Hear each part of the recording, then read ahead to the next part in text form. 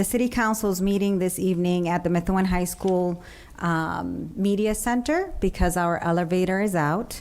So I appreciate you accommodating this location and for the counselors to show up to not our usual home. So thank you for being here this evening.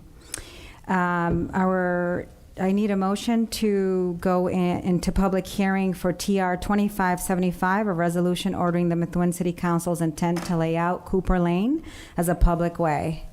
So moved. Thank you, Councilor Samard. Second. Second by Councilor Drew. All those in favor? Aye. Yeah, and before to that, I have to take a roll call to take attendance of who's here. We will be voting on this matter later on the agenda. Okay, so we'll take the roll call first. Councilor Marsan. Here. Councilor Peck. Councilor Santos. Present. Councilor Samard. Here. Councilor Valley. Present. Councilor DeZoglio. Councilor Drew. Here. Councilor McLaurin. Present. And Chair Soto. Present. 7 present, 2 absent. Thank you, Madam Clerk. We do have quorum. So we'll give the floor to, is there anybody, I'm going to open public participation, but Councilor Ron Marsan, would you like to take the floor? I will. Thank you. I'd just like to speak in favor of, for this resolution this evening for Cooper Lane. I've been in contact with the residents there, with the developer. It's just been a process.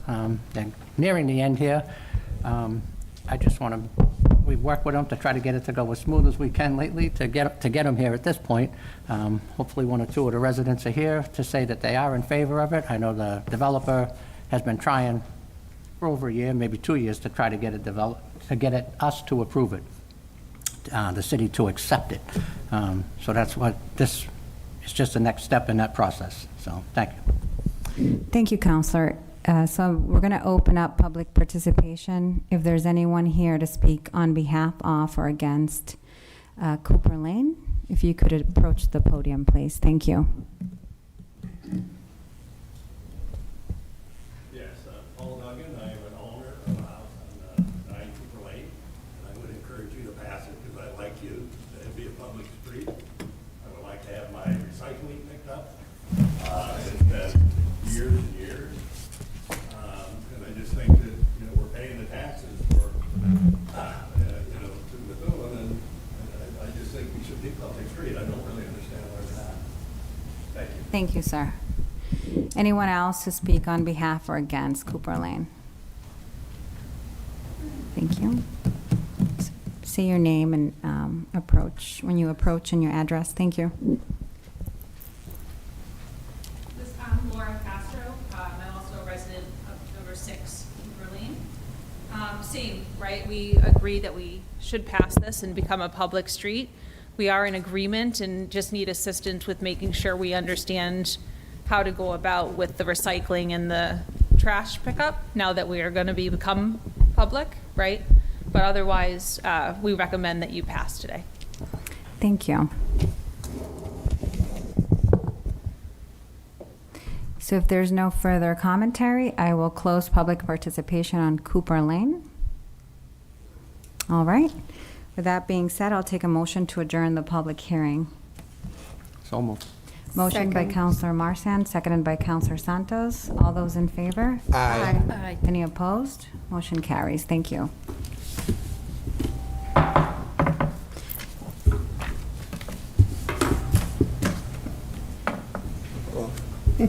Hi. How are you?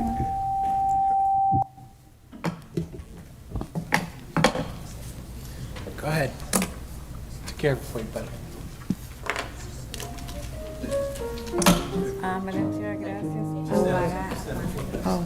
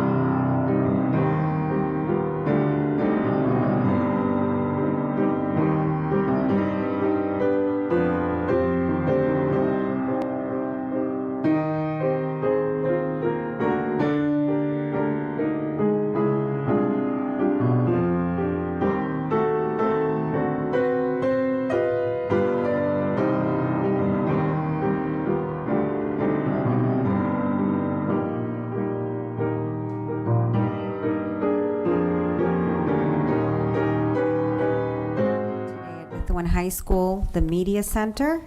Thank you for those that are walking in and will be here for this public hearing. Public Service Grant number 31043582, Temple Drive Westgate Circle, Jewel Circle, National Grid will replace existing direct buried cable with a conduit system via direction drill 1073 of 2-2 CIC 1716 of 1-2 CIC. Install 6 PBs and install 3 HDHHSs on Temple Drive, Westgate Circle, Jewel Circle of Methuen. Before we take a motion on this, I'd like to do a roll call, Madam Clerk. Counselor Pash?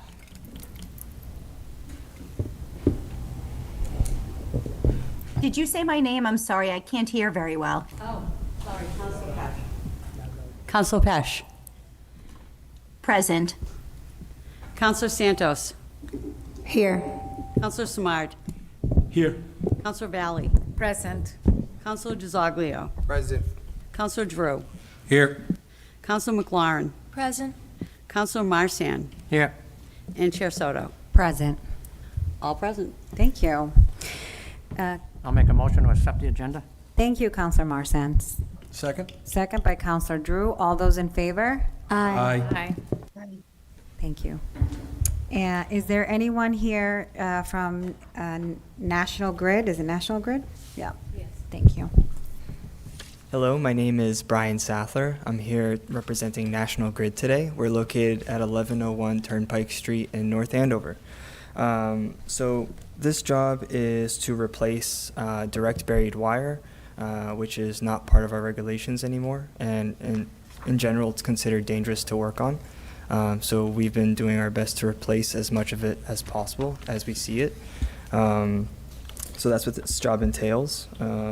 The streets that will be affected will be Temple Drive, Westgate Circle, and Jewel Circle. I understand that there was a question about possibly Jade Street being affected by it, but that essentially the way it works is all these transformers and underground wire are all connected in a special loop, and Jade Street isn't part of that loop, so we can't be touching that cable because it's a whole different project altogether. And I'm not sure if it's direct buried anyways, since it's outside the scope of this job. So I can't answer too many questions on that. But we will be installing 6 PBs, which are pole boxes, and 3 heavy-duty handholds, which is the HDHHs. Those are where we're essentially be pulling in wire from and doing the work. I've also passed around the sheet to, I gave the sheet over to Mr. Marson, and he passed it around. But that should show the locations of where we'll essentially be cutting into the asphalt, and we'll be using a special piece of equipment that will directionally drill the locations for the conduit underground. It's a method that we've been using more and more often because it causes less, essentially we don't tear up as much asphalt, and it's just better overall to use. It is specialized equipment, so it is difficult to reserve the use of. Does anyone have any questions or concerns that they want to bring up? So I'd like to open public participation on this, and then you to come back if you can address some of the questions that the counselors have. Yeah, of course. Okay, thank you so much. And we'll go. So we have one. Thank you. From, through you, Madam Chair, Mike Welch, and he says, "My name is Mike Welch, and I live at 8 Nelson Avenue. In regards to this grant, Temple Drive, Westgate Circle, and Jewel Circle, National Grid, are there drawings showing where the culvert is being installed, which it has been? Why is Jade Street not included? Jade Street and Temple Street were part of Westwood Acres development back in the 70s. However, Jade Street is not accepted when Temple Drive, Westgate Circle, and Jewel Circle were accepted as part of the Westwood Acres definitive plan in the 80s. I have requested the Unaccepted Waste Committee a couple of times to accept Jade Street, and I provided all the documentation proving that it should have been accepted. Is Jade Street being excluded because it is not accepted? Thank you. Is there anybody else to speak on behalf of this hearing, for or against?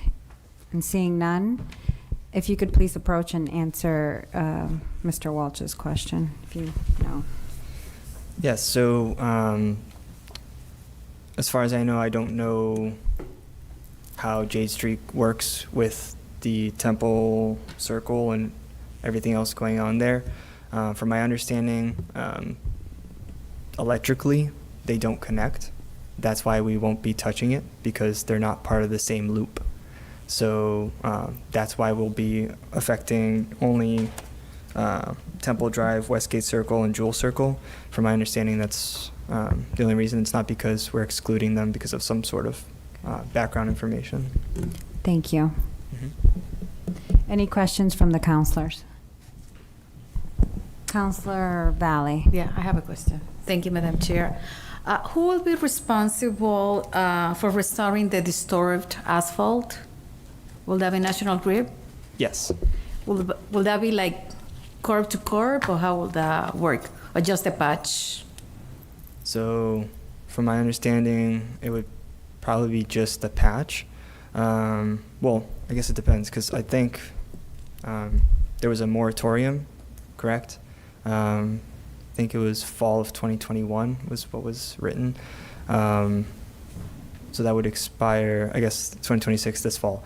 I'm not sure when the work is estimated to even be completed. If it does fall within the moratorium, then yes, we'll do curb to curb. As of now, I know our crews are heavily booked, so I'm not sure when scheduling would happen. My assumption is likely next year. But yeah, we will replace it if it is part of the moratorium as per Methuen's rules and policies. Otherwise, I think we'll be just doing the patchwork. Thank you. Counselor Drew.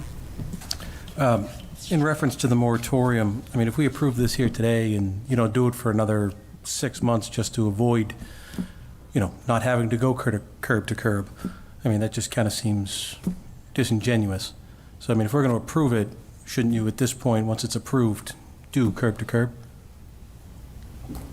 I mean, it's only a 5-year-old road. The last thing we need is more potholes and uneven roadways in our city. So I would request that National Grid, regardless, I mean, once we approve this tonight, this is when it was approved, regardless of what your work backlog is, you're here tonight in front of us, inside the moratorium, I think you should handle curb to curb. I understand the reasoning. I can't make that decision off the bat. That would be something I would speak to essentially the project managers in charge of this project with. I know we're not trying to avoid a moratorium thing. It's just scheduling on our hand is complicated with everything going on, especially with the weather we just currently had too with the extended heat waves. That's also put us even farther on our backlogs. I completely understand. I'm in commercial construction. I understand backlogs and problems with that. But at the end of it, could you please follow up with your project manager of this and have them reach out to us and let us know what the anticipation is for to be completed and the curb to curb, whether it will be that or they're anticipating just patchwork, because that may sway some people's votes. Yeah, of course. I'll make a note of it and I'll make sure to bring it up. Thank you. I'm going to give the floor to the mayor because he has a comment. Thank you, Madam Chair. Just wanted to mention that I'll plan to get with Pat and Felix, and we'll follow up on our end as well to ensure that we're able to get a sufficient answer to that question. Councilor Marsan. So just a point of information, they're only cutting the hot top, I believe, the asphalt, where the boxes are. You're directional drilling under the hot top to get to the other side, and all the conduits being buried in the shoulder of the road, correct? Should be, yes. So they're not going up the asphalt linearly, to get from box to box. It's in the shoulder, so they're just cutting it's a total, what's it say, 240 square feet total of asphalt they're cutting to put their boxes in, the handhold boxes and pole boxes, and then directional drilling under the asphalt, so they're not even crossing our road, and then all the conduits in the shoulder. So we're more concerned about lawn repair than hot top repair. No, I completely agree with that. I just, looking at the squares they're going to cut out in the middle of the street, we all know will eventually turn into potholes that we will all get phone calls on. So just trying to avoid that if we can. Okay, great. Well, knowing that the mayor will follow up, I will take a motion to close the meeting. If you guys, thank you, Councilor Samard. Second. Seconded by Councilor Drew. All those in favor? Aye. Any opposed? Roll call, no? Oh, I do, because Jana's online. That is gonna, we have to do roll call tonight, this evening on everything, guys. So I'll take a roll call, madam. Sure. Counselor Pesh? Yes. Counselor Santos? Yes. Counselor Samard? Yes. Counselor Valley? Yes. Counselor DiZoglio? Yes. Counselor Drew? Yes. Counselor McLaurin? Yes. Counselor Marsan? Yes. And Chair Soto? Yes. Unanimous. Thank you, madam. So we will be back for the 6 o'clock city council meeting. Thank you.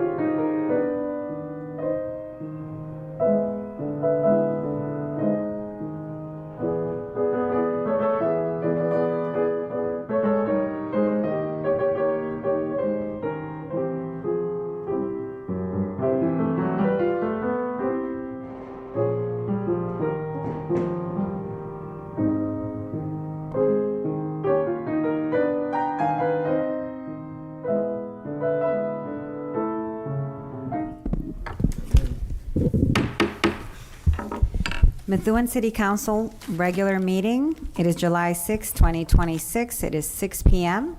We're at Methuen High School Media Center. Thank you for accommodating us this evening as our elevator is down at the Searles Building. Wanted to let you know that restrooms are, where are they, Madam Council McLaren? They're going to be over in North House if you Yes. cross the bridge. Thank you, ma'am. And of course, your exits, just be cognizant of where they are, just because we're in a new space. Well, welcome this evening. Madam Clerk, I'll take a roll call. Counselor Santos? Here. Counselor Samard? Here. Counselor Valley. Present. Counselor DiZoglio. Present. Counselor Drew. Here. Counselor McLaurin. Present. Counselor Marcian. Here. Counselor Pesh. Present. And Chair Soto. Present. All present. Thank you, Madam Clerk. I'll take a motion to accept the agenda for this evening. So moved. Second. Motion by Counselor Drew, seconded by Counselor Santos. I'm in discussion. I would like to move consideration of appointment after public participation.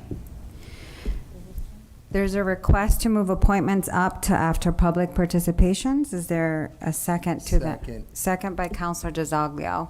I'll take a roll call or a discussion on that. Counselor Drew, did you have a discussion? Is there a particular reason, or is it just, No particular reason for just, it. Just okay. to move it up. Yeah. Summertime. I don't believe anyone wants to be here. Can I take a roll call if there's no further discussion? Thank you, Madam Clerk.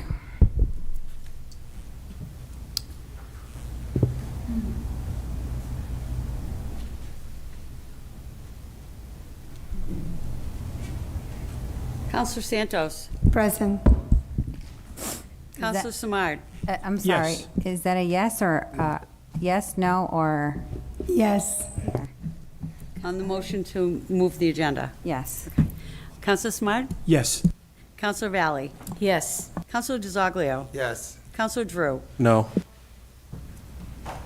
Counselor McLaurin. Yes. Counselor Marcian. Yes. Counselor Pesh. Yes. Chair Soto. Yes. 8 yes, 1 no. Thank you. Item is moved to after public participation, the consideration of appointments. Next, on the main motion, to accept the amended agenda, we have a first and a second. I need a motion to accept the amended agenda. So moved. Thank you, Councilor Marsan. Seconded by Councilor DiZoglio. All those in favor? I'm sorry, roll call. Madam Clerk.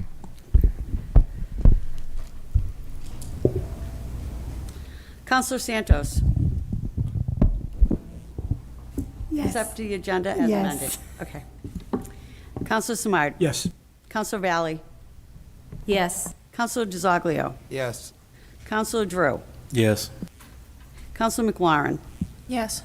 Counselor Marcian. Yes. Counselor Pesh. Yes. And Chair Soto. Yes. Unanimous. Thank you. Thank you for that. Next, we'll have a Pledge of Allegiance, invocation, and a moment of silence. If you could all stand, please. Face our flag. I pledge of allegiance to the flag of the United States of America and to the republic for which it stands, one nation, under God, indivisible, with liberty and justice for all. Well, is there an invocation this evening? Okay. Moment of silence. We have one. Since 2018, Jim faithfully covered the majority of the city council meetings as part of the Methuen Community Studios family. Every other Monday night, residents could count on Jim being here, helping ensure that local government remained accessible to the community. Those who worked alongside him knew that Jim could never start a meeting without his McDonald's in hand. Jim was also an important part of the MCS production team and was always on scene in the MCS van covering parades, Methuen High School sports, and countless other community events. Beyond his work with Methuen Community Studios, Jim was also known throughout the community for decades of service as president of Methuen Little League. He made an immeasurable impact on generations of Methuen families, coaching and monitoring countless young people over the years. Through baseball, Jim taught not only the game itself, but also teamwork, sportsmanship, and community spirit. Jim's dedication, dependability, and quiet presence will be missed by all who knew him. Can we have a moment of silence?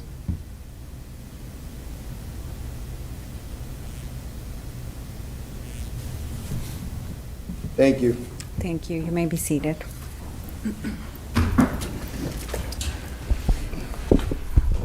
We will open public participation. Mr. Vice. Joseph McDonald was the first.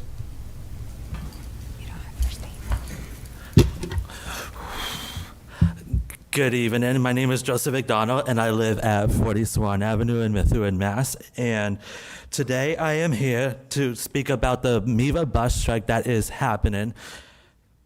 The streets of Methuen and the streets across the Merrimack Valley feel different right now. They seem more crowded. They seem more stressed.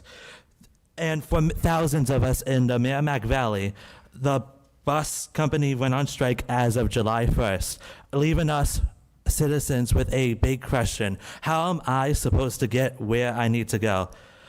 The bus company and the mechanics we know as on strike, they are striking for fair wages and they are striking for Saturday overtime. Saturday overtime has been a thing since 1976 and the company has not complied to keep with it.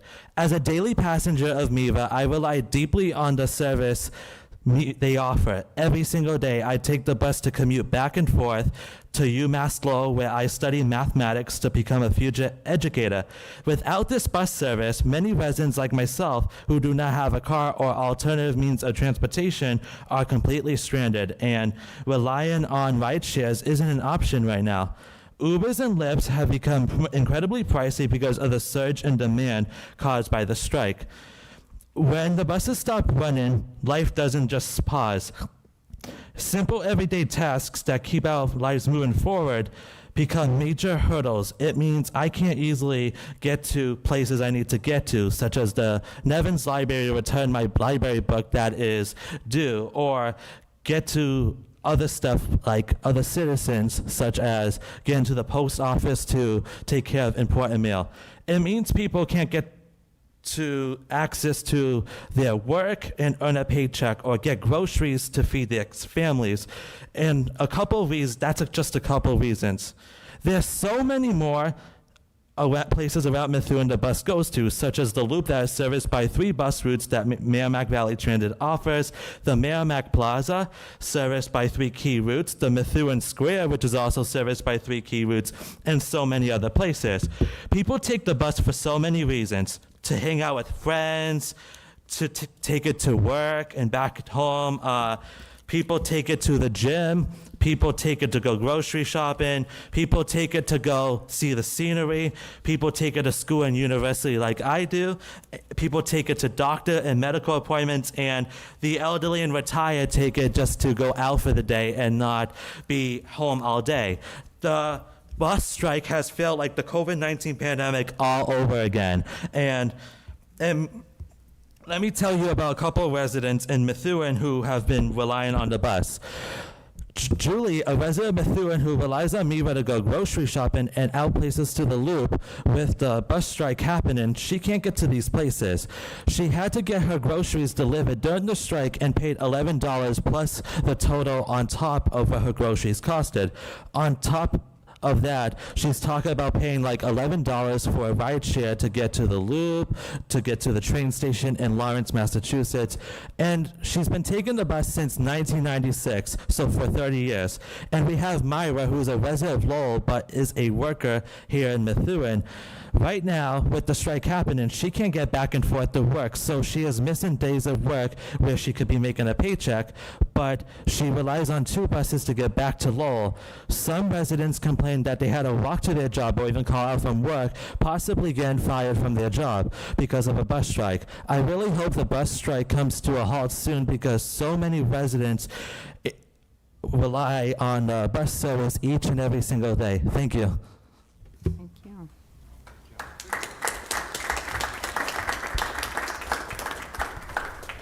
Tim from Hold on, honey.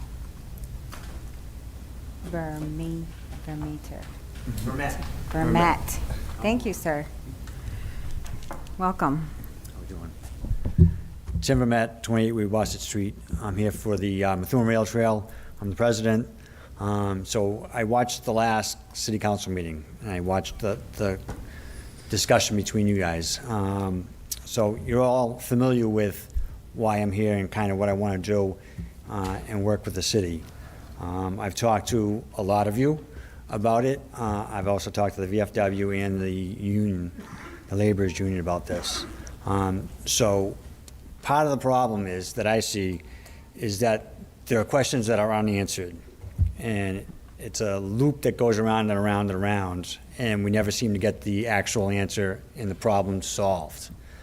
So I'd like you guys to kind of find a medium ground of, can we get the three parties together, the city, the union, and the VFW together, and figure out something one way or the other? It's either going to be yes or it's going to be no. So if it's yes, please get that to that point, and if it's going to be no, let me know, and the rail trail will come up and figure something out on our own to possibly take care of those overhangs. We've been looking for funding as it is now. There are several different areas where we can get funding to fix that. I was talking to John Hadley today. He has an architect friend, and he was going to look at seeing if he could have that person come in and give us an estimate as to what it would cost to fix it. That way we have a ballpark and we have a starting point. And then from there, we would look at hiring bodies and a company to do it. So I don't have anything else for you guys. You guys know why I'm here, and I appreciate your time. Thank you.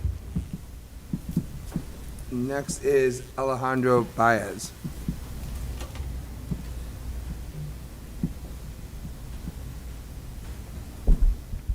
Good evening, members of the City Council, Mr. Mayor, and the community as a whole. I am here to talk about contracts C-27-4 and C-27-5, which are the solar panels for the TENI and the CGS. I am a member of the Methuen School Committee, though my opinions reflected in this speech are not a part of the official record of the school committee, nor is it a reflection of the opinion of the school committee or my colleagues on the school committee. It's my personal opinions. And I am here not to show a grievance, but to show a support for these contracts. We on the school committee have tried to enact reform. We've tried to create cost savings. We've worked, in my own opinion, with you all on the city council to improve the financial standings of the schools. And I am personally thankful for each and every single one of you in that effort, whether that be in your votes while you're sitting in that chair, while it might be attending events like graduation, like Read Across America and many others. Your support has been shown and is greatly appreciated. So with the solar panels, it comes down to cost savings, it comes down to sustainability, and it comes down to an overall holistic approach to creating a more sustainable city, but more importantly in the now, it is a cost savings mechanism that has been vetted by the administration and hopefully has been vetted by the city solicitor with his consent and the consent of his office. Lastly, in support of this contract, I'd also like to speak about another agenda item, which is a proclamation for Victor Rivera Jr., a Methuen resident. I believe Victor is not here tonight, so I hope that this matter gets tabled. But being a recipient of the Harry S. Truman Scholarship is honestly a huge deal for the city of Methuen, as only one college student in every state wins this scholarship every year. And it is a scholarship that embodies what public service a student is doing now, but more importantly, it is a commitment to public service in the future, as the recipient of one of these scholarships is committed to public service for the first 3 out of the 4 years after college. So I hope that the city of Methuen is proud of Victor, of all of our young leaders here in Methuen serving and in hopes and with the passion of serving. And with that, I hope that you consider the contracts for the solar panels as an affirmative vote. I'm a partner. I thank you for your service, but most importantly for your presence for our students and families. And once again, thank you.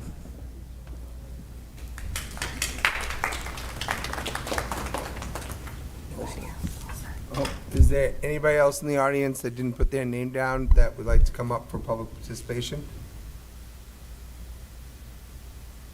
Nobody, Madam Chair, we can close public participation. Thank you, Mr. Vice. Public participation is closed. As the amended agenda states, we're going into consideration of appointments next. So I'll take a motion for the first appointment, Lieutenant Michael Ferris as Deputy Chief. So moved. Motion by Counselor Samard. Is there a second? Second. Second by Counselor DeZoglio. I'm in discussion, and I'll let, yes, thank you. How are you today? I'm well, thank you. Thank you all for having me here tonight.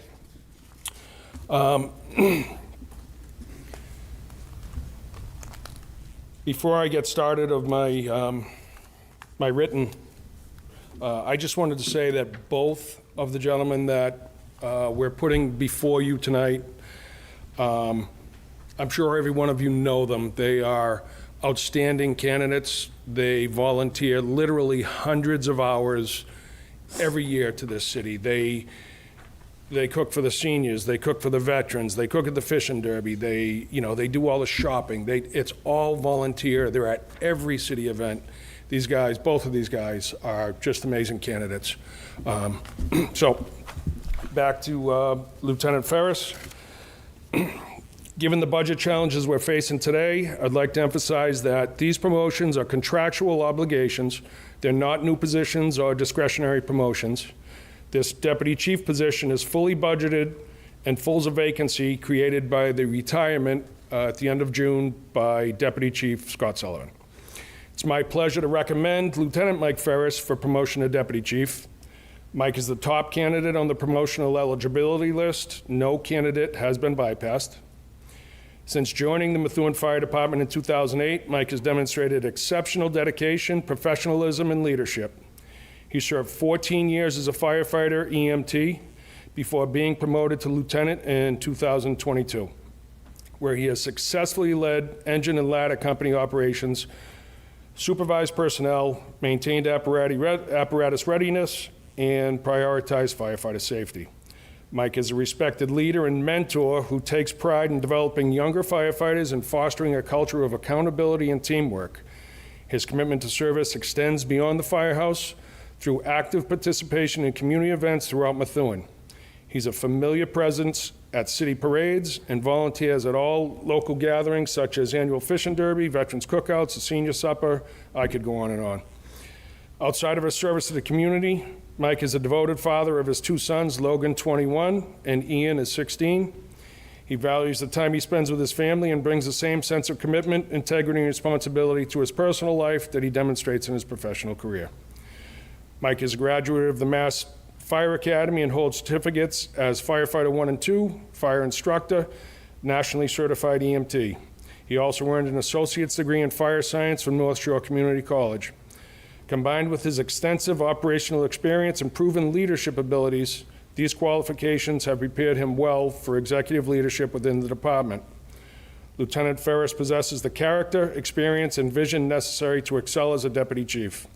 I offer my strongest recommendations for his promotion and am confident he will continue to serve the city of Methuen with distinction. Thank you for your consideration and continued support of our department. Thank you. Are there any questions? No? Okay. Yes, of course. Counselor Samard. Thank you. Assistant Chief, can you just describe his duties? Because, we've had some furlough days and people question why we're promoting, and you use the word non-discretionary and contractual. Can you just, state what his duties will be and why we need that position filled? Certainly. So for those that don't understand the rank structure of the fire department, think of it, I think the easiest way to describe it is a lieutenant oversees all of the firefighters in their single station on their shift. Okay, we have 4 stations, 4 shifts. There's a lieutenant in every station on every shift. Okay, deputy chief oversees the 4 stations. They act as a shift commander. So he would be the shift commander overseeing all 4 stations on his shift. Thank you. Absolutely. Thank you for that, Counselor. Any other questions, comments, concerns? Seeing none, I'll take a roll call, Madam Clerk, when you're ready. Yes.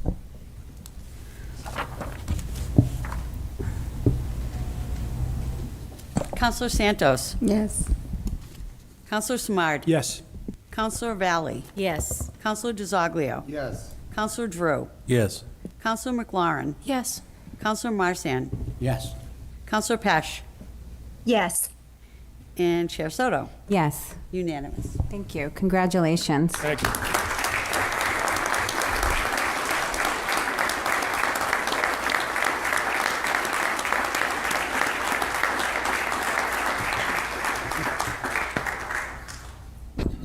Good evening, everyone.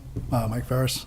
I'd like to thank the chief for his kind words and recommendation. Thank Mayor Beauregard and the City Council for the appointment. I want to thank my brother Larry, who was here, my sons Logan and Ian, girlfriend Jamie, all my brothers and sisters of Logan 6091. Thank you. It's an honor. Thank you for your service.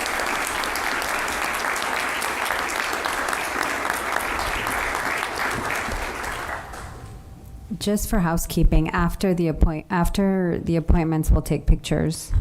Okay, thank you. Next, I'll take a motion for firefighter Eric Moreau as lieutenant. So moved. Second. Motion by Counselor Drew, seconded by Counselor Santos, and I'm in discussion. I'm pleased to recommend firefighter Eric Moreau for promotion to lieutenant and respectfully request your support. This budgeted position fills the vacancy created by Lieutenant Mike Ferris's promotion to deputy chief and satisfies the contractual apparatus staffing requirements. Eric is the top candidate on the promotional list, and no candidates have been bypassed. Since joining the department in 2015, Eric has earned the respect of both members and chief officers through his professionalism, leadership, and dedication. His leadership skills were forged during his service in the U.S. Army, where he rose to the rank of corporal and squad leader. His service includes deployment in support of Operation Enduring Freedom, as well as support for the Boston Marathon. Eric is a graduate of the Massachusetts Fire Academy and holds certifications as Nationally Certified EMT, Firefighter 1 and 2, Fire Instructor, along with the Associate's degree in Fire Protection Technology. He is committed to mentoring newer members while continuously advancing his own professional development. During 18 months as an acting lieutenant, Eric successfully supervised personnel, managed emergency operations, maintained accountability, and ensured crew safety. His calm demeanor, sound judgment, and effective communication consistently demonstrates his readiness for permanent promotion. Eric's commitment to the fire service extends beyond daily operations. He currently serves as a president of Local 1691, contributes to the Honor Guard and the PFF member assistance teams with strong focus on mental health. He is very active in the community and not only coaches but serves on the board for the Methuen Girls Softball League. He's a devoted husband to his high school sweetheart of over 20 years, Stephanie, and proud father of their 3 children, Jaden 18, Natalia 13, Luciana 11. Eric Moreau possesses the leadership, experience, education, and character necessary to excel as a lieutenant. I'm confident he will continue to serve the citizens of Methuen with integrity and distinction, and I strongly recommend him for this promotion, and thank you for your continued support. Thank you. Any questions, concerns, or comments from the body? I have a comment. In my 31 months of service here as the Methuen City Council, I can honestly say that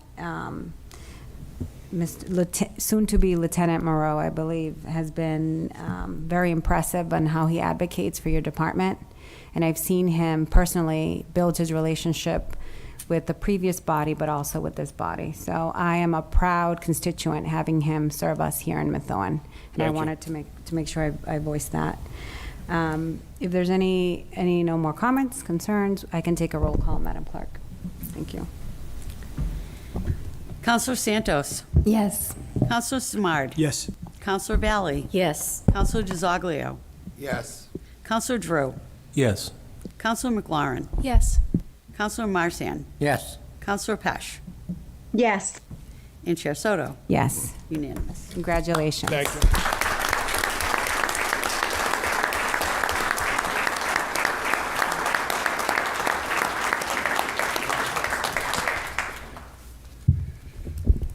Good Good evening, anyone. I'm not a great public speaker, but Mayor Beauregard,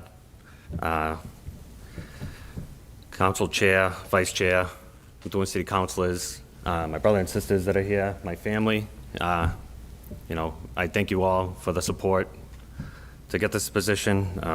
You know, can't say enough about my family, the hours and everything you put in, and their unwavering commitment and love they give me and show me that they support everything I do. And I truly love serving this community. And we have a great fire department, the professionalism and dedication all these members show. So thank you very much for this appointment. Thank you.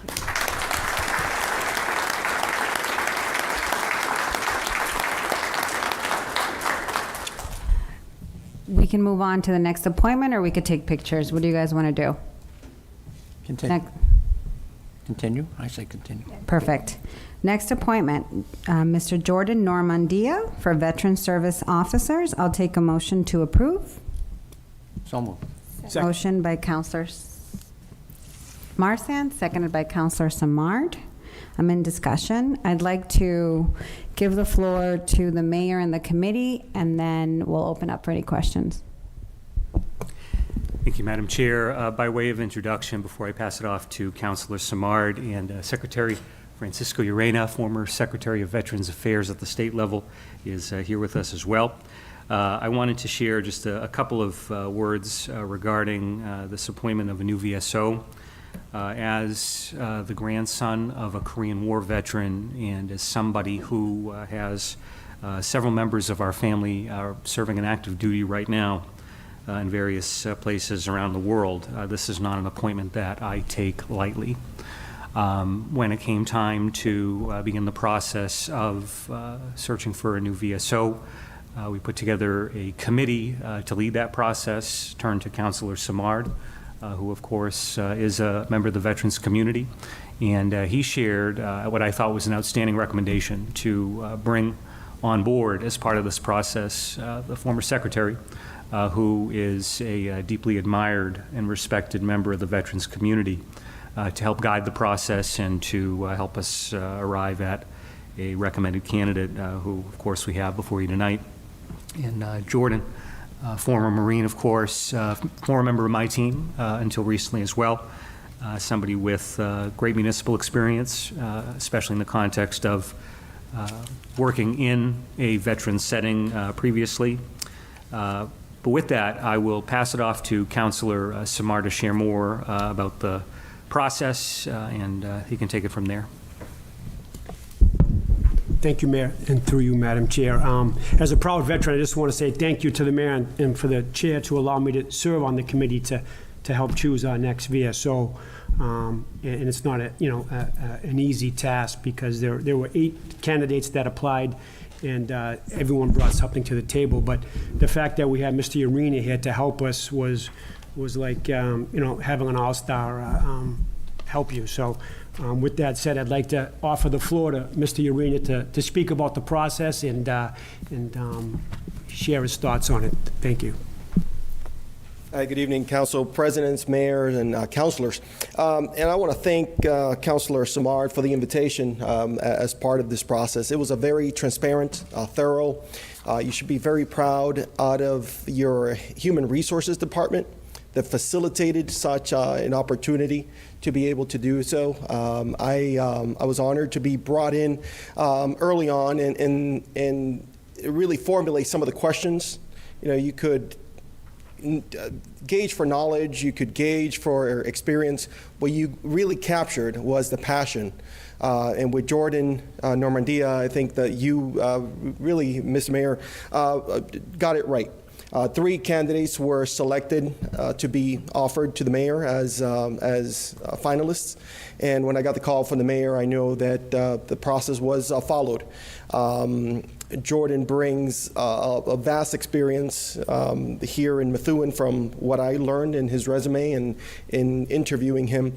But what I also learned was the very candidates that came to that table We're very passionate people who wanted to serve the residents of Methuen and really continue to improve upon the services and that every veteran deserves, not only those that are living here, but those that will arrive into your communities. Every given year, there'll be veterans coming in as there are service members going into the military, whether they're roots in Methuen or they're looking to establish those roots. I think you have a great candidate tonight who will continue to serve as many great veteran service officers have done in this city. So I really thank you all for the opportunity, and I wish you all the very best. I'm here as a resource, and if I could ever be of some support, please don't hesitate to call upon me. Thank you. Great, thank you. I Yeah. was just going to say, wanted to invite Jordan to the podium as well, of course, to introduce himself to members of the community who might not know him, and invite him to share. If I may, Mr. Mayor, as Sure. well, I want to, bear with me. Once he introduces himself, if you guys have questions, comments, or concerns, just remember this isn't an interview process. He has been selected by the mayor for the position. So I just wanted to remind you guys. And by all means, the floor is yours. Thank you, Madam Chair, members of the City Council, Mr. Mayor, Mr. Urania. Thank you. I just want to say thank you for the opportunity to speak with you regarding my potential appointment for VSO for the City of Methuen. As a United States Marine Corps veteran, public servant, and lifelong member of this community, I view this position not simply as a job, but as an opportunity to continue serving those who have served our nations and their families. During my service to the United States Marine Corps, I served as an administrative specialist with a focus on separations and retirements, helping Marines and their families navigate some of the most important and complex transitions of their military careers. I also served as an instructor for the Department of Defense's Transition Readiness Seminar at Quantico, Virginia, a congressionally mandated program designed to prepare service members for successful transition to civilian life. In that role, I taught Marines about veteran benefits, employment resources, educational opportunities, and services available to support them after their military service. Those experiences reinforce the importance of advocacy, attention to detail, confidentiality, and compassionate service. Following my military service, I continued my commitment to supporting veterans through several professional opportunities. While attending college, I worked on veterans casework as an intern for the office of former Congresswoman Nikki Tsongas, assisting constituents as they navigated federal agencies and veterans benefit issues. That experience gave me an appreciation for both the complexity of the benefit system and the importance of strong advocacy on behalf of veterans and their families. I later continued supporting veterans through my work with the Haverhill Veterans Service Office, where I gained firsthand exposure to Veterans Benefits Administration and the challenges veterans face in accessing services and support. I was also previously a candidate for the Veterans Service Officer here in Methuen many years ago, reflecting on my longstanding commitment to serving our local veteran community. Professionally, my municipal career has provided me with extensive experience working directly with residents, navigating government systems, solving constituent issues, and coordinating across departments to deliver services effectively and efficiently. Through my work in municipal government, I've developed strong relationships throughout the city government and gained an understanding of how to advocate for residents while ensuring accountability and stewardship of public resources. Academically, I've pursued education that complements both my military and municipal experience, earning graduate education in public administration policy, and that strengthened my understanding of government operations, budgeting, management, and public service delivery. I recognize the responsibility that comes with this position and the trust that the City Council places in the individuals selected to serve our veterans.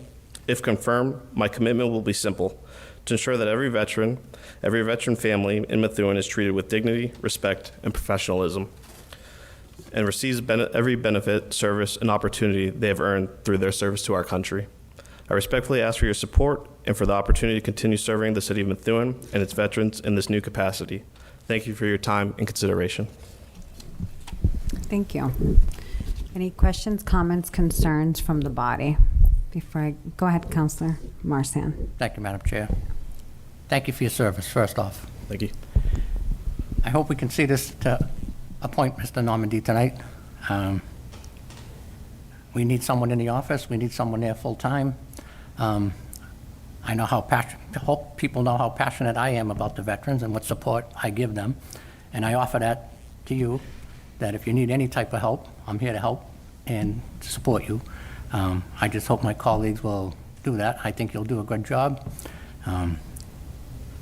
We need the help there, so it's important that we have someone, and I think you can do it. So thank you. Thank you. Thank you, Counselor. Counselor DiZoglio. Thank you through you, Madam Chair.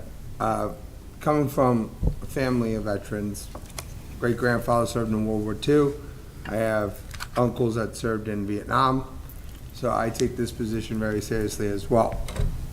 I'm not trying to make this into an interview, and the mayor already knows, and I'm hoping he's going to speak upon that. My concern is where your previous role, there are people circulating that you were responsible over duties that weren't fulfilled. And I just want to put that out into the public so we can clear this up. Mr. Mayor. So for the sake of transparency, Councilor DiZoglio and I had a conversation roughly a week and a half ago, and he had shared concerns regarding the day-to-day implementation of the city's trash program. Of course, we're going to be getting into the trash program extensively tonight. I want to state in no uncertain terms that the city's trash program and the provision of veteran services are completely and utterly separate and actually, to a large extent, I think, irrelevant apart from one another. Now, with that being said, I think that there were some frustrations shared with me from the councilor regarding things like, the cart system and various aspects of the program. And again, we'll get into this a little later in the agenda, but there were things that were established as part of that rollout that really, in hindsight, had no place in, say, the mayor's office, in my opinion. Things that should have been, I guess, carried out in terms of tasks by, the vendor, our DPW. It would be great if we had had a sanitation coordinator going back to 2021, 2022. She's sitting right here. But here we are in the process of fixing a lot of the broken elements of that system. And to Jordan's credit, he was placed in the position to be, in large part, the public face of this system that had some rollout issues right from the get-go. And he should not be held to any degree of blame for that. If anything, especially in the context of the trash program from September 2024 onward, I own, as the mayor, ultimately, issues that have occurred. And so I want to speak in total support of Jordan. I encourage you to consider him based on his qualifications as a veteran, as somebody who has, I think, excellent experience on the military side of this type of work, and obviously his knowledge of the inner workings of City Hall and his ability to work with our constituents and provide the services that our veterans need and deserve. We have many thousands of residents who are veterans, and so we owe it to them to ensure that they are being properly served, and I have every confidence that Jordan will do a fantastic job, and I hope you see fit to support him. Thank you, Councilor. Counselor Drew. Thank you. Thank you, Madam Chair. First, Secretary Urena, thank you for your time to the city of Methuen during this. Mr. Normandia, thank you for your service to the country, and thank you for your service to Methuen. Like many people here, I come from a very deep military family. My grandfather was a 20-year Navy man. My best friend and cousin is a chief in the Navy currently serving, and my father was a Vietnam veteran. My father, when he came home, was very turned off by his military service because at that time, it was a very ugly time coming home in that world. And he didn't take part in his military veterans opportunities until much later in life. He up until about 5 or 6 years ago, really didn't tout his veteran's status. And it wasn't until he needed some medical assistance and things like that that my siblings and I took the time and reached out to the VSO in Wakefield, where he currently lives, to ask to help him. And that VSO took the time and reached out to my father and did what he had to bring my father into what he needs and help him get the services he deserved for the time that he sacrificed for this country. And I hope when you are appointed tonight, if that is the will of the council, that you will take the time and find those veterans that may be having a little bit of trouble dealing with their veteran status, reaching out to them and being somebody who is at every parade and is at every VFW meeting and is in at every single thing that you could possibly do to outreach to those veterans and engage them, just like that VSO did for my father, who is now doing great and is receiving his services, and he wears his veteran hat proudly now. And I really hope that my fellow colleagues will join me in voting affirmatively for your appointment. And I hope that you will do a great job. And as a member of the Veterans Committee for this council, I look forward to hopefully working with you and discussing more things that we can do for our veterans in this community. Thank you, Councilor. Councilor Simard. Thank you, Madam Chair. Briefly, I just wanted to say that there was collaboration with Councilor Drew and Councilor DeZoglio as part of the Veterans Affairs Committee on this election. There were 8 candidates. The top 3 rose to the level of went to the mayor, and then with the help of Mr. Urena, thank you, sir, for being part of that group. Mr. Normandy was picked, and I'm 100% in support of this appointment. Thank you. Great. Any further comments, concerns? So I'm going to address the elephant in the room, just because nobody's saying it. But you're coming from the mayor's office, and as you can see, the Methuen Inquirer posted, is this a political appointment? So the optics of it aren't the greatest, okay? Yes. Due diligence of going out there and talking to the veteran community, there's mixed feelings out there. I personally like you. Some say, yes, you're going to do great in this position on the clerical side, but you seem a little shy for the job. I don't share the same sentiment, but at the end of the day, the optics, what people are saying out there, you're basically being transferred from one office to the other. So I'm glad that Mr. Urena is here, that Councilor Simard made a point of saying what the process was. But I just want you to know that when these things are stated out there, they don't help us in here because of, they're thinking we're moving friends around, and that's not what's happening. So with that being said, if there's no further comments, I'll go into a vote. I'll take a roll call. Councilor Santos. Yes. Councilor Simard. Yes. Councilor Valley. Yes. Councilor DeZoglio. Yes. Councilor Drew. Yes. Councilor McLaurin. Yes. Councilor Marsan. Yes. Councilor Pesh. Yes. And Chair Soto. Yes. Unanimous. Thank you. Congratulations. Thank you, Councilor.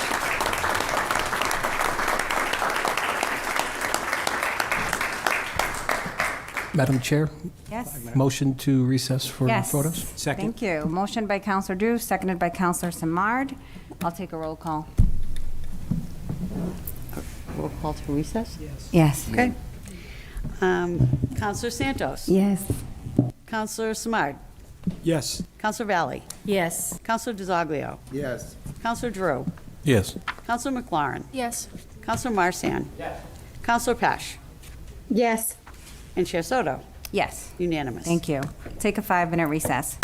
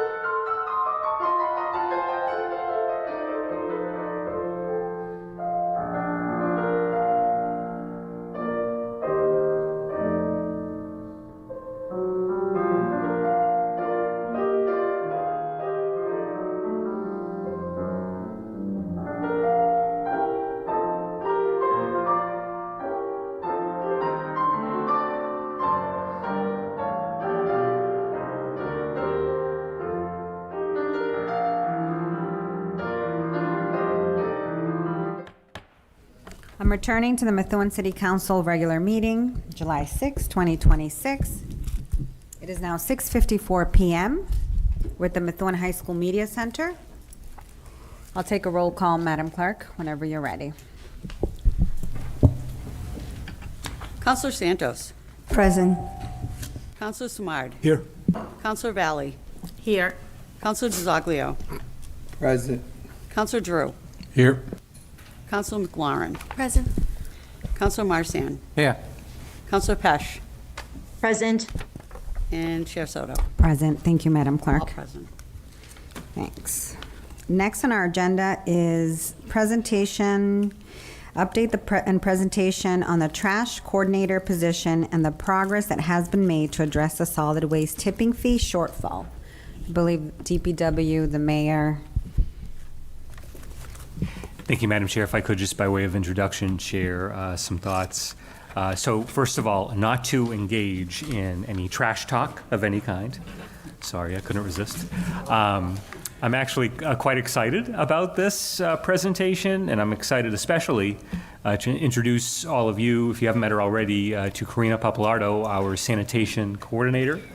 Just an absolute rock star in our DPW, and couldn't ask for a better person to step up to work on some long overdue fixes to our program, helping it run more efficiently, providing education to our residents, and in essence, dealing with the situation in which back when it was originally rolled out earlier in the decade, in essence involved the fleeing of the horse from the proverbial barn at great speed, and very difficult to get that back, but here we are working on some fixes, and I'll pass it off to Karina and Director Bauer to walk you through some of the things that we're working on. Thank you, Mayor. Thank you, Madam Chair. So I share your enthusiasm, Mr. Mayor. I couldn't be more happy with what Karina has accomplished already. I'm proud to say I knew it, because she's been, as the mayor said, a rock star since we hired her 10 or so years ago. 9. Still has the same enthusiasm, still has the same energy, always smiling, always smiling. Just has really taken on the trash and recycling role long before it was even a role. She's been helping and working with me and promoting positive change for the city. She's really been a great fit. So we're going to talk a little bit about what we've done in the last 60 days since she's been hired. But I wanted to, carts have been a topic recently, or last, a few months ago I think prior to the budget season. There was some discussion about purchasing new carts. So we wanted to just take this opportunity to talk about carts really quickly, and then I'm going to hand it over to Karina so she can talk about what she's been up to. And then I'd like to suggest that, in my last slide, that we come back at a later time, next meeting or a couple meetings, talk about the transfer station. Karina and I have been talking about it a lot, and what an asset it is for the city and how important it is to maintain. The things we can do there. Throughout the years, we've talked about grants to replace the building and reinvestment there, but we'll save that for a later date. But if you'd like to have us back, we'd love to come back and talk about that. So I put together a presentation. I left it on. I left one for everybody. I will post this on the city website tomorrow, and I do have the pages numbered. So I'll go through the first few. On slide number 1, so I'm Patrick Bauer, as you know, the Director of Public Works. With me is Karina Papalardo, our new sanitation coordinator. Harvey has sent a contingent of folks, including Matt Higgins, who is probably most known to everybody, who are all here to answer your questions later in the presentation or during the presentation if you'd like to speak to them about anything. I'd like to point out while that's fresh, Karina's had regular weekly meetings with them. They've been extremely productive, including, was that today that you met with them? Thursday, right before the holiday. So we had a really incredible meeting with them. They've been very cooperative. And, we've had some things that we want to change, how we do things, how we deliver carts, how we do bulk items. And Harvey's been more than helpful in our efforts. On slide 2, just a quick purpose of this update. I'm going to talk about trash and recycling carts, then I'm going to hand it over to Karina. One of the counselors has suggested that we should include what our needs are for this program, and so that we can get some help here and through the mayor's office, and then we'll talk about coming back again. On sheet 3, just a quick snapshot. We've had questions about, what do we have for stock? I mentioned earlier that we had purchased some carts not too long ago. Right now, we have 250 trash carts in stock. Some of those are with Harvey. They're going to deliver those for us, and I can get into how that works. We have 25 recycling carts. Just as another sort of piece of information here, Karina, since she started about 60 days ago, has issued 305 warnings or rejections. So the warning is, hey, you better do this, you better do that, which typically leads to a discussion, which is excellent. That's what we want. And then the rejections are the trash is left or the recycling is left at the curb, which what we found, which, you would sort of say intuitively, what we found now is that generates a phone call to Karina. So she's finding that she's spending a day or two in the office responding to residents, and that's taking her from, her work in the field. So that's something we need to address. We spoke with the mayor last week about getting her some help, and we want to make sure that we're communicating well with our residents, but we want to make sure that we're utilizing Karina's time efficiently. So we've talked in the past about our records for carts, and that's one of the things that Karina's going to be working on. So every home got a cart, so every household got a cart. So if you're in an apartment, you got a trash cart and a recycling cart, and every household got a trash cart and a recycling cart.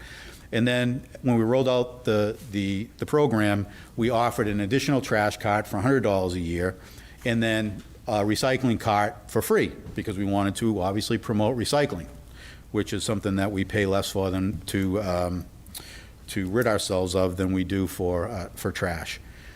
So in that initial period, we got all the trash carts out. It went fairly well. Then we started delivering additional carts. People started finding that they weren't comfortable with one cart.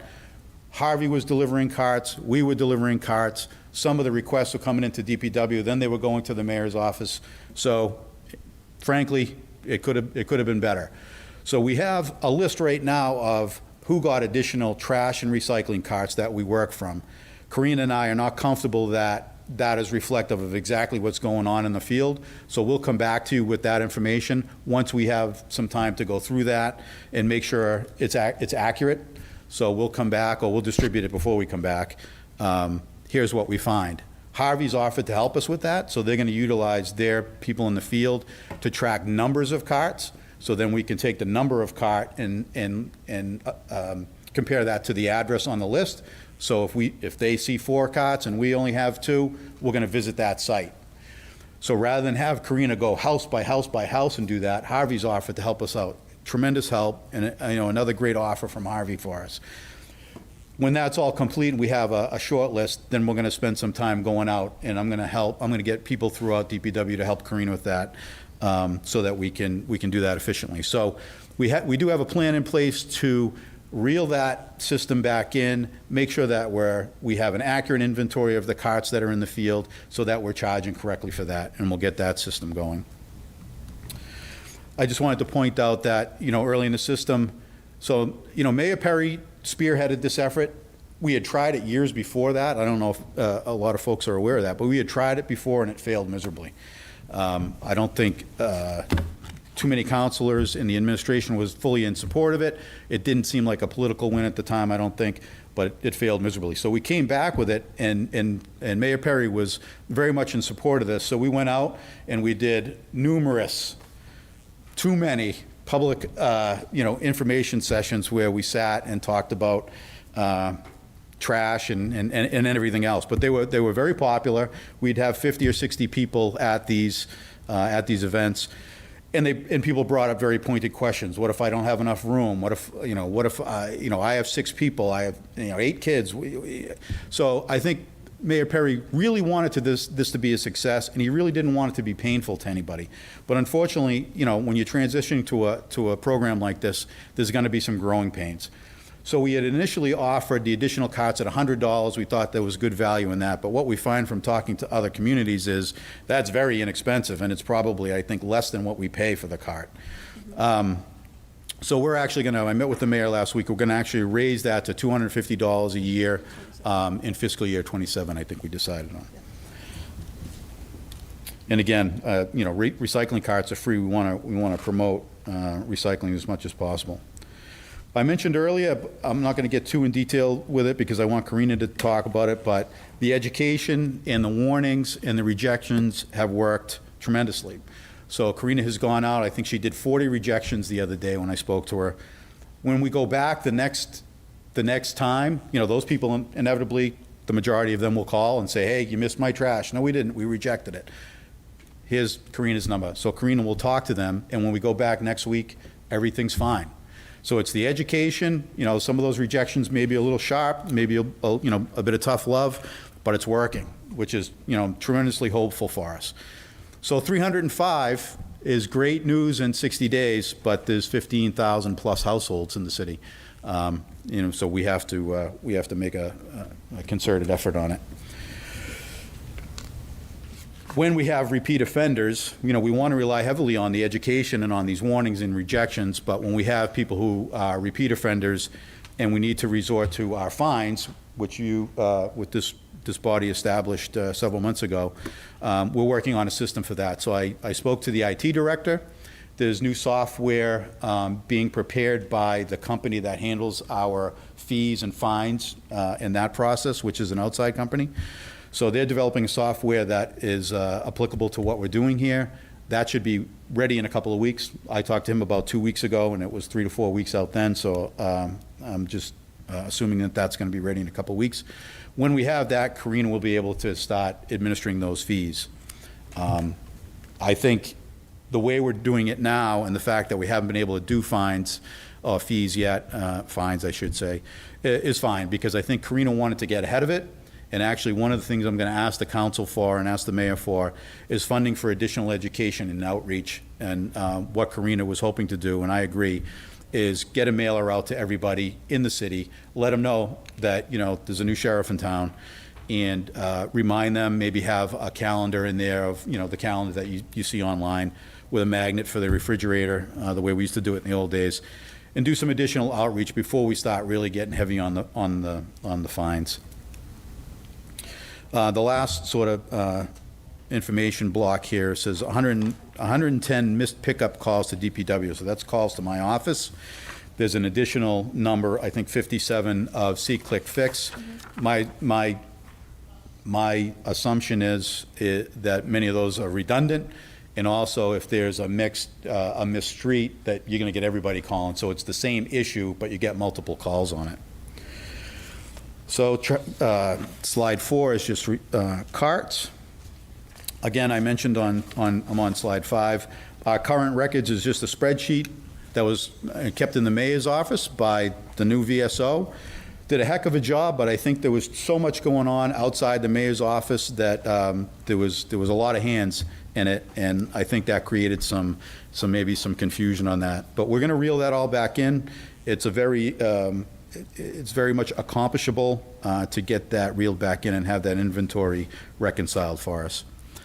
What we're going to do when Karina spearheads the effort out in the field, so again, Harvey offered to help us with number of carts, but when we go back out, each cart has a unique serial number on it, and we're going to go back and we're going to catalog each one of those serial numbers so that each address has an associated serial number, so that we know when they call, or when we get a call, my cart's missing, we know it's down the street, and we'll be able to, again, manage our inventory a little bit better. And that's what that last block speaks to. So Councilor Drew, questioned us about unauthorized carts, and really, the only unauthorized cart would be a cart that was erroneously delivered to a household. So again, we got requests in. Requests were being managed by 3 different groups. Sometimes we suspect houses got that request twice. or maybe 3 times. Or they called 2 weeks later and said, hey, I haven't got my cart, and they were requested again. So their cart was already in the works, they called to inquire, they got another cart. So they just kept the cart rather than say, hey, I got, some people would call and say, hey, I got an extra cart, we go and get it. But some people just keep them because they're like, great, extra cart. So that's something that's going to clean up when Karina goes house by house and with the assistance of what Harvey has offered. Again, fee collection status, no fines to date. We should be able to do that within a month or so, but everything we've done so far and Karina's work out in the field has been very successful. Our process for the delivery of carts has been that, again, it started early in the process. Harvey was doing it. Mayor Perry really wanted to bring that in-house because he wanted to control who was getting what, and he wanted to be able to, when people were calling, to be able to tell them specifically when they were getting the carts. So he asked us to handle the delivery through DPW, and that's what we did. So right now, we have carts available. We can get you a cart relatively quickly. 2 weeks would be a maximum. So what's happening now is we're taking the requests, we're making sure that we're inventorying the request and that it's making its way onto the list, and then we're sending that request to Harvey, who has some of our inventory at their place, and they're able to deliver those for us in a timely manner. So, and that's been working out well. So anybody, I'm on slide 8, anybody in the city as of right now can ask for an additional cart. They can ask for as many carts as they want. Again, the cost for that's going up from $100 to $250. Recycling carts are free. You know, most people don't want to have 15 carts in their driveway, so we're not getting a lot of requests for, 3 and 4 recycling carts, so it's really not a huge deal. But there is no limit on that. I know in other places there are limits, and we can sort of do some research on if you have a 2-bedroom apartment, why do you need 4 trash carts? Again, the whole purpose of this program was to drive our tonnage down, our trash tonnage down, and get our recycling numbers to go up. So, it's something to think about that we want to manage those numbers. And then replacement carts are free, but the entire cart will not be replaced unless something happens to the cart and it's not repairable. If it's repairable, then we get it repaired.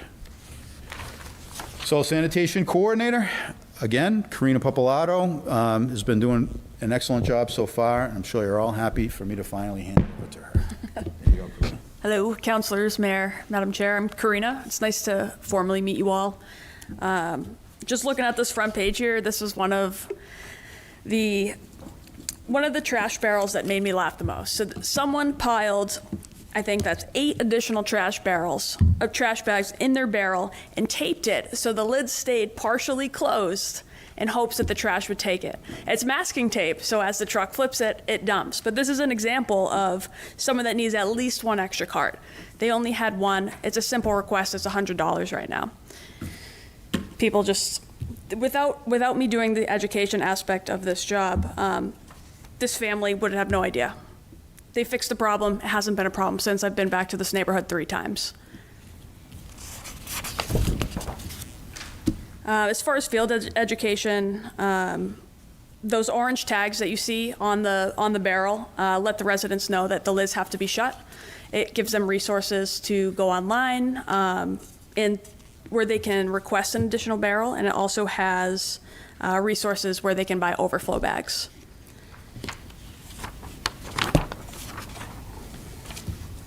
Yeah, so over the last 2 months, we've done about 305 rejections.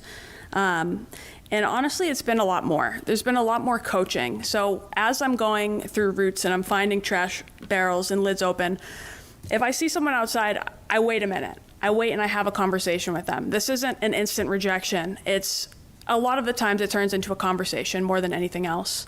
And the people really understand like what I'm saying. They just have no idea a lot of the times, which is why I think mailers, when we get around to sending mailers out, it's going to be so imperative to this program because the education aspect has been lacking since this program rolled out. A lot of people have no idea that we have overflow bags, that this is a program that we have in the city. It's just, currently it's going unnoticed. Yeah, so most of these residents are fixing the problems, right after our first conversations or after the first rejection, I try to go back to the neighborhoods that I hit. And the neighborhoods I am hitting are totally random. When we did this program last year, we were targeting neighborhoods. This route, I really wanted it to be, I wanted everybody to get a part of this program, not just certain areas, not just Oakland Avenue. I wanted the neighborhoods next door. I wanted the neighborhoods down the street. So as we're going through, some of these houses have no experience with this program at all. So if we went right into ticketing, you have probably 80% of Methuen that had no idea that we were rejecting trash, where some of these other more populated neighborhoods already have an idea of what's going on, and they're just kind of waiting for it. Yeah, so the cart catalog, we're gonna start working on that. It's honestly just been really busy just trying to get, to take all the phone calls I'm getting, respond to all the C-click fixes, taking missed trash calls and illegal dumping, going out, reviewing these missed trashes, reviewing these barrel repairs, reviewing these missing carts, and doing education. I'm doing the job of, I think, like 4 people right now. So sometimes I'm a little slower in responses, but I'm responding the best that I can to all of the issues that I'm currently facing in the position with kind of minimal resources at days, I would say, at best.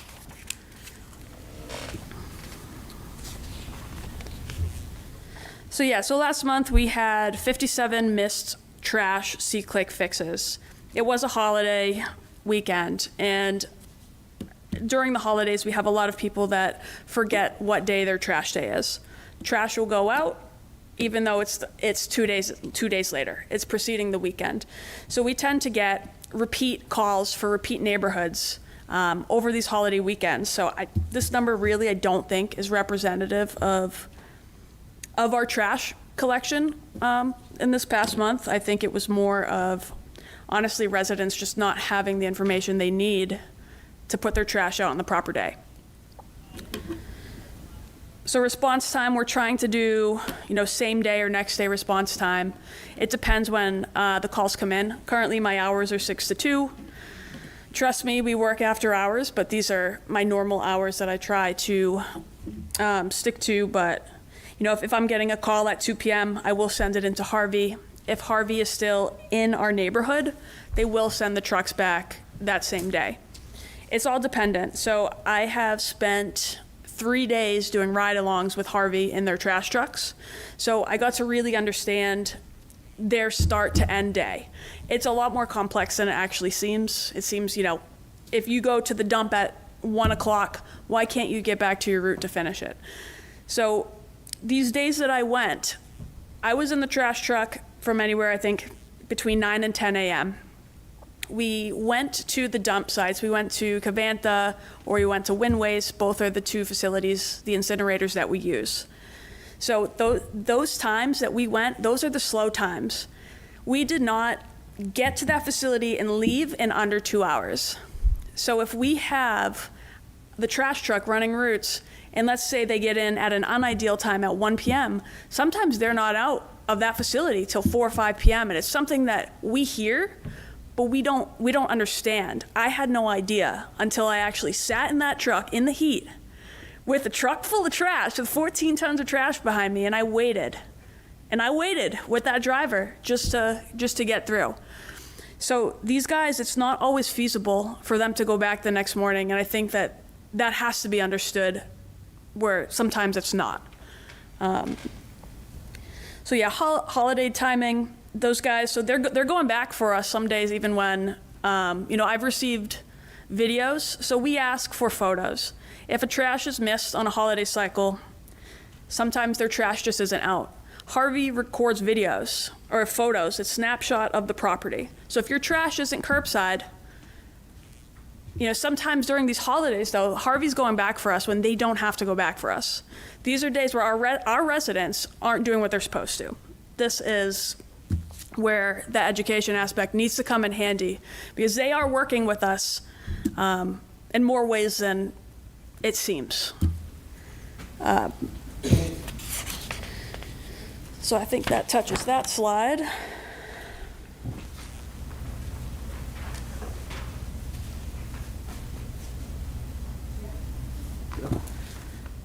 Before I just touch on slide 12, Harvey did say that over the next 6 months, because they have had, some missed stops, they're trying to get us back on track. We're trying to work with them as well.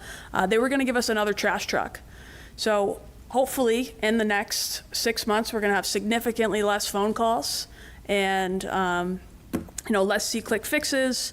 And, those trash wait line, that trash wait time to dump is going to be reduced if we have an additional truck. So I think them giving us resources that we need is definitely going to benefit us in the next few months. So currently my hours are 6 to 2. During the summertime, it's due to heat. We try to work earlier hours, get us out earlier in the day. The rest of the year, it's 7 to 3. But like I said, those hours tend to extend sometimes depending on what we have going on.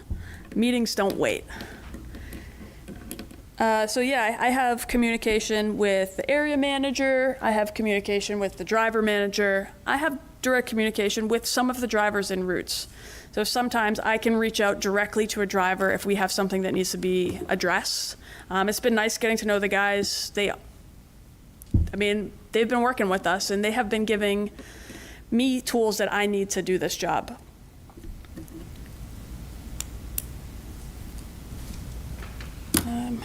So field issues, I've been responding to a lot of illegal dumping calls. I do my best when I can. I know that the DPW guys are out also doing what they're doing. When I have to, I have them help me, but ultimately right now I'm driving around in an SUV and I'm picking up trash when I can. I'm picking up trash bags on the side of the road with food waste that's been there for weeks. I don't have a truck. I don't have the right tools to do this job. I had to get the loader to meet me the other day down the road from the transfer station to pick up a treadmill. I can't put a treadmill in my SUV. I could barely drag it out of the woods. I don't have the right resources, ultimately, to do this job properly. I mentioned the curbside checks. So as I receive these C-click fix requests, I do go out. I had a request recently about trash barrels on a vacant lot, and it's currently still open because I'm waiting to speak to the homeowner again, but the homeowner is currently working on the property. It's not a vacant lot, and I know that we have residents that get testy about these problems not being closed, and it's in their timely manner, but they are being addressed, and they are being spoken for. It's a process. It doesn't happen overnight, and they're not slipping through the cracks. They are checked. It's just a process that takes time when I'm one person doing the job of a few. So the education, I have been working on a brochure. I'd like to send out, like Director Bauer mentioned, I'd like to send out a brochure with the complete outline of this trash program. I'd like to send out a magnet that has our trash schedule on it, A week, B week. This is hazardous waste day. This is your leaf pickup. The residents don't have that information right now. And I can tell you it's pretty difficult to find on city websites. It's not something that you can Google and find with your first click of a link. So these are things that really have to get out to the residents sooner than later, especially I would feel more comfortable ticketing if I know that the education has been given. I think it's almost unethical to ticket without education.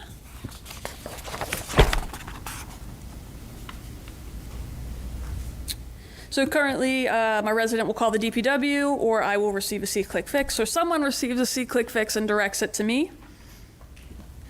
The DPW, that's me. We review it, and depending on the situation, it takes time, whether I'm checking it out in person, or if it's a missed trash or a missed recycling, I'm contacting Harvey, and then I'm waiting for the video, or I'm waiting for them to check the route and see if the truck has been there. Sometimes I'll get a missed trash call at 9 a.m. Hey, the truck's normally here at 7. Not that this takes up resources that I don't have, but it does take resources, because then I have to get in touch with Harvey. Harvey has to check the trash routes and tell me that the truck we have a different driver en route. The truck hasn't gotten to that area yet. And so then I'm responding to residents and telling them, I'm sorry, your trash wasn't missed. It's 9 a.m. They have till the end of the day. It's a new driver en route. They're just driving the route differently. So basically, based on Harvey's field response, I'm going out and then confirming that these things have happened. So if recycling was missed, I go and check. If it was missed, Harvey goes back, and then once it's picked up, they're confirming with me, and I'm closing out the problem on C-Click Fix. So it's many steps. It's many steps. So, yeah, go for it. So on slide 14, these are just some of the immediate needs that have come up. I mentioned earlier that, we found that a lot of what Karina's doing out in the field is generating additional phone calls and follow-ups. We met with the mayor last week and talked about the need for, it would be nice for her to have a laborer. It would be nice to have some administrative help. Again, a pickup truck with a lift gate so that she never has to. And I've made it clear to Karina that I don't want her to be pulling things out of the woods or lifting things. She always has access to DPW the way we've always done it in a group of people. But the person that she is, I know that she's going to do it anyway. Right? So office space is difficult, particularly for DPW. We're scattered all over the city. So Karina's just taken an extra space at the transfer station. So she has a desk and file cabinet and a shower right now. Trash and recycling carts, we want to make sure that we have those available, so we need to start thinking about our next order for those. Again, I think we're down to only a couple dozen recycling carts. And then really what's critical, you've heard us both mention it, is that education and outreach, and we'd really like to do that. I think, Karina made a very important point here that, the average person hasn't been paying attention and doesn't watch these meetings and doesn't know, just one day they got a cart. And they're just jamming as much stuff in it as they can, and it's 3 bags over the rim. So if we're going to step back and start, administering fines, I think she's correct that we should start with the education effort, and that was Mayor Perry's desire as well. We were working on that just before he passed.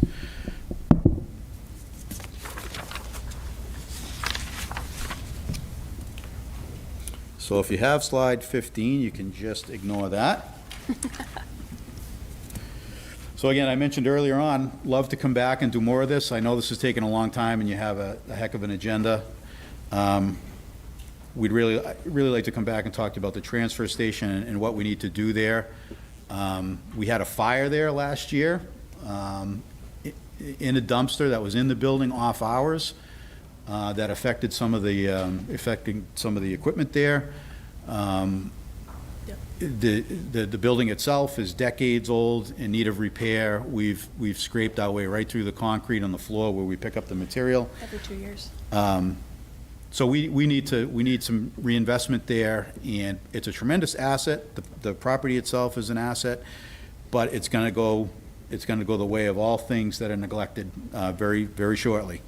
The scale that we use to weigh all of our C&D every winter freezes, and we're no longer able to use the scale. So we have to estimate how much loads weigh, and if we're estimating low, we're losing money, and it's not fair to estimate high. So we'd love to come back and talk to you about that and bring some solutions as well as talk about anything else you'd like to talk about, bulk item pickup. Karina's been working on bulk item pickup with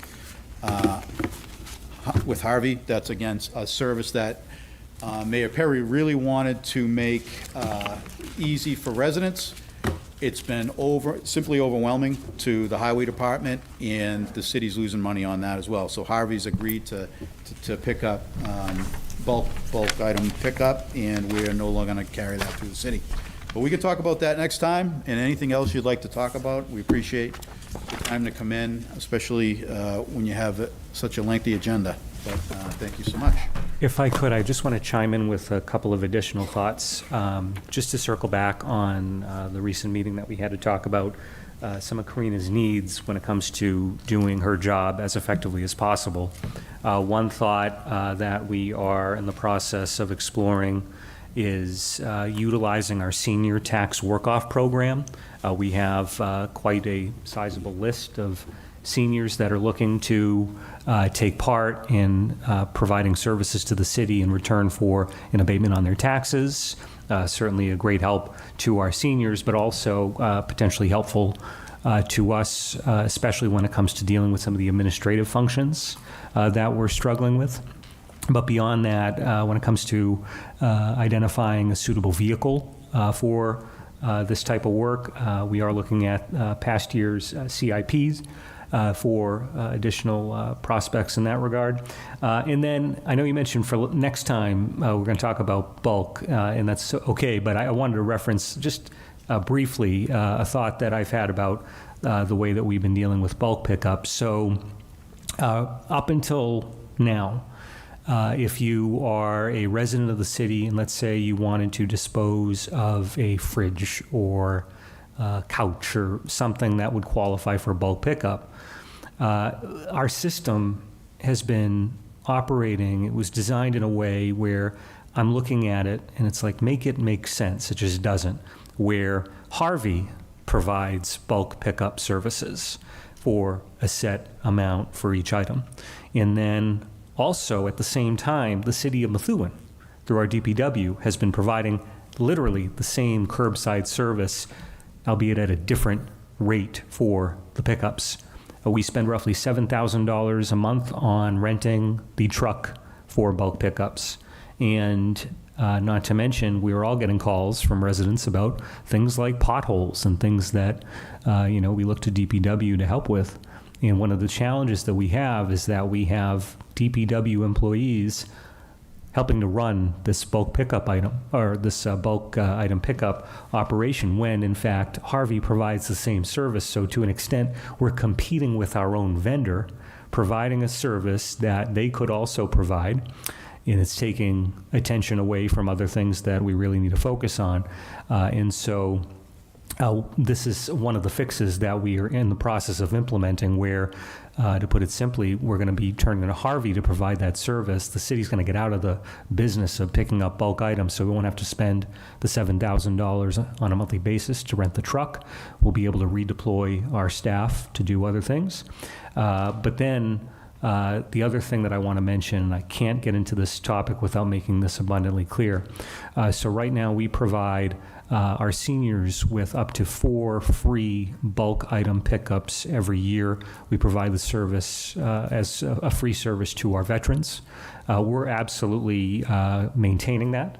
However, we're simply reworking things on the back end so that Harvey will be providing the service ultimately, rather than us in essence duplicating that. So we can get into that a little more next time, but I just wanted to share that because that is an imminent change and something that I think is significant and will help our DPW operate, I think, a lot more efficiently. Thank you.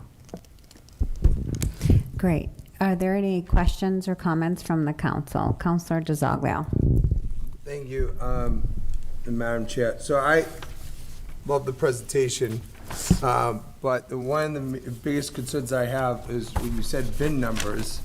So I went backwards too in history. Since the program has been rolled out, you guys have never tracked VIN numbers. And you don't have a system in place, so literally Karina's gonna have to go around one by one and write down a VIN number. That is going to be physically impossible for you to do in about a year. Let's be real. Like, that's you're shooting for with all the other jobs you're saying.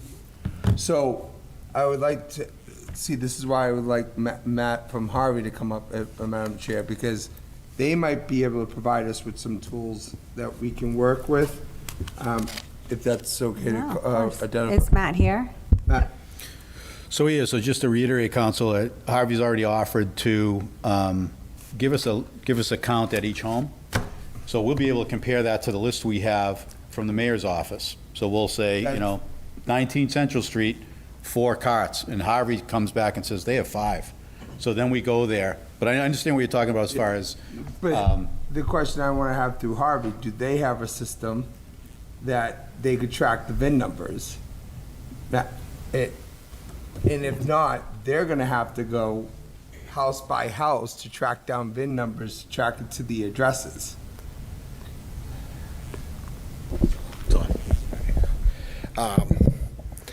So yeah, the serial numbers are hard. I worked for another company that they did the serial numbers, and it's tough because when they do report it stolen, it's almost impossible. You're looking for a number that you're never going to find. I think we found it once before. The best bet is to just count the carts. Just do it that way. And if they're stolen, they're stolen, because the VIN numbers are, like I said, it's going to take forever. It's going to be tough, and it's kind of pointless in ways because as a driver, I used to drive around looking for they were like, hey, look for these numbers, and you never ever find them. Never. It's tough.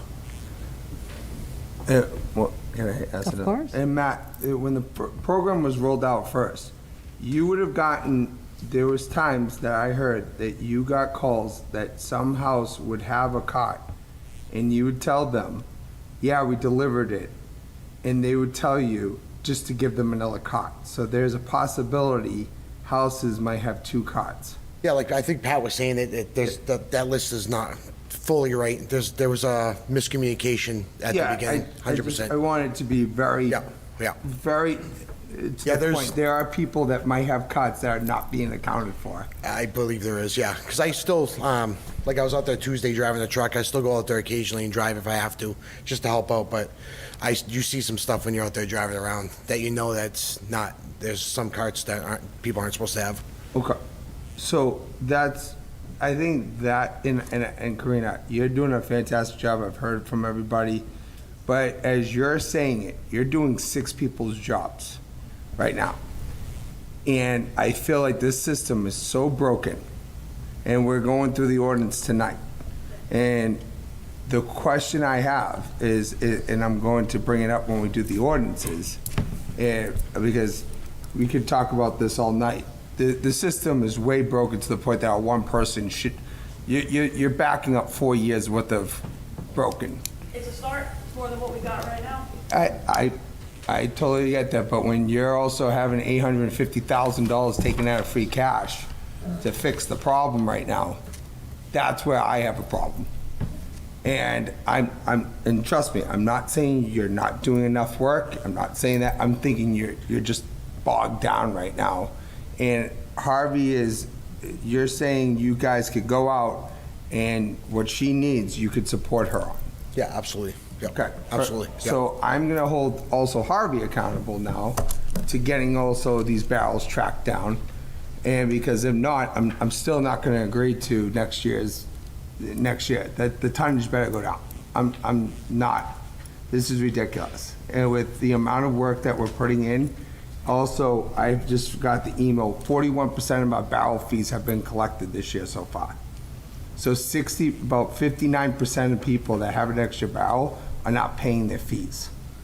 So that's my issue. And you guys are taking back over the barrel, correct? Yeah, we've taken it back. So will you be able to find out those barrel fees that are not being paid for? I don't think that's in process yet, but we will be. Okay, because once we pass the ordinance tonight, I'm going to have an announcement here that you have 30 days to get those notices out, and the fines are going to be permitted for not paying barrel fees. And I'm sorry, the education part, pay your bill. Everybody knows you have to pay your bills, and people are saying online, and I got a text message from Councilor Valley today that someone said he's been asking to cancel their barrel. I guess I'll hold on to my barrel because I'm not paying for it. So that to me is where I get aggravated, where other people that pay their fees and other people are taking advantage of a broken system. So that's where I'm at, but we could talk, but thank you for both of you, your presentations. I appreciate it. Okay, Councilor Drew. Thank you, Madam Chair. So this presentation I requested, and it kind of stemmed from, I find myself on See Click Fix, and Karina, I promise I'm not picking on you or anybody in particular. It's just when I start seeing things that are 4 years old, it's like trash hasn't been picked up. Well, I hope it's not still sitting there. And what really kind of pushed this was obviously the $850,000 was something that was kind of a very polarizing item in this council a couple of weeks ago. So when I saw we had truck breakdowns over the last couple of weeks, so we've had what seems to be 3 truck breakdowns in the last 3 weeks. Is that correct, Matt? Yeah, yep. It does, we've been struggling a little bit, but yep. So then I hear that we may not see a truck for 6 months, an additional truck? Is that? No, we're gonna, They're gonna give us an extra driver and an extra truck. Within, En route, already started. We're already, as of today. yeah, so there was a couple internal problems we took care of. I've been out in the truck, and not finishing is not an option. We had a meeting with everybody. Tuesday, I was in the truck to get out there to finish. It's gonna be figured out, but we won't get those calls anymore. So- Two trucks break down, we'll make sure we're out there. we have an extra truck now operating in the city on all the routes. Wireless, I'm not used to this area. Okay. So my other question is, what's this app that we're supposed to have as of July 1st this year that was supposed to be rolled out? Is that in works? What's going on with that? I believe it's in works. It's just about, there was a couple tweaks they had to do, but it'll be ready soon, fully ready.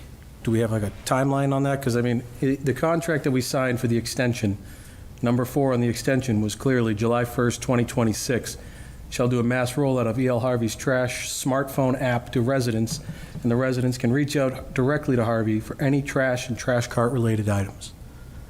You know if it's up, Joe? I'm not sure when that's rolling I know they've been working on it. And we had a meeting last week, and there wasn't just, for some reason, it wasn't putting, like, if they put the address in, that wasn't working.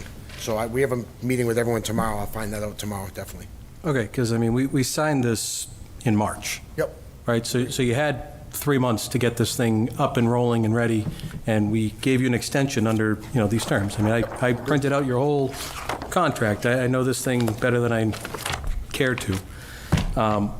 Same thing with the truck. If the director asks for another truck, I mean, you have 10 days to get us a truck, right? If he doesn't think that we're adequately picking up our residents' trash. And, from some of the missed trash pickups that we've seen with the down trucks, that sounds like it's an issue. It was. It's been fixed since then. Moving forward, it won't be a problem. Like I said, if I have to get in the truck every day, I'll get in the truck to get it done. Okay. Now, to Director Bauer, Karina, you said that the recycle bins and trash bins, if people just order them, they get them. I have had a few people reach out to me and tell me that that's not the case. They've been rejected. So, I mean, we have a very low recycling bin stock. So if people are looking for a recycle bin and we're trying to promote people recycling, how do we get them that recycle bin? If we only have 25 extra carts in the city, I know a couple of people sent me theirs and it said that we were only providing trash barrels or recycling bins to new construction or new residents to the city, and they weren't giving them to the existing residents of the city. So currently, we have 25 recycling bins. You are correct. Those recycling bins are going to new construction, to homes that don't have them, or recycling bins that are not repairable. We don't have enough trash bins to give to our residents. That's why one of my asks is we really have to get on ordering recycling bins. I have, I think, 50 recycling bins just waiting in my requests on OpenGov. But every other request, I've never denied a trash cart since I started. I took over OpenGov June 8th or June 9th. So the trash carts are going out. I've issued, I think, 37 of them since being in the position. The recycling are currently on hold until we have more. It would be irresponsible to give out those 25 carts on one day when I have someone whose recycling bin would be run over and it needs replacement immediately. Or someone whose wheel falls off, but I don't have a spare tire to put on it because all our recycling barrels are gone. So currently, they're on hold. They haven't been denied. They're basically just waiting until we can get those recycling barrels. So I do have people literally send me the screenshot from OpenGov. It was probably before you that said denied. Yeah, it wasn't me. I will tell them to program over. Re-up it to at least be on your radar. Yep, they can. If they put in a new request, I'll handle it. I have, like I said, I keep a list now of the dates I receive the requests, the date I give it to Harvey, and then the date the residents receive it. We have a maximum of a 2-week turnaround, but it hasn't taken us more than 5 days since we started. Okay, so I guess my next question is going to go over here to the mayor and the CAFO. So if people are paying the $100 to get a brand-new trash barrel, I think we had this discussion of where's the fund, right? We heard, oh, we have to find a funding source. We have to find a funding source.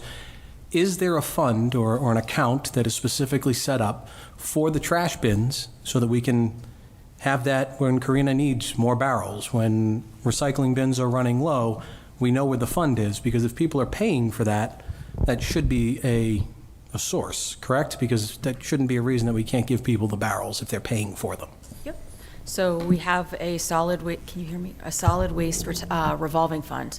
So that's where the fees go in that we collect for barrels. It's where we get revenue from the extra bags that we sell. It all goes in there. We get about $100,000 at this point at the 41%, you know, of where we're at. We have about $100,000 in revenue a year over the last couple of years. Part of that goes to fund or support the solid waste program, but those are where we've paid for barrels in the past.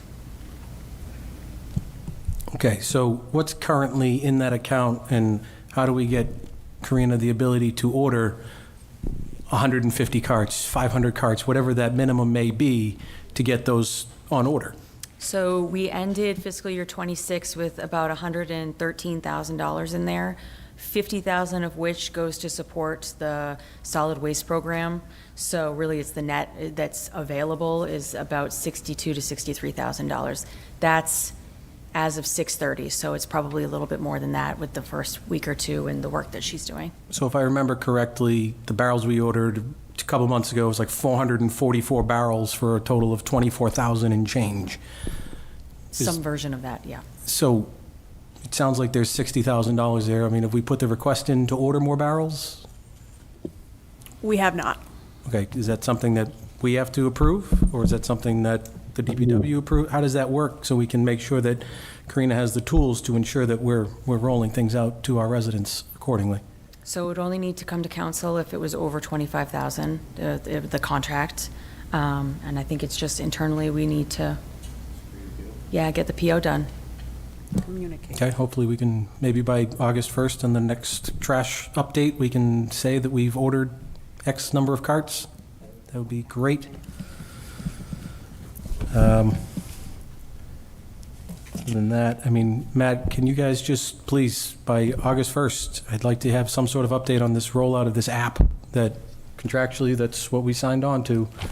I'd like to see that done. And there's a lot in here that, you know, I still have to go through, and I don't want to bog this meeting down too much with compliance. So, Mr. Mayor, I don't know if there's an ability for your administration and the DPW to work with Harvey and come up just for the next meeting to have just a contract compliance checklist that everything in here is being met. Absolutely, and I think that this whole conversation speaks to something that can at times be relatively novel in the context of local government, and it's kind of simple when you narrow it down. It comes down to fundamentally communication, right? Where it's important for a program like this for the left hand to know what the right hand is doing and vice versa. And that's why I think having Karina in this position is so critical, but also I think welcome change for us where, you know, we're able to have somebody who is quite literally living and breathing the trash program and having that level of oversight over the different aspects of the way the program is supposed to function, whether it's card inventories, education. We've gone through the whole thing. And ultimately, having Karina and that level of oversight, I think, will make it all the more effective for us when it comes to getting a sense of, hey, carts are low, we need to place another order, confirming with the finance office about available funds, things like that. So it's just important for everybody to be on the same page. And I think we're making tremendous strides to achieve that. And again, it's a big change, sounds simplistic, but ultimately it is something that has been a pain point. Thank you. Just one more thing, Madam Chair, if I may. Karina, just everything I've heard, everybody says you're doing a great job. I really am not picking on you at C-Click Fix. I just have nothing better to do sometimes when I'm sitting at home at night. I promise it's either that or scrolling TikTok. So one other item that Harvey, I'm assuming you're adding the extra cart because I've had people make complaints about being in the neighborhoods before 7 a.m. You know, myself included. I text Director Bauer at 6:30 and they've already blown through my neighborhood, and I'm pretty deep into the far side of the city. So I'm assuming that's why we're adding the truck, on top of the reason that the trash trucks were going down? Negative. Like I said, that was a internal problem that we took care of. Guys think they start early to get out early, but 7 o'clock, and we've had multiple meetings since then, and they do understand now, or else they'll be disciplined. Okay, and I mean, Director Bauer, I'm assuming that when they're alerted that there's a pre-7 o'clock meeting, there's liquidated damages in here, that they can be hit with $2,000 fine per occurrence, per truck that's in this city per day. So, I mean, I hope every resident that's watching, if you see a truck that's in the city before 7 a.m., picking stuff up, doing their job, you know, let's make sure that gets relayed. Yeah, thank you. Any other comments? Councilor Samard. Actually, I'm sorry. I had Santos before you, and I don't want people calling me out. Thank you. Thank you, Madam Chair.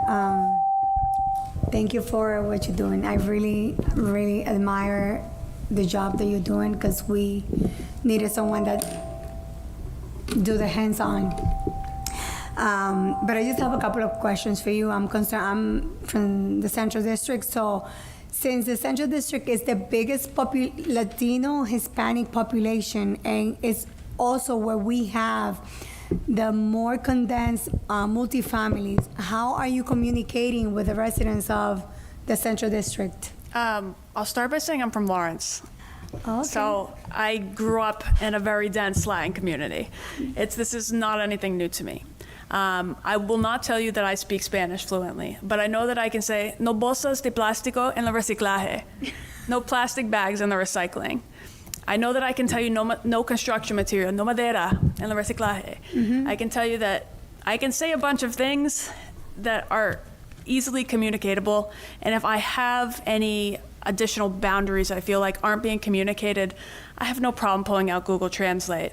I'm on the ground, I'll open the recycling and I'll show them a plastic bag. I'll show them an item and I'll put it in the trash bin if it's in the recycling, if it's not in the right place. I am able to communicate decently, I think, and just being where I'm from, and this is kind of the city that I've grown up in, it's not anything really new. I'm doing my best. I really appreciate that, but just being growing Latino community in Methuen, not only in the Central District, but also in the whole, I wouldn't say the whole city. Yeah. I just want to make sure that everyone is informed the right way. So once you are ready to send out the mailers, I feel it's not going to be enough. Mm-hmm. Because I'm gonna tell you for my experience, sometimes I get just papers in the mail that I don't even read. Yeah. Because I don't have the time, or it's on my counter. So what else are we going to do to be able to educate our community to ensure that we are not going to start ticketing because they are overflowing their trash barrels? I mean, I have a number of educational pieces that I'd like to roll out. It's just a matter of time and help, really. I'd like a school program. I'd like, part of science class. Let's go into these third graders and teach them what proper recycling is and different types of plastics. These are conversations that can be had with our youth. Mm-hmm. And who better to police their parents than the youth? I think there's a number of things, like we can use Methuen TV, we can use the mailers, we can use numerous different platforms, social media. It's just getting there. Okay. Thank you so much. You're welcome. I really appreciate the information. Before I go to Councilor Samard, I think also we should leverage our IT department. Maybe you can produce some videos for the website, and that's something you guys can discuss internally, because I think you providing that information, and with AI now, it could translate it for you as well. Like you'll be speaking in English, and it'll be saying it, in whatever language. So I think that's a tool we can leverage. I think that's a fantastic idea, Madam Chair. And along similar lines, just a thought that popped into my mind, perhaps we can get some help with translating. But, I think of radio, Mm-hmm. tremendous Radios, resource, mhm. especially within the Latino community. And so I think that that would be another thing for us to just take a look at in terms of getting the word out. Yeah, very good. Councilor Simard. Thank you, Madam Chair. Thank you to Harvey. Thanks for the presentation. And after we approve this, I'm glad it was you, Karina, because I often go to the transfer station, and I've been seeing you for years there, and you definitely know what you're doing. And I know the transfer station, we have to tweak the fees and all that, and I'm looking forward to that discussion later on. I know we have a big agenda, but I think we can all agree that we're setting her up for failure if we don't give her the tools she needs. She needs help. And again, just one phone call, 2 phone calls probably takes an hour of your time during the day to get back to that constituent after you hear from Harvey about a missed trash. So I would say you need at least 2 people to help you, a clerk in the office filling those calls, and then someone that you could say, hey, you know, address this issue because it's something that I don't have to do, you can do that. So, and I think she needs a vehicle that she can pick up trash with a lift gate. So I think however the funding, wherever it has to come from, I think as a council, if we don't approve it soon and we let it linger, then we're setting them up for failure come next April, May, when we have to do another transfer from free cash. So, and we got to get the software up and running. We have to be able to ticket people. One question I did have is if someone doesn't pay that additional $250, are we taking their trash at that point? They can? I would hope. Because some people are not going to pay it, saying, no, you said it's $100, now it's $250, you know? I can answer. Not to steal the council's I thunder, want- perhaps, maybe. I'm gonna. You can chime in. No, I think that that's an answer Yep. that has to Okay. be answered by the mayor or the department, and we'll discuss We can wait it till, later. we can Yeah. wait for the ordinance. You're there, okay, thank you. Thank you. But again, as a council, we have to give Ms. Papalato the tools she needs so she can succeed, so we're not saying, well, we failed. Because if she fails, we all fail. So thank you. So I have a question, if you guys are done. Does anybody else need to speak? Let me ask my question, because you already went. So when we had the debacle with the $850,000, and then people showed up about, oh my God, my garbage is not going to get picked up. I figured out, because of some statements that were made on this floor, or at the chamber, that we were picking up the garbage at the Housing Authority. And when I've gotten comments from constituents that they throw mattresses in there, furniture in their dumpsters, and all that. So what I'd like to ask the department, and I can formally do it through the mayor, is for an audit to be done of what dumpsters are we picking up for, whether it's only the Housing Authority, and what MOUs do we have? Are we getting reimbursed from them? Because and that's adding to our garbage for sure. So if that's something that we can figure out, and if it's that the mayor wants to pick up their trash for free, then, obviously we're paying for that, right? But I think that's adding to that tonnage that we're, head over heels over. And so I think and that's on the agenda. So obviously, not until you do that research and that audit, you may not even be able to answer that clearly. But I think with Harvey as well, we need to figure out, A, is it going to continue to be the way it's happening now, or B, what can we do to make sure that tonnage is not our responsibility and adding to to what is going to account for what she's doing? Because we're having this conversation, but that accounts to what she's doing without her even going there, right? Because you're going household, not, thank you. Okay. So with that being said, Councilor Drew. Madam Chair, just for clarification, there is roll-off units within our contract with Harvey, and I believe Methuen Housing is part of that within the contract. So we're paying for their garbage. That I figured out. What I want to know is why aren't they reimbursing us for that? Because they're not part of, the city per se is not responsible for their garbage. Shouldn't be anyways. Others aren't. Other cities aren't for their housing authorities. Yeah, I think just in the broader context of the trash program, it's, I don't say this to sound like it's a cliche, but it's a new day for the trash program. Yeah. And we're in the process of trying to implement a reset and get a lot of things right that perhaps were stumbling blocks right out of the gate. And so I think every option needs to be on the table. Every aspect of this conversation, I think, is valid, and we need to look at it. Okay, so Madam Chair, just a quick question to you, to the mayor. You mentioned earlier that we are renting a truck for around $7,000 so DPW can use it to pick up oversized trash.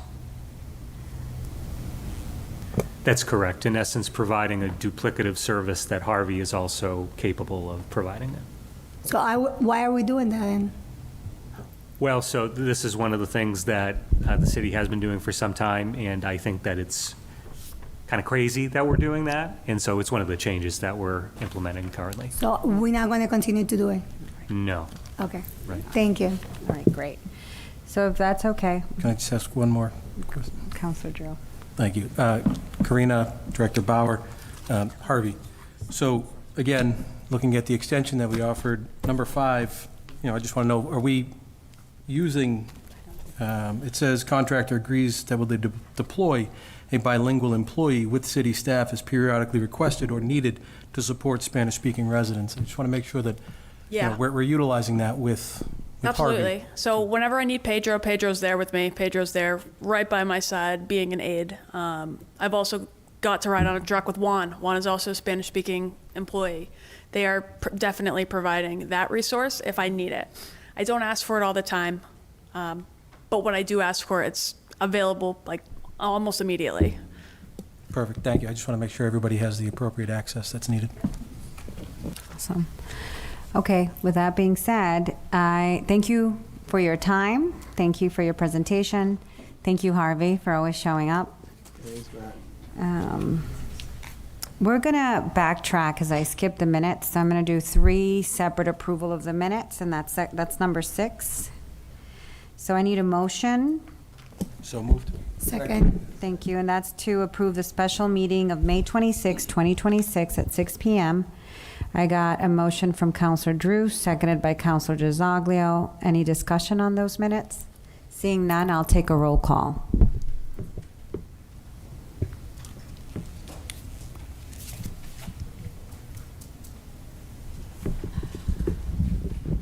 Counselor Santos. Yes. Counselor Samard. Yes. Counselor Valley. Yes. Counselor Gisoglio. Yes. Counselor Drew. Yes. Counselor McLaurin. Yes. Counselor Marsan. Yes. Counselor Pesh. Yes. And Chair Soto. Yes. Unanimous. Thank you. I'll take a motion for FY27 municipal budget second read minutes. So moved. Okay. Second. That's all one thing, guys.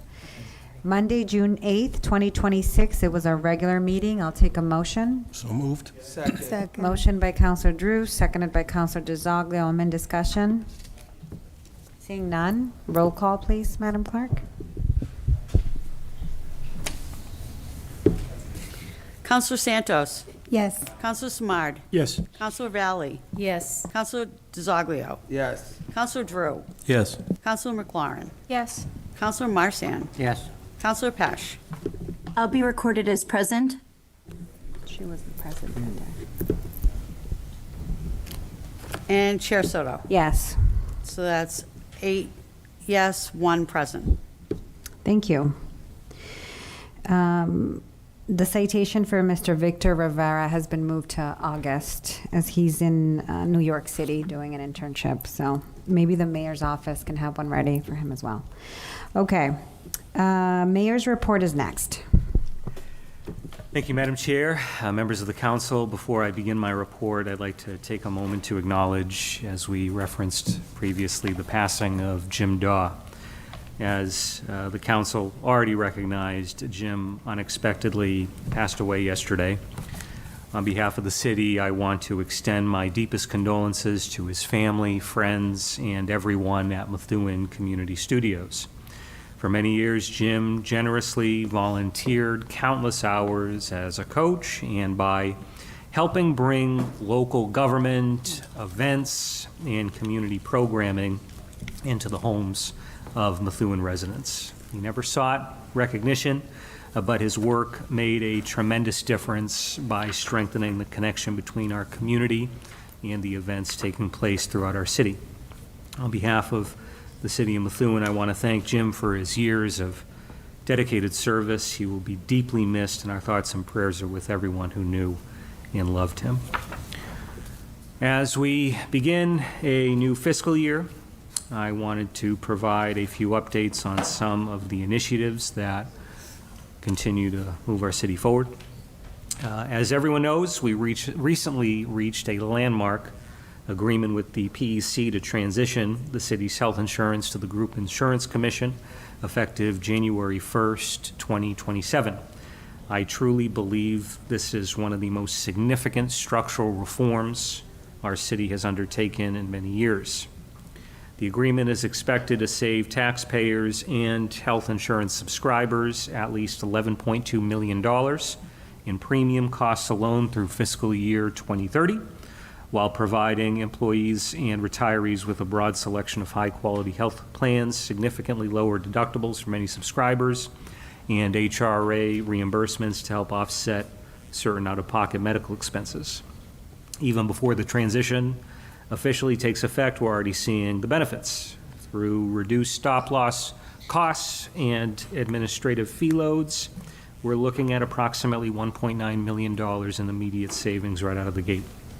I want to thank the PEC, our consultants at NFP, a lot of acronyms here, and everyone who worked collaboratively to make this agreement possible. It demonstrates what can happen when people come together to solve difficult problems. The city has submitted its letter of intent to the Group Insurance Commission, which they accepted, and we continue moving forward toward implementation on the 1st of January.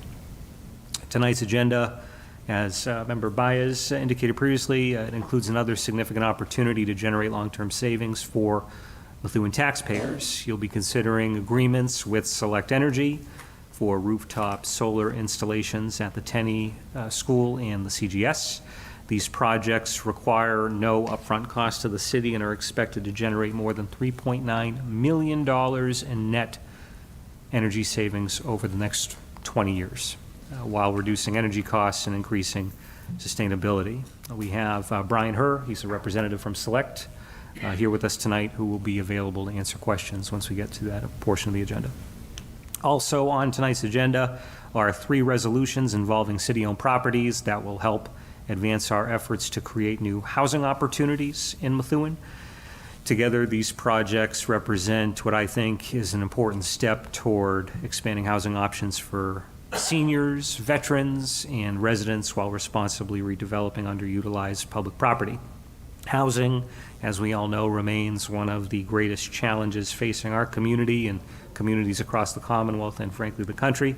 And these projects continue our commitment to creating more opportunities for Methuen seniors, veterans, and working families to stay in our community.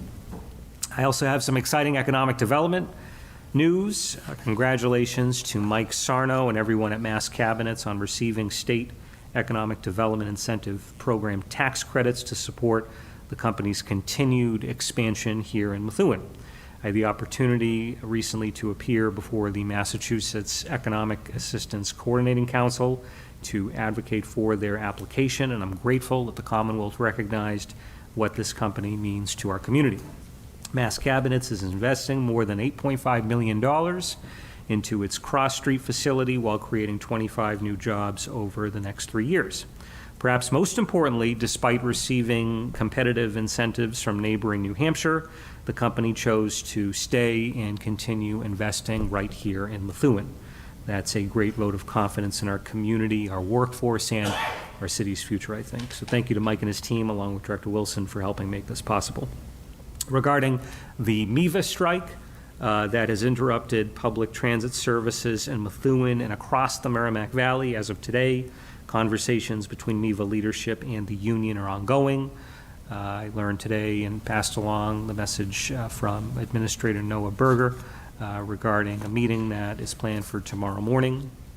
He's continued to keep area mayors and members of the legislative delegation in the loop throughout the process. Like everyone else, I remain concerned that, I actually should say not concerned, I was certainly concerned about the service provided or lack thereof for residents who rely on public transit, but I remain hopeful that an agreement can be reached as quickly as possible so residents who depend on public transit can once again access these services they rely on.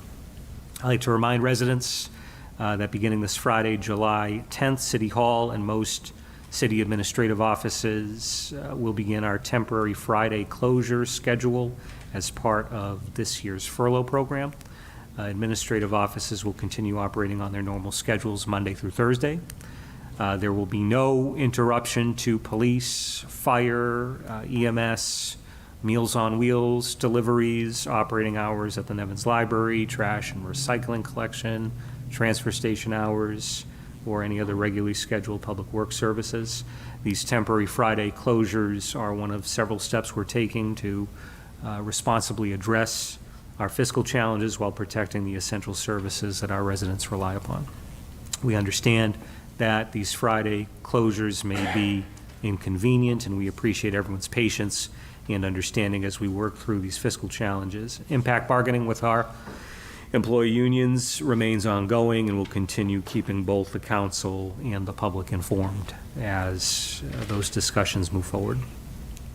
This summer, families in Methuen can take advantage of Summer Eats. It's the Massachusetts Summer Meals Program that provides free, nutritious meals for all children and teens ages 18 and under while school is out.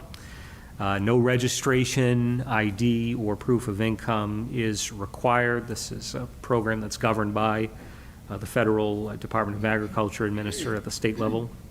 4 Summer Eats meal sites will help ensure local children continue to have access to healthy meals throughout the summer, and the sites include the Park on Gill Ave, the library, the Tenney Street Park and Playground, and the Y on Haverhill Street, and folks can visit Methuen.gov to learn more. We have a whole write-up about the different locations and the times that they'll be there. I'd like to congratulate Chief McNamara and every member of the Methuen Police Department on once again achieving reaccreditation through the Massachusetts Police Accreditation Commission. This recognition reflects years of hard work and demonstrates the department's ongoing commitment to professionalism, accountability, and excellence, and this is something that we most certainly will strive to maintain in years to come, along with, hopefully, I know it's ambitious in terms of the goal, but something that would be great is for our department to achieve national accreditation before long. Separately, as previously announced, the city is beginning the process of selecting our next chief of police in light of Chief McNamara's upcoming retirement. We'll be conducting a comprehensive search utilizing a professional executive search firm and a search committee to recruit, evaluate, and recommend the strongest candidates for that position. It'll be open to qualified internal and external applicants who are post-certified or eligible for post-certification in the Commonwealth. Chief McNamara leaves behind a stronger department than the one he inherited, and our objective here is simple. We want to identify the individual best prepared to build upon that progress and lead this outstanding department into its next chapter. Regarding some upcoming events, tomorrow afternoon, we'll officially kick off our partnership with Cambuyer Consulting as we launch a more aggressive citywide grant strategy to pursue additional outside funding opportunities. I'm excited about the opportunities that the partnership will create to help bring more state, federal, and hopefully private grant funding potentially back to our city.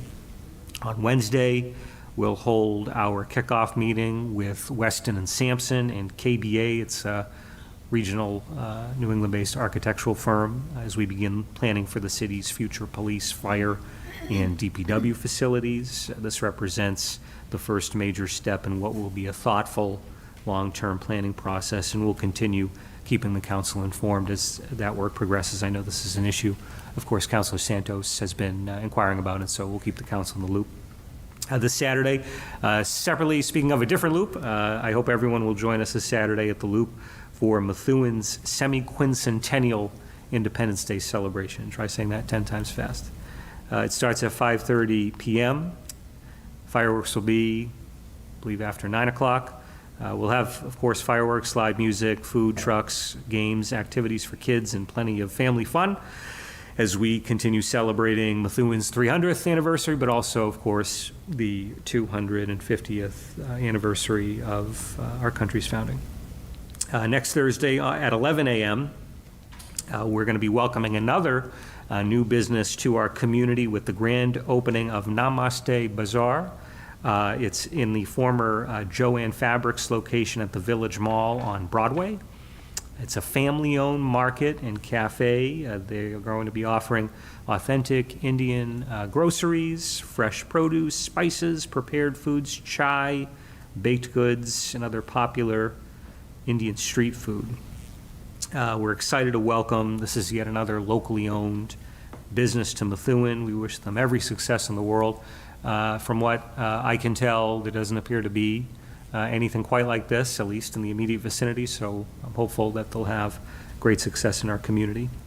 Finally, I'd encourage everyone to attend the city's Disability Pride Fair. It's being organized by our Commission on Disability. It'll be held at the Y on Haverhill Street from 11 a.m. to 3 p.m. on Saturday, July 25th. The event is free and open to the public, and it's going to feature vendors, music, games, face painting, community resources, and activities for all ages. And this month, we'll also be raising the flag of Puerto Rico for the first time at Methuen City Hall, which is exciting. So thank you, Madam Chair, councilors. Happy to answer any questions. I'll see you on the other side with the request list. Any questions on his report? If not, I'll move on to requests. Mr. Mayor, if you go to, I'm not skipping the CAFO, but when you go to request of counselors, we could start at bullet 7, because the other ones you've pretty much answered, or I had to remove, and they're still on there. And I will number these in the future. I think it'll be easier for us. But Madam CAFO, the floor is yours.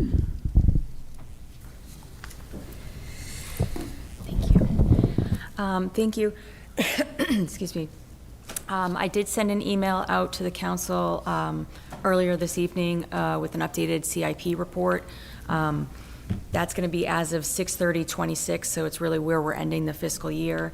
I'm happy to answer any questions once you've had a chance to review it. I know obviously you haven't had a chance, so whether that's at the next meeting or in between, I'm happy to answer those questions.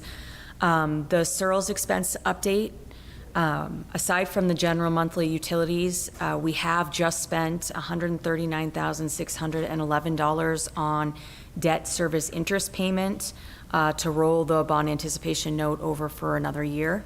That was included in fiscal year 26's budget, but that is something that was spent on the Searles, so I just wanted to mention that here. Another question, I'm looking at, I went through the requests. The treasurer collector has posted an, Councilor Valley's not here, so maybe I'll wait for that one, but the treasurer collector did post and advertise the accounts payable twice, so the clock on recouping those funds or being able to take those funds in has started for those, which is great.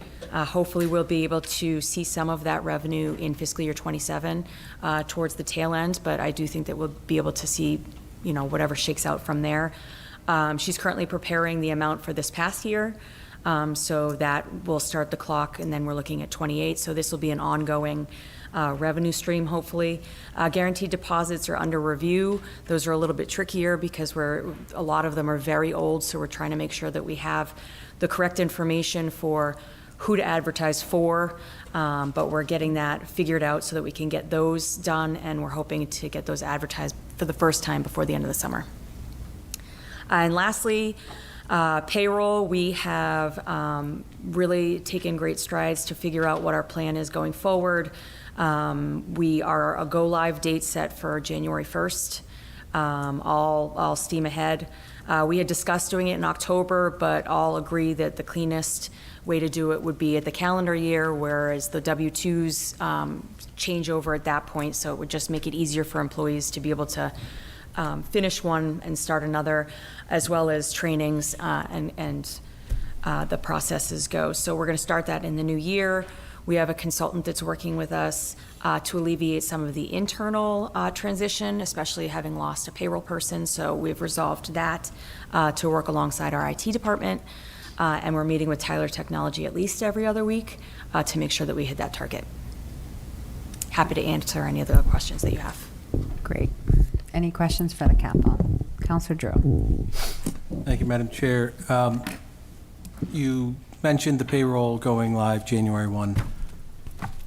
Talked about going in October.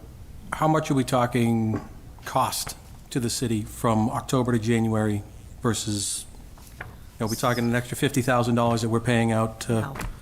No, so, and it's not going to exceed what we have budgeted for in the fiscal year '27 payroll budget. So it's all within what we have. The plan fits within the funding that we already have. So if we had gone in October, would there be any savings to the city? Potentially, but I don't think it's the right way to go because it's not the cleanest, and we also want to make sure that we're training all of our employees because this is going to be very different, and so making sure that we do it the right way the first time, January is the right way to go. I'm just, we're talking about being in a financial strait and, all these different items. I just want to know every dollar that we're looking at of, maybe there was a savings of $20,000. Okay, maybe it's not worth the headache. But if it's a significant amount, maybe it is worth that headache. That's what I'm just trying to figure out. Yep, absolutely. It was significantly less than that. For the year, we were looking at 60,000. So for 3 months of that, it's really About 15,000. for what it's worth, for what we're going to get by not doing it then, it's worth the January date. Okay, thank you. Yep. Any other questions for the council? Comments? Nope. Okay, moving on. So I'll hop right in to the list of requests, and I'm actually going to do something a little odd. I'm going to take some liberties and add in my own responses to requests that aren't on here that I'm now thinking of as I'm going through.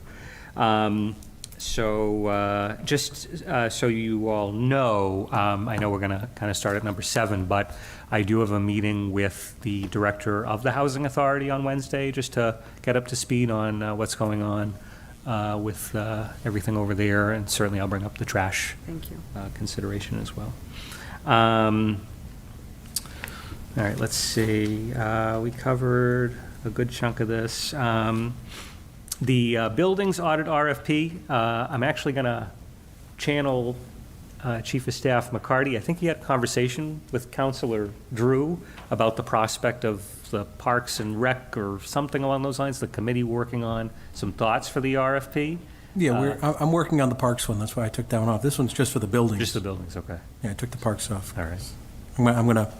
I'm working with Director Angelo to get that squared away along with my other Great. Parks Committee members. Now that we've solved health insurance crisis, we can check that off. Working on special ed, bringing that in-house, checking that off. I have no excuse to not have anything further at the next meeting, perhaps. So I'll follow up on that. Email signatures hasn't really been at the top of the list, but certainly worth a conversation. I know it's of importance to the council. Fire department fees, we actually have an item on the agenda tonight that's going to deal with this. We mentioned during the budget process, talking about bringing our ambulance fees a little more up to speed with other communities in the area. Beyond that, we have the new lift assist fee. Just to be clear, this is, I think, an area where there may be some confusion. This isn't dealing with charging residents that have a fall at their home. This would be for assisted living facilities, nursing homes, and the like, that they have a staff, but due to insurance liability reasons, they do not pick up a resident who has fallen and they are otherwise uninjured. They call the fire department to come and do that for them. And so many other municipalities actually charge a fee to the facility to provide that service for them. And so that's what we're doing here. For the first time, it's a service that we provided for free, but when it's something that's commonly paid for by an assisted living facility, nursing home, potentially, insurance, who knows how that plays into it. But, why are we not charging for the same thing that other communities are charging for? It only makes sense, I think. I'm not going to speak to Munis just yet because I think we're kind of working our way through that. HHSI permit fees, the Board of Health, I did receive an update from Director Tegan Jompak about this, shared that the Board of Health has been in the process of updating their fees. They're looking at separately some of the building permit fees and the like, and trying to make sure that we're keeping up with, in essence, the market, so that we are not undercharging for some of these things. So I'll have a more comprehensive update, Councilor Drew, on that. I'll follow up with her. We had, of course, our conversation about trash. C-Click Fix, this is something that I've actually had this conversation with, I know it's something that Director Bowers mentioned, but also our Chief Information Officer, Luis Santiago, has brought this up in the past as well. The need to just, I think do a little bit of a better job at keeping up with when something is truly taken care of, close it out. So that's something that perhaps we can circle back about See-Click Fix and see if we can maybe have a little bit more of a, I guess, an effective approach to when something is done, just get it out of the queue. If it's not completed, as Karina mentioned, there are some circumstances that, they're waiting on, some type of information from the homeowner regarding a particular issue. I can see how that can potentially pave the way for some issues with closing things out, but that's something that we can certainly follow up on. Boards and commissions, haven't really had a chance to dive into an update here. We did kind of go gangbusters on appointments in recent months, and there are some boards and commissions that need to be updated. Many of them have been updated, but there are a handful that have not, which we will address with the council. I think it might be helpful for us, just thinking out loud. We did put out a social media push recently, encouraging people to apply for some of these openings, and we did get quite a rush of people who applied. If I may, Mr. Yeah. Mayor, that was one of my initiatives in the first term, and he did Yeah. appoint about 12. There was some attrition from 2 members that Yeah. couldn't serve, but you did about 12 members. I was keeping track back Yeah. then. So he did appoint many new members, but some were reappointed. And there are a couple of boards that need to be brought up to speed as well. So what I could do is we can maybe circle back and get the latest list to you and take a look at some of the areas where we need help. And I think that could be a great opportunity for us to make another push on social media, specifically, hey, we need help on XYZ board and trying to get applicants and leveraging our networks. So that's something that we'll keep on that. I don't have anything new regarding the property. I know this is something that I've spoken at length with Tim Vermette.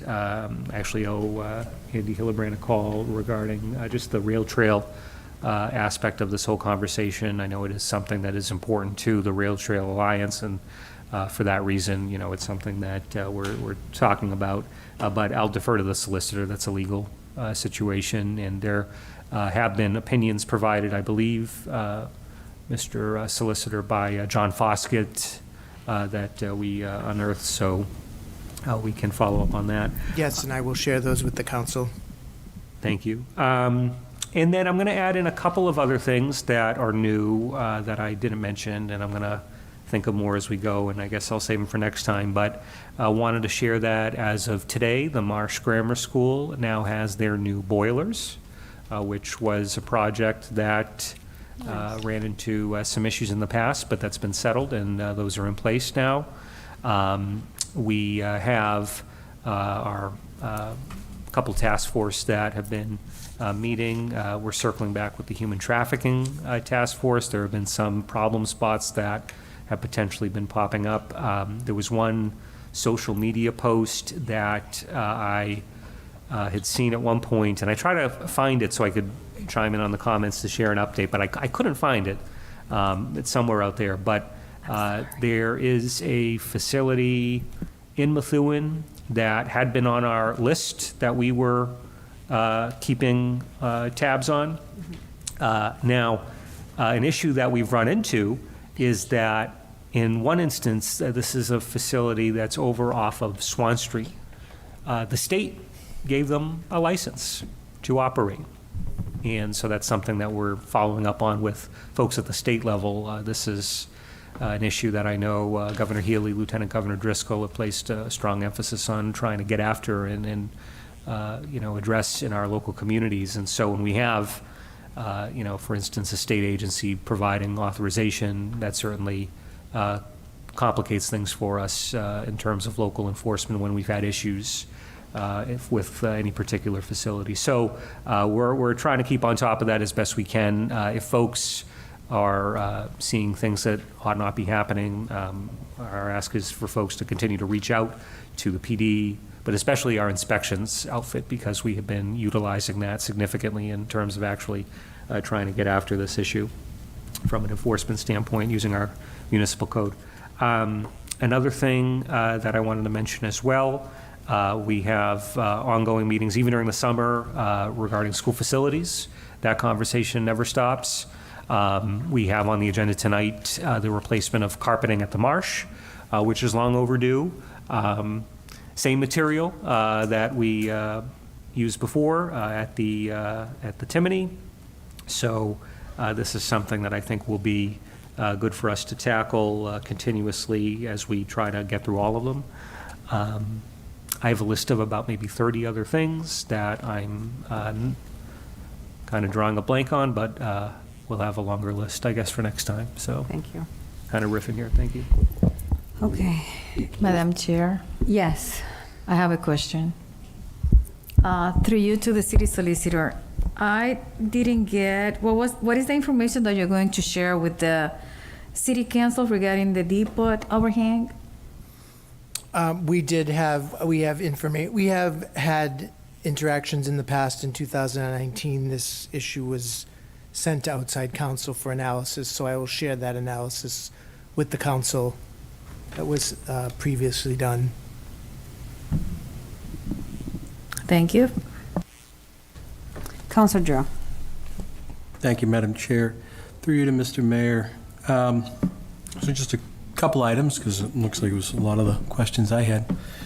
So, the fire department, with the lift fees, I hope that we can, if that passes tonight, we will send also over to those facilities so that the staff that works there knows to, if there's a problem, like an actual emergency, to call.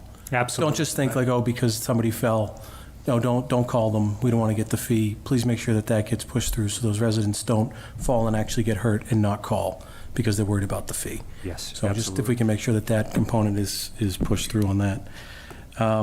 As for the permits, I really would like an actual date. And as I think we've established at this point, I like to know the days when we're going to get information.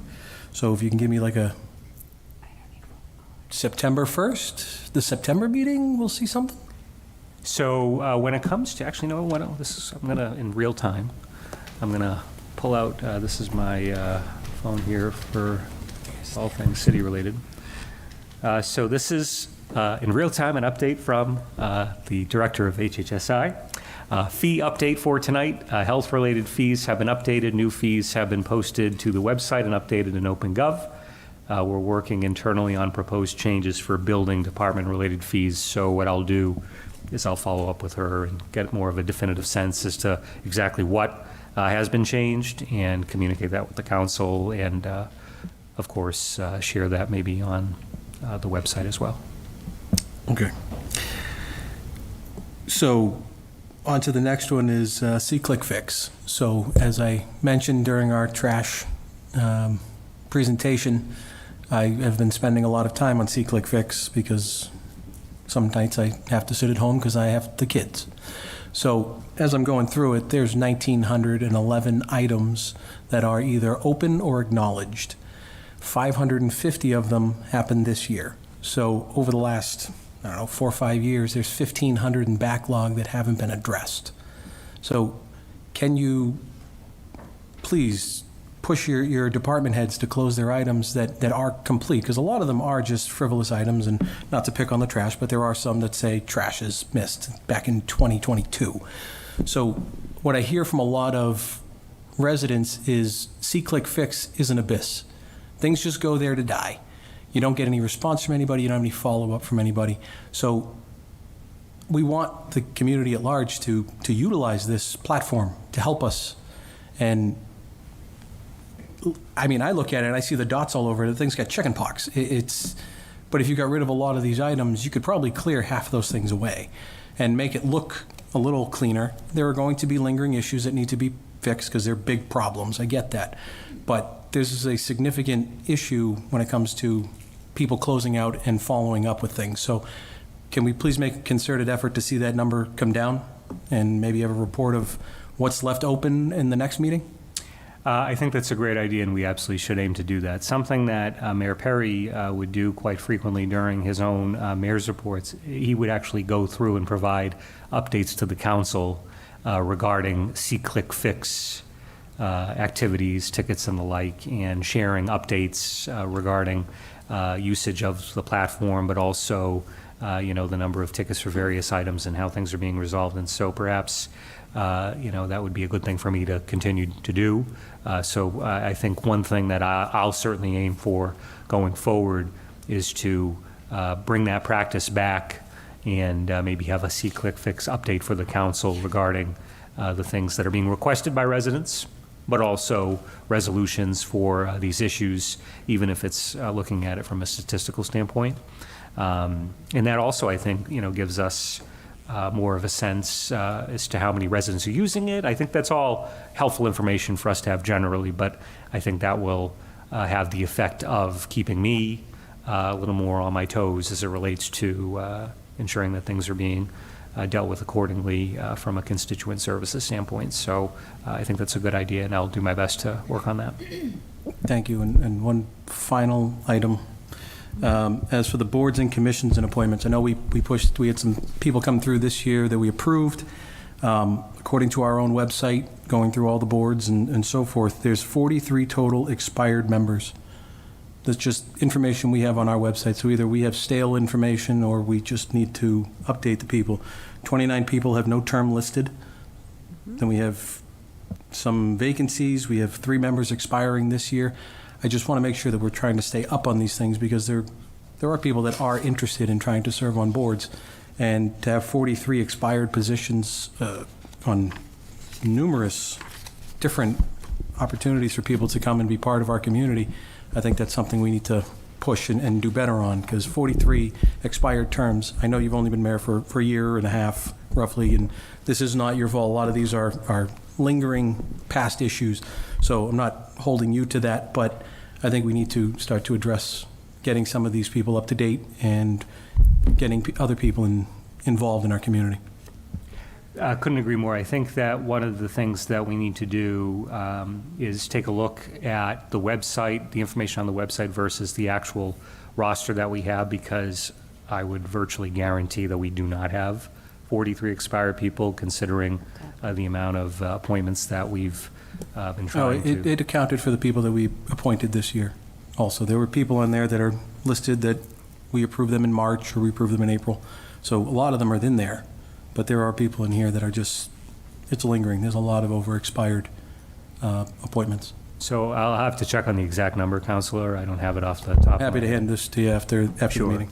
But I will say that we've made a really concerted effort to try to bring as many of the boards up to speed as we have been able to, considering the applicant pool.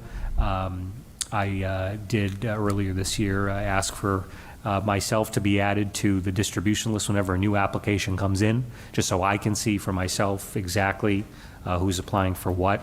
And I can definitively state that we have had not even a trickle. I haven't seen a new application come through in quite some time. So I think that presents a great opportunity for us to maybe make more of a repeat push to try to encourage people to actually apply. Because the fact of the matter is we absolutely do not have a rush of people banging on the door to serve in these various capacities. And I think to an extent, that's a marketing opportunity for us. But I think it's also fair for you, Mr. Mayor, to ask the counselors to also help you make that push. Because when I did that, I probably sent 7 recommendations. Yeah, they weren't all appointed, but I think we could help with that as well. Yeah, that's great. Thank you. Thank you. If there are no more comments, questions, or concerns, I'd like to go into contracts. How does this body feel? Thank you. All right, thank you, Madam Caffo, Mr. Mayor. Public service. I need a motion for grant public service, grant 301043582 Temple Drive, Westgate Circle, Jewel Circle, National Grid will replace existing direct buried cable with a conduit system. Can I have a motion to approve? So move. Motion by Counselor DiZoglio, seconded by Counselor Second. McLaren. Thank you. I think the solicitor has an announcement. I did send you an email earlier today, just because we had a lot of movements with the meetings and the times and places. We did have some people receive notice of this grant, public service grant, for 6:45, and we're well beyond that. But I just wanted to ask that the council call for any public participation, if there is any, on this particular thing, because the residents in that area received notice for later time than when we started originally. It So- won't interfere with the voting on it, but we should give them the opportunity to do that. So, a person from National Grid? No, so you would ask if there's any further public participation on that item. Correct. Mr. Vice. Is there any further public participation that would like to discuss on this matter? That's the case. Seeing none, we're in discussion right now, so if any further discussion, Counselor Drew. Thank you, Madam Chair. I don't know if it's you or the solicitor. On this, if we approve this here, does this get a second read, or is this just a single read item?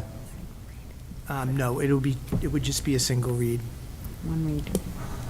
Okay, because I had questions for the member, or the gentleman from National Grid about the curb to curb and getting that information, and he said that his project manager would have to get that information to us. So to approve this, I'm going to be a no because I don't have that information.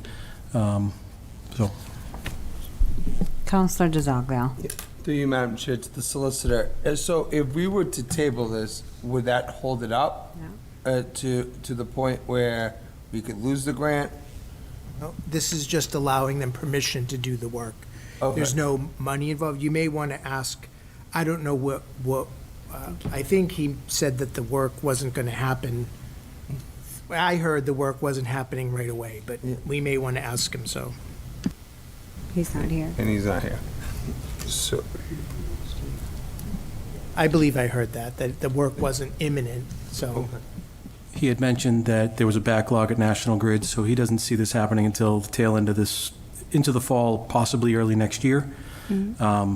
So my concern is if we're having this and we're signing this, I want to make sure that there's a caveat that does put them to require curb to curb of any asphalt Am disruption. I hearing you motion to table, Counselor? Yes, Madam Chair. Motion to table. Have a motion on the table. second. Second. Second by Counselor Santos. I can do unanimous call because Counselor Pesh is no longer on Zoom. So I will call all those in favor. Aye. Any opposed? Yes. Opposed? So I have, let's do a roll call. So this is a motion to table the public service grant. Yes. You have 8 counselors. Oh, Council Santos. Yes. Council Samard. No. Council Valley. Yes. Council DiZoglio. Yes. Council Drew. Yes. Council McLaurin. Yes. Council Marsan. No. Council Pesh is absent. Chair Soto. Yes. So that's 6 yes, 2 no, 1 absent. Thank you. Motion is, grant is tabled for, I would say, the August meeting, if you get a response, Counselor. Licenses, solar project license agreement between City of Methuen and Solar Energy Development LLC, Tenney Grammar School located at 75 Pleasant Street, Methuen, Mass. 01844. I need a motion. So moved. Motion by Counselor DiZoglio. Second. Seconded by Counselor Santos. I'm in discussion. As I mentioned earlier, Madam Chair, we have Brian Herr from Select available to answer questions. Okay, I'm in discussion, so Counselor Marsan. Thank you. On page 5 of our packet here about the warranty for the roof. Do we have a written warranty for our roof? And are we asking them for a one? Page 5, number 5, C1.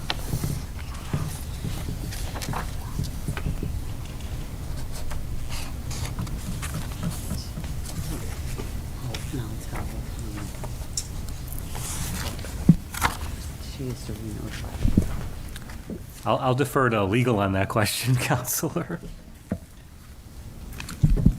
I have no idea. I have no idea about that, whether we have, that clause simply says if we do have one, that they'll be consistent with preserving that warranty. I do not know whether the school has such a warranty presently or not. One of the buildings needs a full new roof, so there will have a warranty on that roof. Which building is this? This is, yeah, one of the two schools will need a new roof before the project can proceed. So that one would have a warranty. So with that being said, Mr. Mayor, if we're getting a new roof on one of these two schools, will that be happening before we put solar on? And then we have a warranty in place? Obviously it is, but we don't have that.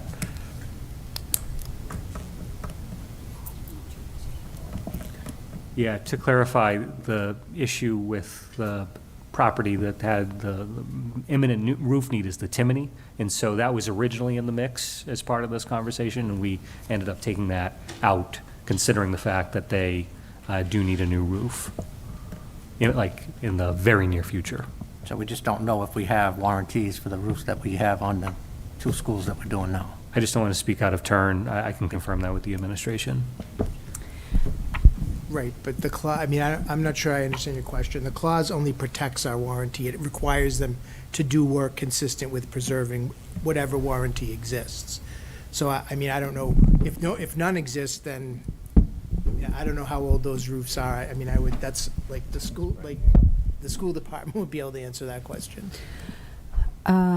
Counselor Gizaglio is shaking his So my knowledge, the Tenny is the newer one because it literally fell apart like a few years ago, and they had to replace that whole roof. Very recently. Not recently in the context of in the past couple of months, but in the past few it was years like at least, yeah. 3 years, because Yep. I was on school committee.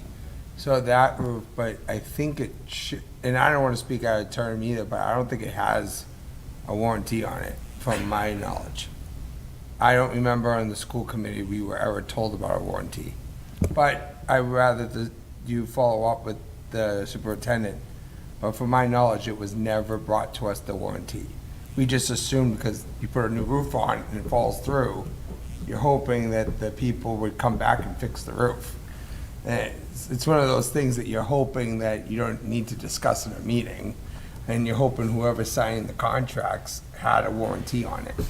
So if we could follow up on that, that'd be great. Yeah, in both instances, the Tenny and the new roof, that was before my time, so I'll have to reach out to the administration to confirm that. I just don't want to speak out of line.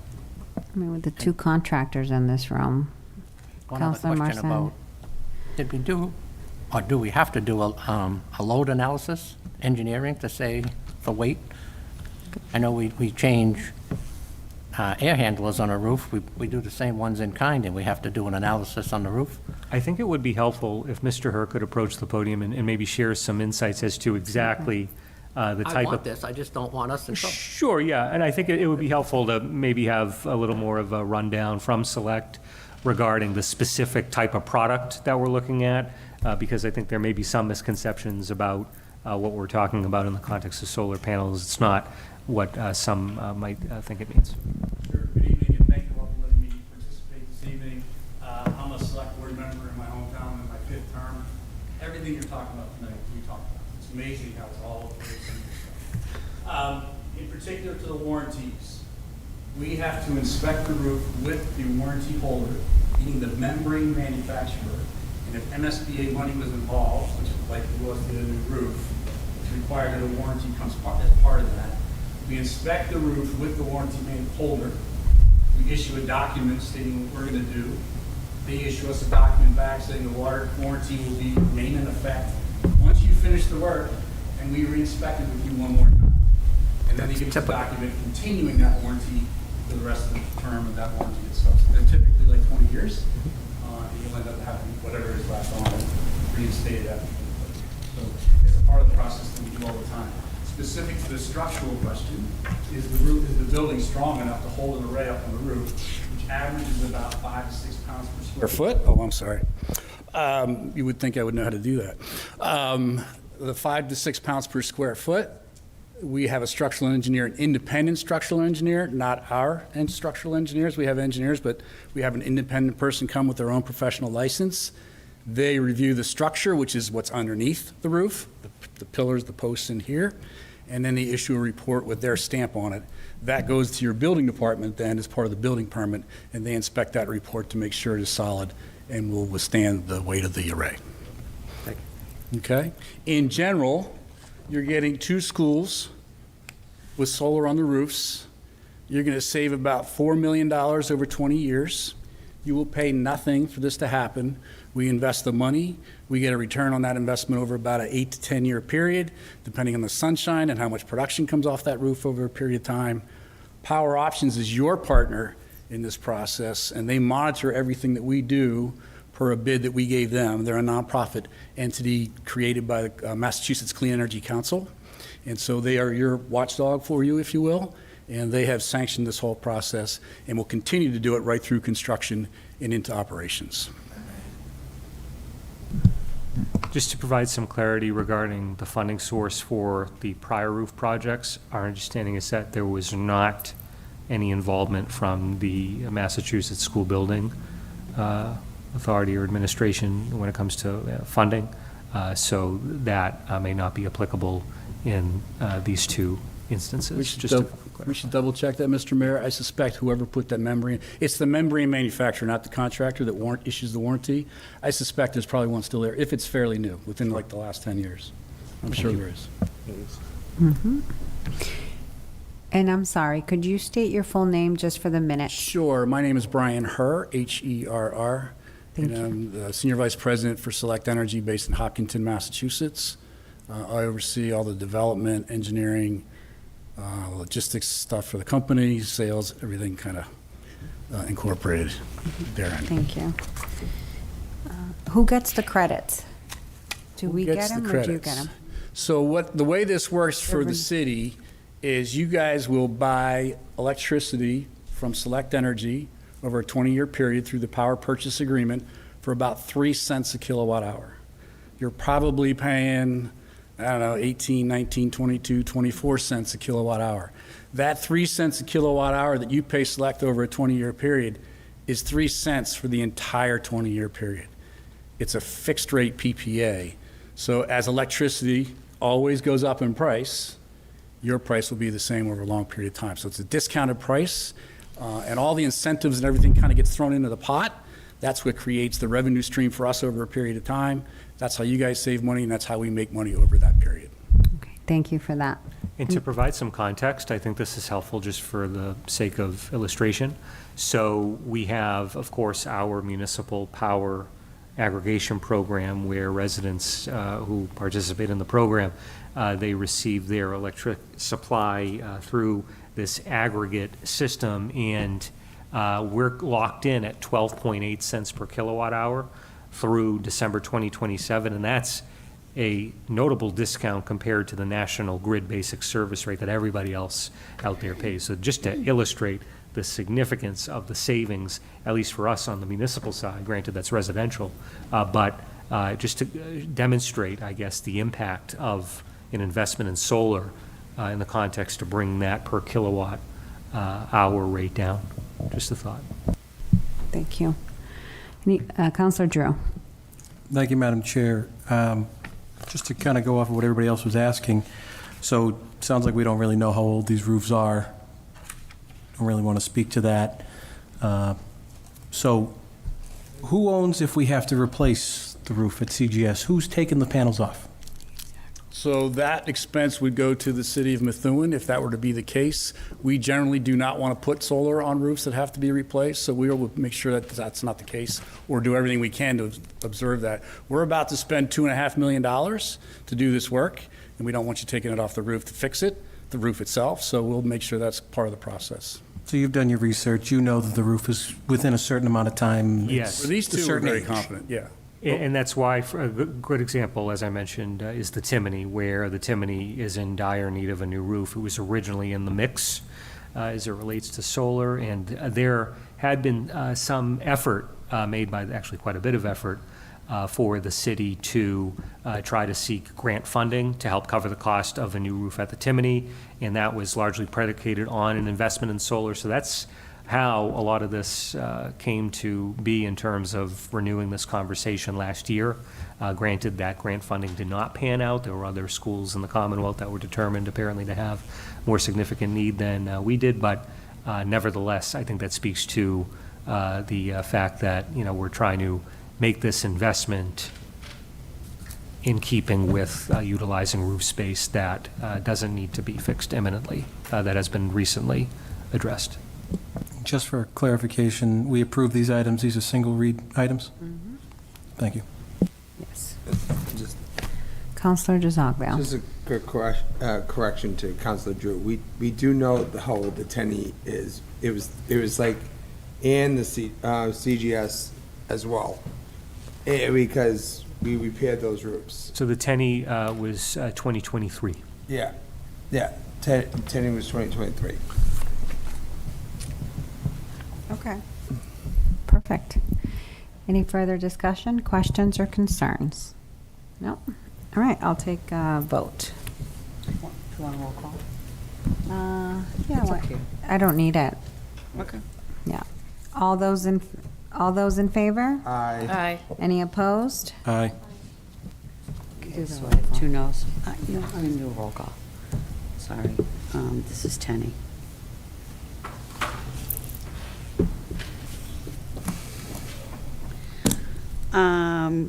Counselor Santos. No. Counselor Samard. Yes. Counselor Valley. Yes. Counselor DeZoglio. Yes. Counselor Drew. No. Counselor McLaurin. Yes. Counselor Marcian. Yes. Counselor Pesh is absent. Chair Soto. Yes. So that's 1, 2, 6 yes, 2 no, 1 absent. Thank you, Madam Clerk. Motion carries. Solar project license agreement between City of Methuen and Select Energy Development LLC, Comprehensive Grammar School located at 100 Howe Street, Methuen, Mass. 01844. Can I get a motion for approval? So moved. Second. Motion by Counselor Santos, seconded by Counselor DeZoglio. I'm in discussion. Any questions, comments, concerns? Seeing none? I'm going to assume they're going to vote the same way. Just do a roll call. Okay. Okay, thank you. This is for the, let's see, CGS.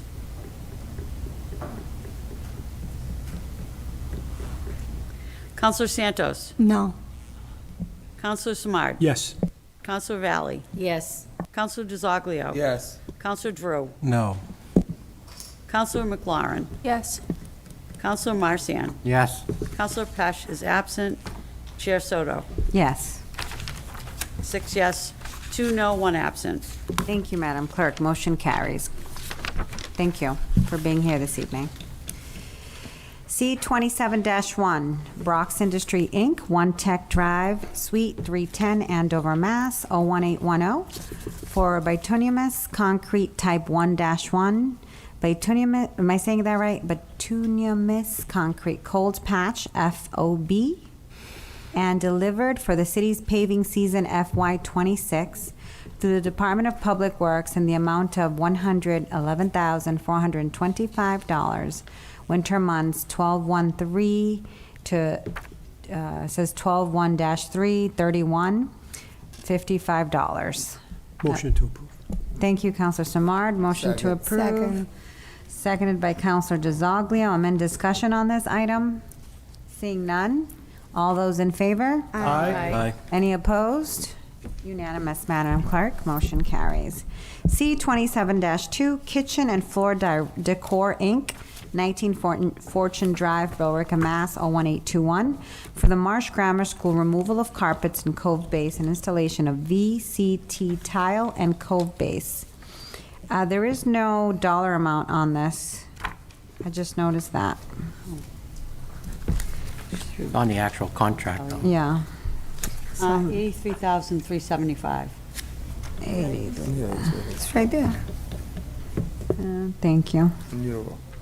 For $83,375. Motion to approve. So moved. Second. Motion by Counselor DiZoglio, seconded by Counselor Santos. I'm in discussion. Counselor Marsan. Thank you. Thank Did we do a test for asbestos on the glue, on the carpet? So, I don't want to speak. The Timony, that's why I'm asking. Yeah, so the issue really centered on aspects of the building that were older, like for instance, there are parts of the Timony that are original that were from 1964. The Marsh, my understanding is that similar instance where there are parts of the building that certainly are quite old, but I don't want to be potentially speaking out of turn. As I said, my understanding is that this is not an issue at the Marsh. It doesn't require abatement at the Marsh. Sorry, the timing typically doesn't make it an issue. It's just, if we didn't, I don't want to get into it and say we're doing it, and then they find out it's hot, and then we... Yeah, that's, Ian Goslin has accounted for all of that in the planning. So for instance, the abatement was required at the Timony. However, in this instance, if memory's serving me well, that's not an issue at the Marsh. And if it were, there would be probably a separate measure here to address the abatement piece.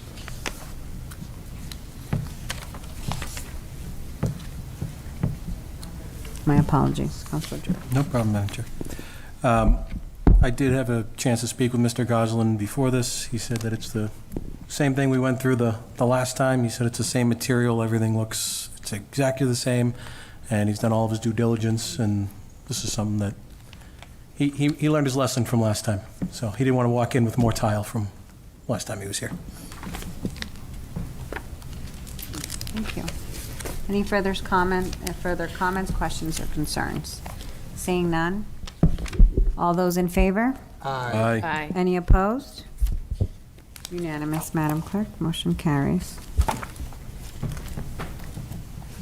Valerio and Dominello and Hillman, LLC, 1 University Ave, Suite 300B in Westwood, Mass. 02090. It's a contract for legal services for fiscal year 2027 for $5,000. I need a motion to approve. So move. Second. Motion by Counselor Santos, seconded by Counselor DiZoglio. I'm in discussion. Questions, comments, or concerns? Counselor Drew. Thank you. I guess this is a question to the solicitor. Do we know roughly what matters this will be handling? Yes, it's mostly, we've used this attorney for several things, some of which he assisted with questions regarding the transition to the GIC for work that's already been done, working with the labor unions. He is also working and representing the city in the Greg Gallant appeal that has been appealed to the appeals court, the civil service appeal. So those are the primary two matters that he's working on. Just to clarify, this is Attorney John Foskett's firm. He's been an essential partner for us for many years now. Yeah, and he gives us a very good estimate of what he thinks it's going to cost. That's why you see the number in there. And if for some reason we use him for something else, I'll come back to you with a new estimate of whatever it is he's working on. But he's pretty accurate about what he charges us and generally sticks to that.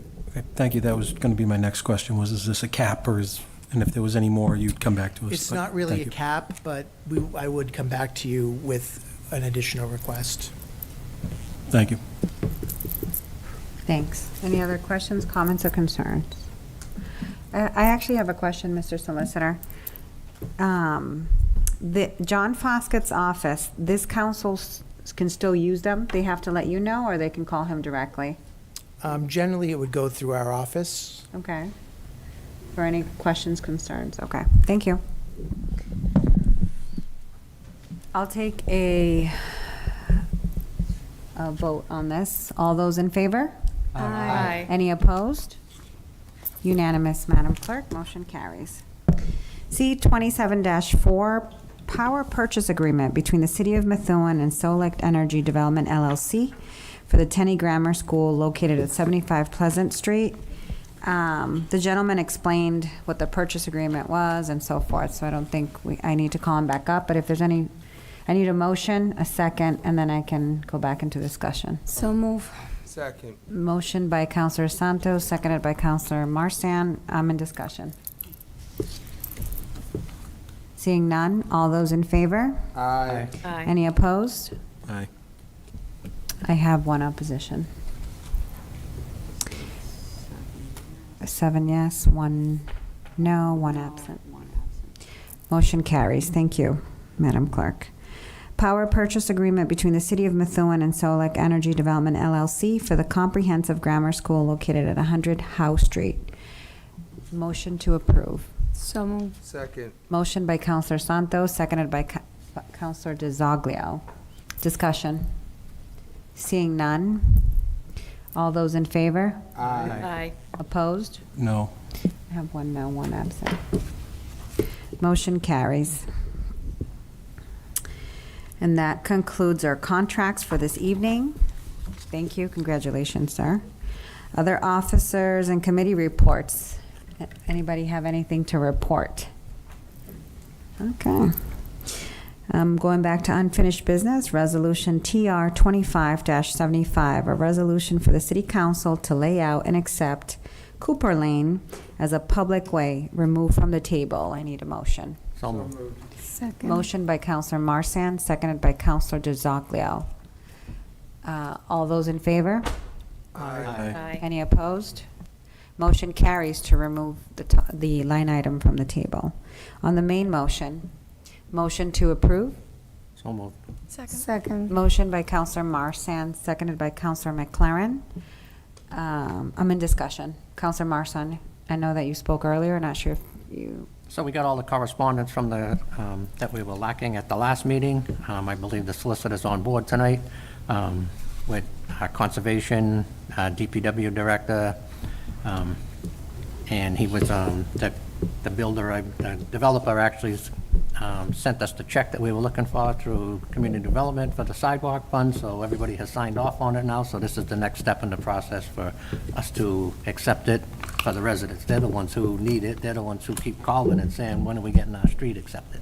So it's, you know, that's why I keep speaking of it, because I keep getting the phone calls. Thank you. Okay. Any other questions? I just have, Counselor DeZoglio. thank you, Madam Chair. And they already get their trash picked up. It's not like a private. No, they don't. So we would then have to go to make sure Harvey and Karina then distributes their barrels in a timely manner once we accept that this way. So just throwing that out there. So I just want to clarify that street acceptance does not automatically include trash pickup. So just, that's a matter for the mayor, and maybe the matter for other things. But I just, as a legal matter, public acceptance of a street does not necessarily include trash pickup, as it does with, there are other streets in Methuen where we've accepted them as public that are part of developments. So I just want to clarify that. I'm not saying that the mayor hasn't decided to do that. I'm just saying it's not an automatic part of street acceptance. I have a follow-up question then to that, to Counselor DeZoglio, or maybe I'll let you finish, because you may. So that's confusing to me, because once you accept them, they are now public streets, so they are getting plowed, they're getting all the necessary, so now we're not gonna give them trash? And is that, I don't make these laws. I'm just So- telling you that so- under state law, so I will, as with respect to this development, when it was permitted, there's a provision in there, like there is for many of the condos that we've seen over the years, that says that the developer will pay for trash pickup. Can the city pay for that once they accept it? It certainly can, but it's at the city's discretion whether to do that. Because there's no ordinance here that says anything to the contrary, that we will automatically include trash pickup for every street that we accept. And it's not part of the state ordinance. So plowing's a different matter. So that goes along with the street because it's part of keeping the street safe and also putting it into the repair. It would automatically become part of the streets that we maintain and repair on a regular basis. So that is included. But I just want to clarify that because I know there was talk about that, and that's a question for the mayor and for the CAFO and for the council. And if, through you, Madam Chair, and if we want to look at these, and depending on the development, like, because condos, yeah, I totally agree with you, but on certain streets that maybe are not a development, but they said they were a development, technically, the council can then pass an ordinance to change that, correct? You can pass any ordinance if the mayor signs it, Or he or you veto override it, him. And then we've done that. So this is something that this has been a topic of interest, I know, for some time, and I've actually shared with the chair my interest in sitting down with her to do some planning and talk about this in greater detail from a 30,000-foot view standpoint, at least at the outset, before we get into specifics. But I'm hesitant to make any commitments right in here and now. I need a hot second to think about this, but we'll circle back on that. Counselor Drew. Thank you, Madam Chair. I guess this would be to the solicitor or the mayor. So I'm assuming the reason why we wouldn't just pick up trash when we accept the road is because contractually we only have an X number of single-family homes and so forth within the contract that we signed with Harvey. So if we were to make any sort of additional homes that we're making them required to pick up, we would have to put an addendum to their contract. I have not reviewed that contract recently, so I don't know how it deals with expansion, but I don't think that's the primary reason. The primary reason is we have lots of developments, as we've seen with the condo developments in the past, that have language in their homeowners association or condo agreements that say they will be responsible for trash pickup. And so it's not part of what we're picking up as part of a street acceptance. Can we do it? We certainly, the city can do it, but it's just at the city's discretion. So Is Cooper I don't Lane think it has part of anything to a- do with, there is a provision in that development that says the developer will provide trash pickup for the residents. Is Cooper Lane a condo association? It does have a homeowners association, yes. Okay. And in fact, their response, I mean, that development's a little different than some others. Like they have responsibilities for, and this was one of the things that I was working with Councilor Marston on. They had a responsibility. The drainage swale on that street for the street itself is actually in people's backyards. So it was put in that way. And so that was one of the issues that was holding this acceptance up, because that swale hadn't been cleaned and wasn't in good condition and repair. And we would not want to accept a street like that and then us have to go and clean that out. And so they have done that. We asked them to do that, and they went and did that. So that is done. And Councilor Marston is correct. Everything that we've asked them to do to make sure that the street is ready for acceptance and that we won't instantly be hit with any kind of financial cost because of that acceptance, they've taken care of. And the developer has paid the sidewalk fee that he had agreed to pay as part of his permitting as well. Okay, so we're just, hopefully we get this through, approve the road, and then we'll deal with however we have to with trash. Counselor Samard. Thank you, Madam Chair. I just think the million-dollar question would be the two people who came and spoke from Cooper Lane who were in favor of it. They spoke about the fact that we're going to pay for their trash. And who do they call? They call us, or they're going to call the developer? So that's the million-dollar question, and it's just going to be added to the ongoing list of HOAs who don't get trash pickup or recycling, and it's just gonna cause a problem. So maybe we could put on record for those residents who came up here to say, call your developer, not us. So, thank you.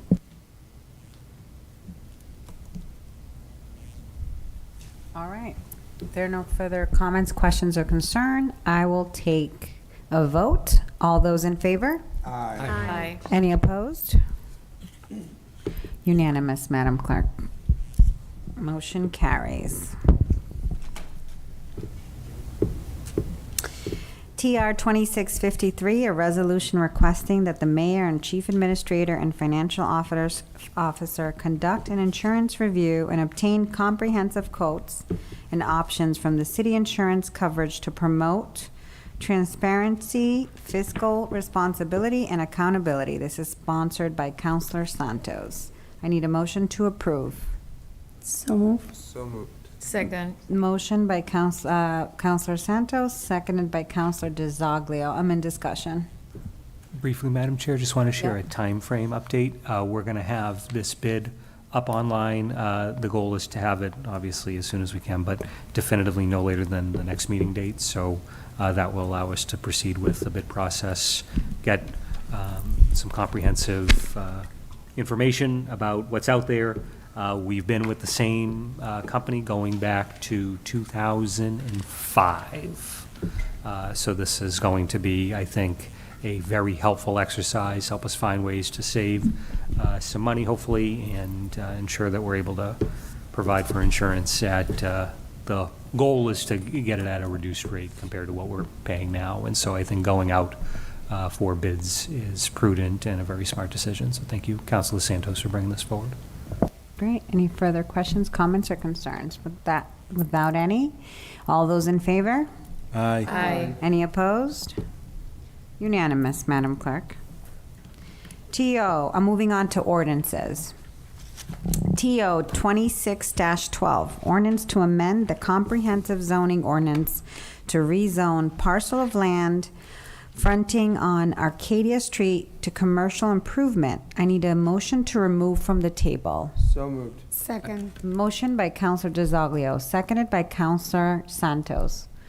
All those in favor? Aye. Any opposed?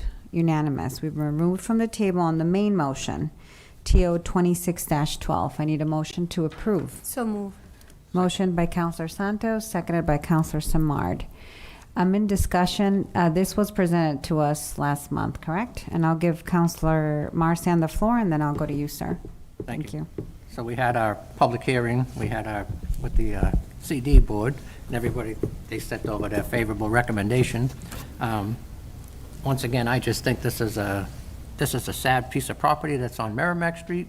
These people are willing to invest all this money to take down a building that needs to be addressed, put up a nice new structure, they're investing in the community, they're doing what we want. They're redeveloping I can't say blighted, but a sad piece of property, and we need this, so I don't see Thank how you. we can't vote for it. Thank you.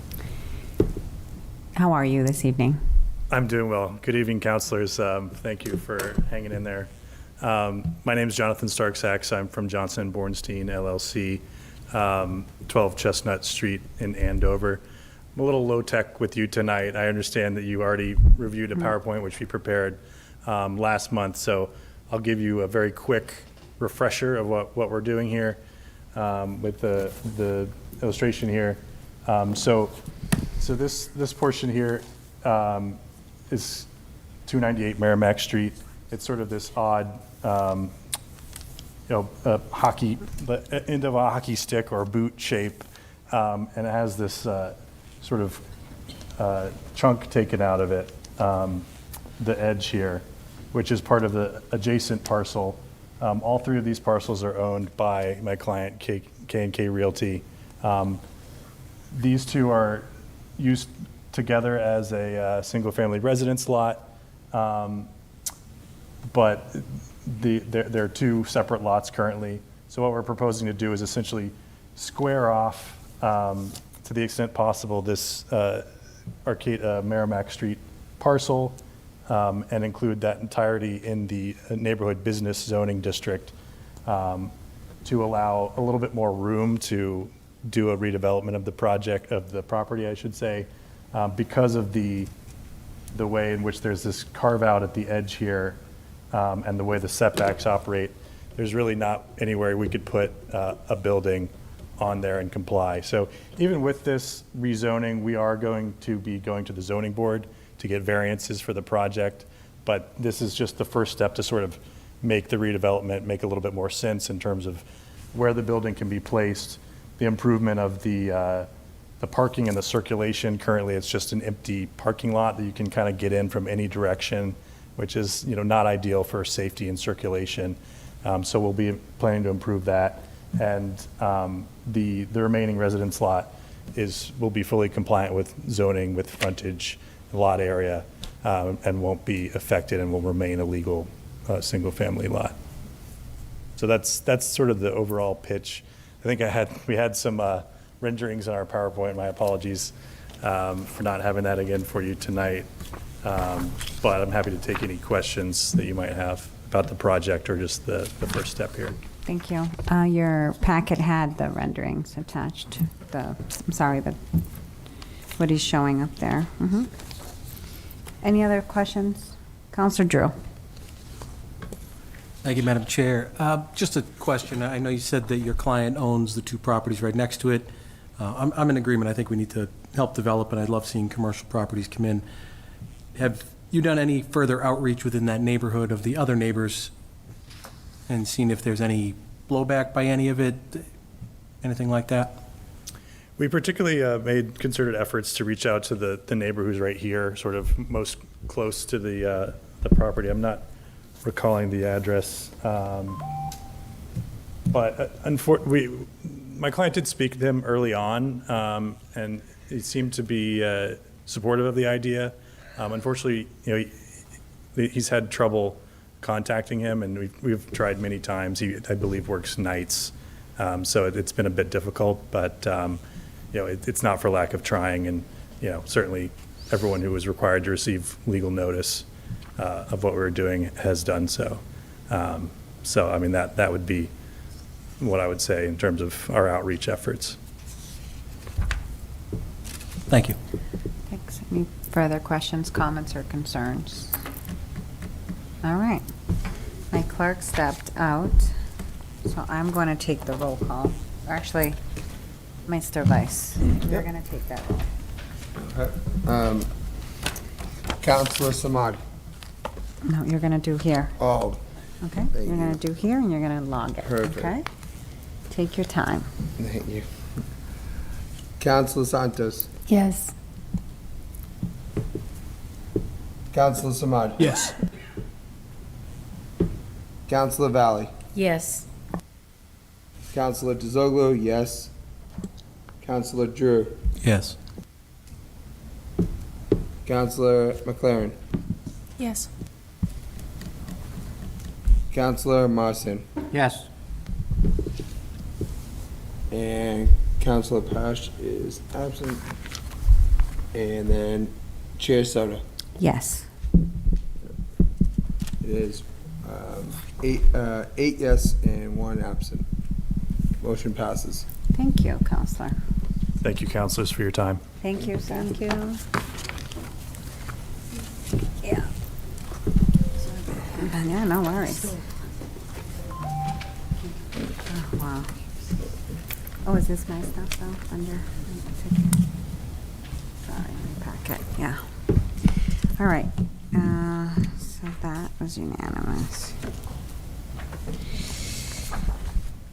TO 26-16, an ordinance amending section 9-52, trash and recyclables collection of the Methuen Municipal Code, sponsored by Councilor DeZoglio as amended. I need a motion to approve. So moved. Motion by Councilor Second. Santos, seconded by Councilor Valley. I'm in discussion. So, Counselor. I started discussing that at the last meeting, and then we had to just vote on it. So I just want to carry on from the last time. Basically, what me and Haley that works in the solicitor's office. I do want to commend her. Before I go into it. If you look on the back, this is a perfect description of how we did it. A lot of it was on Google Doc and us researching and writing notes inside the Google Doc and basically bouncing off ideas to form this ordinance. So I really appreciate Haley putting up with my notes and logging and submitting it to her, and because we couldn't always talk on the phone because I'd be working, she'd get out of work, and we just did it at nighttime, just leaving notes in to make sure as we went through this process. So a lot of teamwork working with her, and I appreciate her for her efforts that put into this. So I do want to go back. We finished off after we talked about how the additional barrel fees and fines. So as of July 1st, as of right now, because we're past July 1st, I would ask, like, starting of the approval, we start initiating the 30 days to all the fees and to residents. If residents receive additional barrel after July 1st, everything will be prorate. Yeah, July 1st to September 30th would be 100%. October 1st to December 31st would be 75. January 1st to March 31st will be 50, and April 1st to June 30th would be 25%. Residents will still have to pay the yearly fee announced for July 1st because it hasn't been approved. We would have to wait until probably next meeting to vote on the next, how the next barrel fees would be for the coming year. Late fees. After July 1st, homeowners who do not make the renewal payment will receive a late notice with a fine of $100, a monthly late fee added to the bill. Late fees will continue monthly until the full amount is paid, including the yearly fee. After 6 months, late fees and yearly fees will be added to the homeowner's tax property bill. And that's how it would be moving forward. So, Councilor Samad stepped out. To answer that question, we are not taking their barrels away. What will happen is we're just slapping it onto their taxes, and they'll basically be paying for the barrel up to that point. Cancellation, we are having issues with that, and this is what I would request. In additional to the homeowner having the ability to request a cancellation for the additional barrel at any time upon the receipt of confirmation for the yearly fee due on July 1st. The homeowner will have the option to accept or cancel. Ignoring the email or not clicking either option will result in a fee being issued on July 1st. There will be no refund on fees if canceled after July 1st. Upon cancellation, DPW or trash collector will retrieve the additional barrel. So it will be left up to Harvey or the DPW to coordinate to get rid of that, and there's no excuses. All right. Because before, nobody knew how to retrieve these barrels. From the research, it was either DPW, and then it was Harvey, and then back to DPW, and then there was nobody assigned to actually monitor these barrels to retrieve, or even when I talked to residents that wanted to cancel it at one point, it took them up to a few months to get their barrel retrieved. Now, it'll be up to the administration and Harvey to discuss that, to moving forward. Can we discuss that specific section for one Yeah. second, Counselor? And I want to give the floor to the solicitor because I think he has a comment, and then I'd like to say something. So, at the last meeting, I think the mayor had some concerns, and I apologize. We've been, as you know, extremely busy with the GIC and the PEC and with the budget, and I don't think that the mayor's had a chance to actually go through this with his issues, so I leave that to the council's discretion. But I will say, with regard to the late fees, that there are constitutional problems with imposing a $100 per month late fee. It's not legal to do that.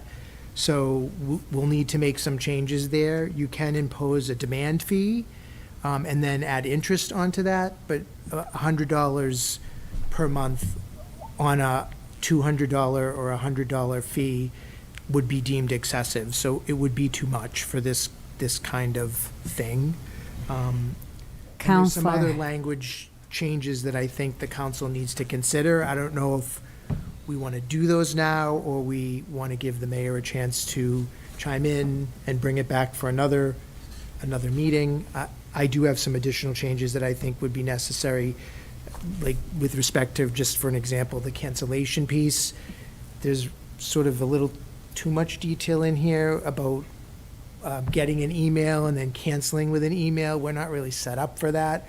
I think it would make more sense to have, if a homeowner doesn't want their barrel anymore, let's have them bring it in, bring it back, and when you bring your barrel back, you can get it off your bill. So things like that are just operational, but I defer to the mayor in terms of those operational issues. But the fee piece definitely, the late fee piece definitely has to be addressed. Mr. Mayor. Thank you, Madam Chair. So just to do as the solicitor mentioned and chime in. So during the last meeting, one of my concerns was that we were, in this text, eliminating any reference to like a warning. We added it back. Which, as I go through this, I see that it was added in there. So I think that that is a good thing. Certainly a concern that I had at the outset. So thank you for addressing that. Just considering the residents' perspective, especially on top of all of this. This is my lead into the next point I want to make. Actually, before I get there, I just want to mention there's references to the late fees, references to $100 late fees. I just want to be clear that right now, as we sit here, the fee for an additional cart is $100, right? The intent, one of the budget assumptions, there are two budget assumptions, is that for 2026, the intent is to collect the $100 fee. And now that we're in the new fiscal year, because that was one of the aspects of the revenue picture that we were looking at. But on top of that, there will be a subsequent adjustment to the renewal fee to be at the $250 level. So just keep that in mind. That's not really reflected here. This is more dealing with like late fees and the like, which I know need to be addressed. But just to remind you of that. And I have just a thought that might be helpful to ensure that we're putting out, in essence, a fully cooked product here for our residents. I think it might be helpful to bring our new sanitation coordinator perhaps into the circle as we're drafting this. I think certainly having help from the legal office is terrific, and you're certainly well-served by our legal office. But that deals with, I think, issues from a legal standpoint, of course, whereas if we were to perhaps bring Karina into the chat, so to speak, she may be able to provide us with some insights relative to what she's seeing and hearing on the ground in terms of implementation. For instance, I think a very helpful insight was simply the fact that there are a good many residents. They're not watching right now. They may not be aware of some of the rules that exist, and so, she's spoken about some of the educational issues that need to come into play here. Keeping in mind that, I think there was a lot of public discussion about the new parameters of the program back when it was rolled out, but now consider that it's been going on half a decade since that happened, since there's really been that widespread trash talk, so to speak, not to use my dad joke again. Just a thought about how to maybe ensure that we are being perceptive, of course, trying to meet needs of the city, but also considering things from the residents' perspective, especially in the context of education. It might be helpful to have Karina in the room. Just a thought. So to respond to that, especially with the late fees, like I said, I did not know that. I went through legal and it seemed like that was fine. I'm happy to change that. But where it comes to this portion about education, I'm going after, and I'm being really honest, I'm going after the 60% that don't pay their fees. And they haven't been paying them in 4 years. That is not fair for the 40%, which, and I will say this, there's people in this room, Councilor Marston, did you pay your fee? Just paid it the other day. So I'm sorry, I don't feel bad for people that say that, oh, I didn't get the email, because they have. And if they didn't, that's on our part, and I would love for them to prove it. Because they are not paying their fees, and they know they're not paying their fees. And I've seen them on Facebook saying, I'm gonna keep my barrel because I've been asking to cancel it, nobody's coming to cancel it, I'm gonna keep it and not pay for it. That, to me, is not fair to Councilor Mossad and to the other people. And I'm sorry, I feel like Methuen does this to a lot of people. They're afraid to fine people that are breaking rules because they're worried that it's gonna return back on them as politicians. And that's been history of Methuen. And I'm sorry, I believe in the people that pay their bills, they pay their fees, they'll pay their permits when they have to, and people are not doing it in certain occasions. If that makes me the bad guy, I'm happy to be the bad guy. I'm here because when taxes go up again, because we're not collecting the revenue, we're not collecting our, and the CAFO can speak on that, we are not collecting revenue properly. So, but we'll be the first ones to raise taxes on everybody. And when I vote no on it, it's because of that. And I'm sorry, that's the context that I'm living in right now. Every time I dig up something, there's people breaking the rules of Methuen. And it costs everybody else, our seniors and everything. I'm going after them. That's who I am after. I'm after the people that break the rules of Methuen. Councillor McLaren. Thank you, Madam Chair. I would just like to point out that I think that there's a really obvious middle ground here. I don't choose to believe that 60% of our residents are abusing this system intentionally. I mean, I just, that's a very, very high statistic, and I have more confidence in our Methuen residents than that. That majority tells me that there's an issue in us passing the information about fees along to them. I just cannot fathom that a majority of Methuen residents are intentionally not paying when they know that they are supposed to legally. I also see what you're saying, that there's definitely an issue on our part of drawing a firm line and you can't abuse this system. And I am certain that there are people, as you say, that are intentionally abusing it. But I don't want to demonize the 60% of people, because that to me identifies a very clear issue that we must address with education, in addition to being more firm with these fines. But I don't think it's fair to tack on an extra $100 every month and assume that the entire 60% is going to be like, well, shoot, now I have to pay it, without doing the work on our part of educating them and making it very, very clear that this is what's going to happen, right? Thank you. I'm going to Councillor Santos. I just want to add to what just Councilor McLaren said. I feel this is a great idea, and I will support it 100%. But before we get here, there's so many steps that we need to make. There's steps of education, like Carolina was here earlier, and she's going to be doing that. So I feel that once our community is educated about how the trash and garbage system is going to work, then we can implement something like this.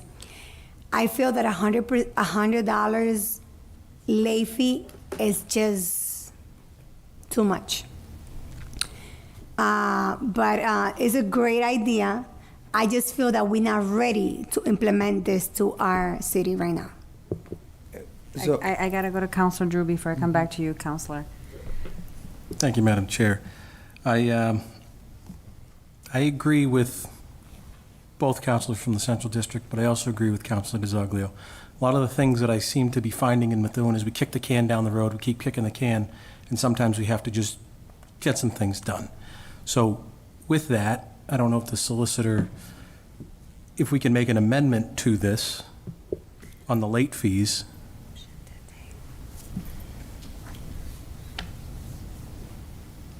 Because that seems to be the sticking point here. We sure can. I have others as well. we can certainly start doing it right now. For recommendation, counselors, to the intents of what the solicitor expressed earlier, with the changes and the revisions that the mayor's office has to do, as he stated, he hasn't really gone through it. I think this should be tabled again. It's a recommendation of my part, and then you guys bring it back. I'm happy to table it, and I'll be setting up meetings because I'm off all school vacation. So I hope everybody is able to meet with me on a weekly basis to get this done, because that's how I'm bringing it back next meeting. But we went up $100 on our parking. All right, we didn't do education. We didn't do that.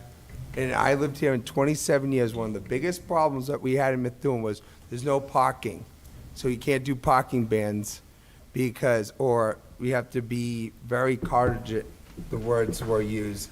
And we went up right $100. I've never seen streets so emptied in Methuen so quickly when it went up to $100. And all my people that I grew up with will probably agree with me on that one. So sometimes you have to do that to get the point across to people. It did with the parking. So when we say, well, education and all that, this program's been out for 4 years. I don't feel bad for people that, put your plastic, you can't throw plastic away. You can't, I don't even know what to say about it, because people know. There's people out there that do know, and they just don't care. And there's people, maybe they're not educated, but most of them know where to put their recycling and shut the lid and all that. When that program rolled out, my father, the worst person at recycling, learned how to recycle. All right? So I'm happy to motion to table. I have a motion to table. Second. Second by Counselor Santos. All those in favor? Aye. Any opposed? Unanimous, Madam Clerk. Thank you, Counselor. TO 26-17, an ordinance amending Section 8-7 Municipal Charges Lien of the Methuen Municipal Code, sponsored by Counselor Ryan DiZoglio. Motion to approve. So moved. Second. Motion by Counselor Santos, seconded by Counselor DiZoglio. Discussion, Counselor. Kind of self-explanatory. Okay, no questions, comments, or concerns? Oh, Counselor Drew, thank you. Thank you, Madam Chair. To the solicitor. Mr. Solicitor, Mass General Law, Chapter 40, Section 58 refers to local charges or fees. Can the city lien trash fines? Yes, Okay. and this will let us do it. And that hasn't been happening. We haven't been doing that, which is one reason why we're not getting paid. So once they go on the tax bill, they'll eventually get paid. They might not get paid right away, but they'll become part of that process. And interest will start to accrue on those as well. So, and passage of this will allow us to start doing that for that $100.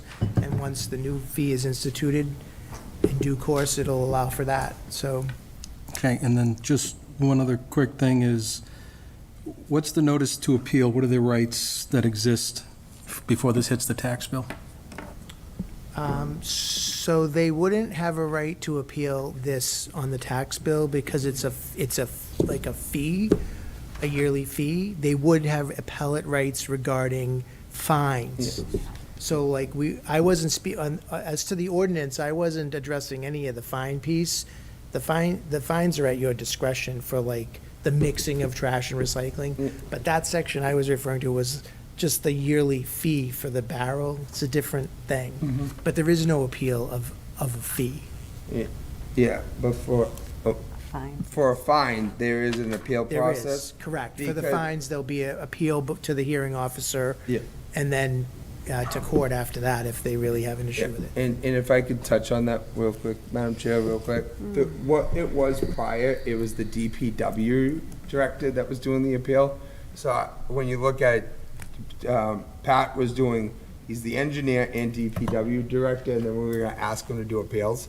Where anybody, through you, Mr. Solicitor, real quick, anybody could be an appeal person, like assigned, correct? Like, really, you could assign it to anybody. It could be, but it will be through our office. Yeah, but you know what I mean? So that's why we took it out. We scratched out Jack's basically being the appeal officer for this. And we just put it on to anybody that is designated to be assigned, which will be through the solicitor's office. There is actually a city ordinance that requires there to be a city hearing officer, and we've sort of been quasi doing that. But once we start issuing these, there's going to be a lot more hearings, so we will formalize that process so it's very clear. Yes. Oh, sorry. Yeah. Sorry, Mr. Mayor. I'll be as quick as I can. So I think when it comes to enabling the city to collect fees for trash through this mechanism, this solves one of the most prominent issues related to collection of fees. So this one, I think, is a no-brainer to equip us to be able to do this. You look at other municipalities, they do the same thing. I think actually this idea, I first heard this, I think, from Councilor Valley, who had shared, I think Lowell? Last year, Yeah. Lowell and Haverhill. Yeah. Yeah. So this is common and helpful, I think, for us. With that being said, I'll go to a vote. All those in favor? Aye. Any opposed? Unanimous, Madam Clerk. Congratulations, Counselor. Thank you. All right. I am under new business. TR 26-67, a resolution declaring the Pleasant Valley School property at 180 Pleasant Valley Street, parcel ID number 110978, letter E like elephant -45, in the city of Methuen as a surplus property and authorizing the same for the sale and redevelopment. Can I get a motion to approve? Second. Motion by Counselor Santos, seconded by Counselor Valley. Any discussion on this matter? Yes, Mr. Mayor. Thank you, Madam Chair. So I'll be quick again for the sake of time. So I worked on this with the solicitor. He helped draft the specifics here in the language, and we are trying to cast as wide of a net as possible in the context of an RFP for not only Pleasant Valley, but also the other two properties that we're looking to surplus for the purpose of developing new housing in our community, namely for Methuen seniors, veterans. We do have in here reference to residents on a more collective basis, but really the intent is to hone in on providing additional housing opportunities for these two populations that I think anytime I'm at the senior center, you hear people clamoring for opportunities for more affordable housing so the folks can stay here. Folks don't want to leave. And so this will allow us to expand our inventory, even if it's by a modest amount. I think anything is helpful given the situation that we're dealing with. But the thinking, just so you can get a sense of the why, we don't have a specific minimum established here in any of these, simply because, we're talking about, in the case of PV and potentially Courier, buildings that are going to have to be taken down. There's a lot of unknowns in terms of what the market is willing to bear, so this really allows us to cast as wide of a net as possible. The Railroad Street property, which we'll get to in a little bit, there's really nothing there now, so it's a little more straightforward. But when it comes to these two school properties, that's what we're looking at. And again, another thing that I mentioned before, especially in the context of the school properties, my intent will be to put the proceeds towards helping with capital investments in our schools, which we all know has gone many years with issues pertaining to neglect and the like. And so this will hopefully allow us to drive some more resources into our schools. The funding would have to be put to a capital use, so it only makes sense to invest in school buildings that we are currently relying on now using these former school buildings. Thank you. All right, any further questions, comments? Counselor Drew. Thank you, Madam Chair. So, Mr. Mayor, we got a $100,000 offer for the Searles. I don't want to see an RFP come through with a joke of an offer for this. I mean, land is not something we're going to get more of. So to put a minimum to it, I mean, you can buy there's open parcels of land that have small amounts. I just don't understand why we would have a minimum. And then my next question is, it looks like, and I hope maybe I'm reading it wrong, but we're waiving the requirements on section 2020 for a butter notification? Am I reading that wrong? No. That's correct. So if they want to build something, they don't have to notify the abutters? No, it's just for the surplus declaration. So we don't have to alert the abutters that we're selling the property? Correct. And then when they want to build, they still have to notify? They do. And there'll be an RFP process as well. These all have to be disposed of by request for proposal. Okay. You can make amendments to these resolutions, too. Mhm. Okay. Any further questions, comments, or concerns? Counselor DiZoglio. Thank you, Madam Chair. When I was on the school committee and we released these buildings back to the city, I was very strong about how I want to go about Pleasant Valley Street due to the fact of traffic, and, you know, we could use that space for many things. I pleaded maybe possibly a new fire station or new things like that. So, and I'm still concerned, if you go up there, I live right around the corner now in Colonial Village, and the traffic was literally backed up just the other day. So when you add more cars down there, living down there, pulling out this, I just see what possibilities that it could do to that area. So that's how I feel about that. I know I have fellow members in the audience that know that I felt this way a year ago. And I still think that all we do is to build residential. And it's constant. It's so easy to build a residential building, but we can't build a brand new, like, commercial area in our downtown. So I don't know how I feel about that, about voting on this tonight, on this, and it's nothing against, I know our schools are in dire need, and I know the surplus will be going, but I gotta think about the residents in that area as well, and what it's gonna do to that area. So until I see like a traffic study or something of that sort, I can't vote yes for this reasoning for that building. So. Okay. Any further comments, questions, remarks? So I would just add, just so the council has full information, that both of these properties fall within the Conservancy District. So before anything gets built, there will need to be a zoning change.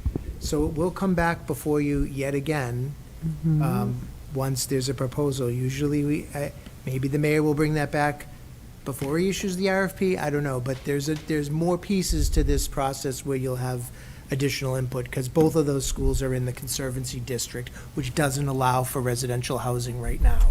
So, but that doesn't mean you can't put them out and people will bid on them.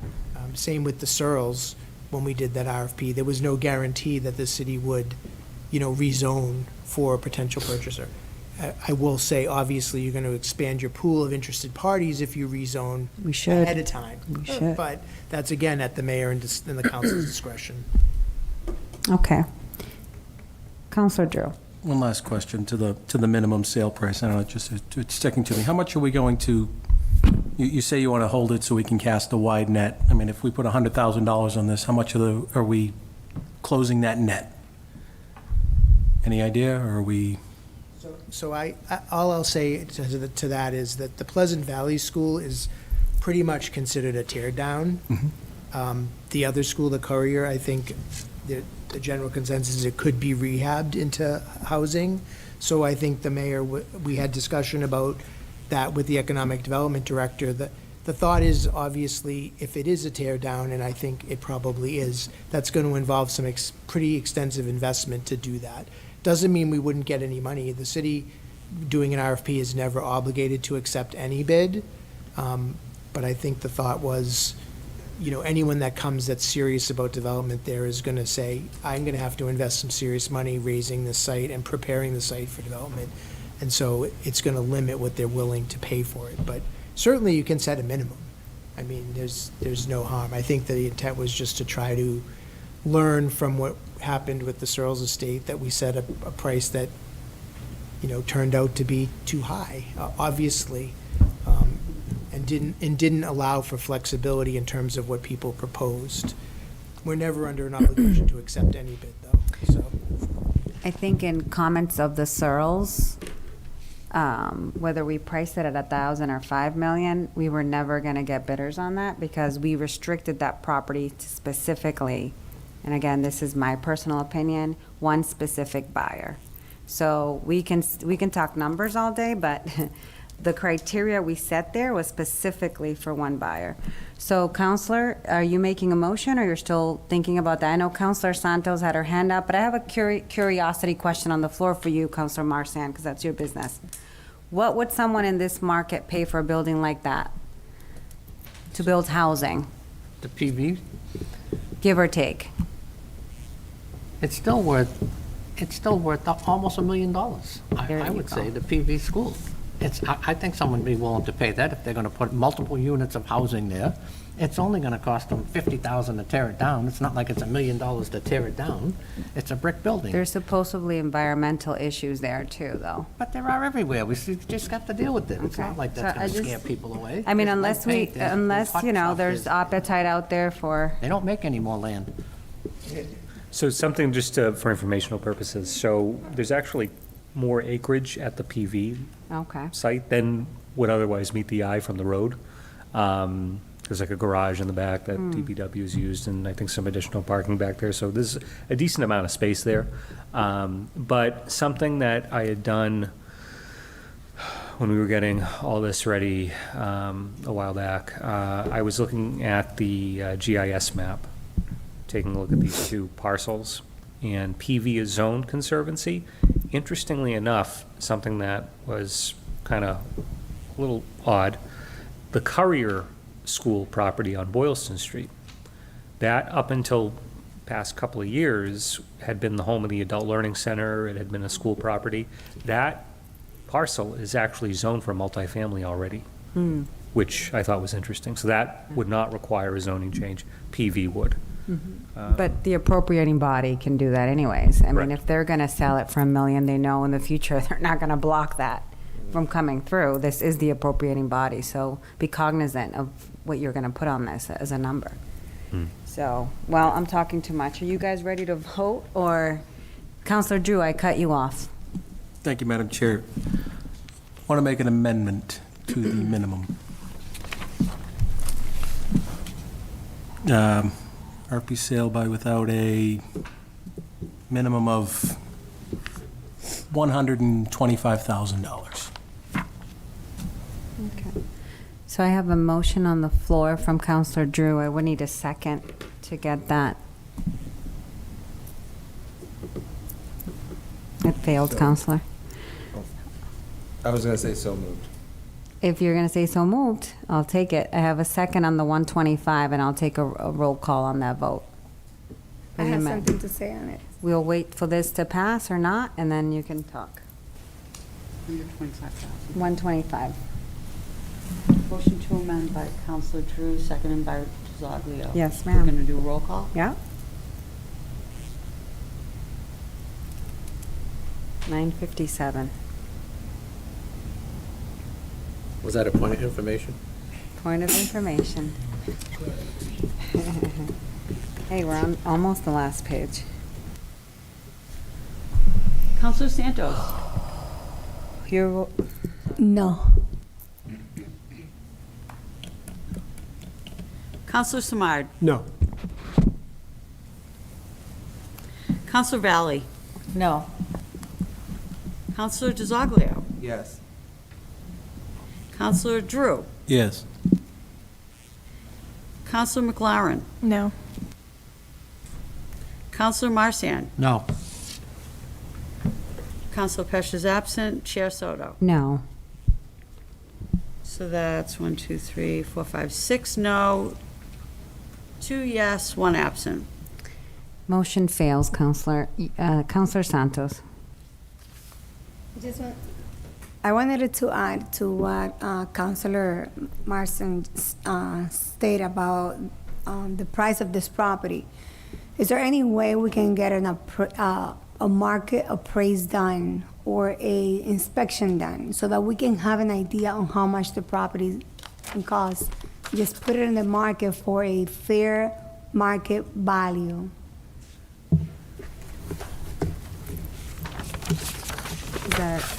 Is that a question to the mayor, or? Yes, to the mayor. Sorry, Madam Chair. To the mayor. So I'm just curious, is the question about, like, were you referring to doing like an appraisal of everything, including the building as it exists that would need to be Correct. torn down? Correct.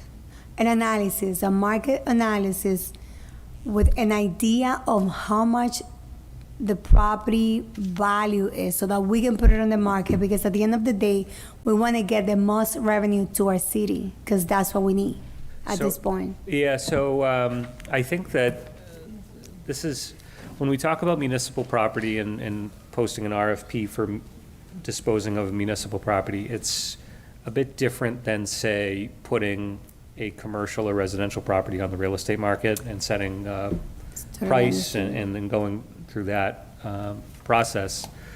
What we do for municipal properties is we go through this public bidding process where, you know, rather than going out there, say on the MLS and saying that a property is worth XYZ and that's how much we want for it at a minimum, on the flip side with an RFP, it's purely conditional and we have no obligation to accept whatever comes in. But I view the exercise of going out for the RFP, soliciting the bids, that will give us a sense of what the market is likely willing to actually put forward in terms of an investment.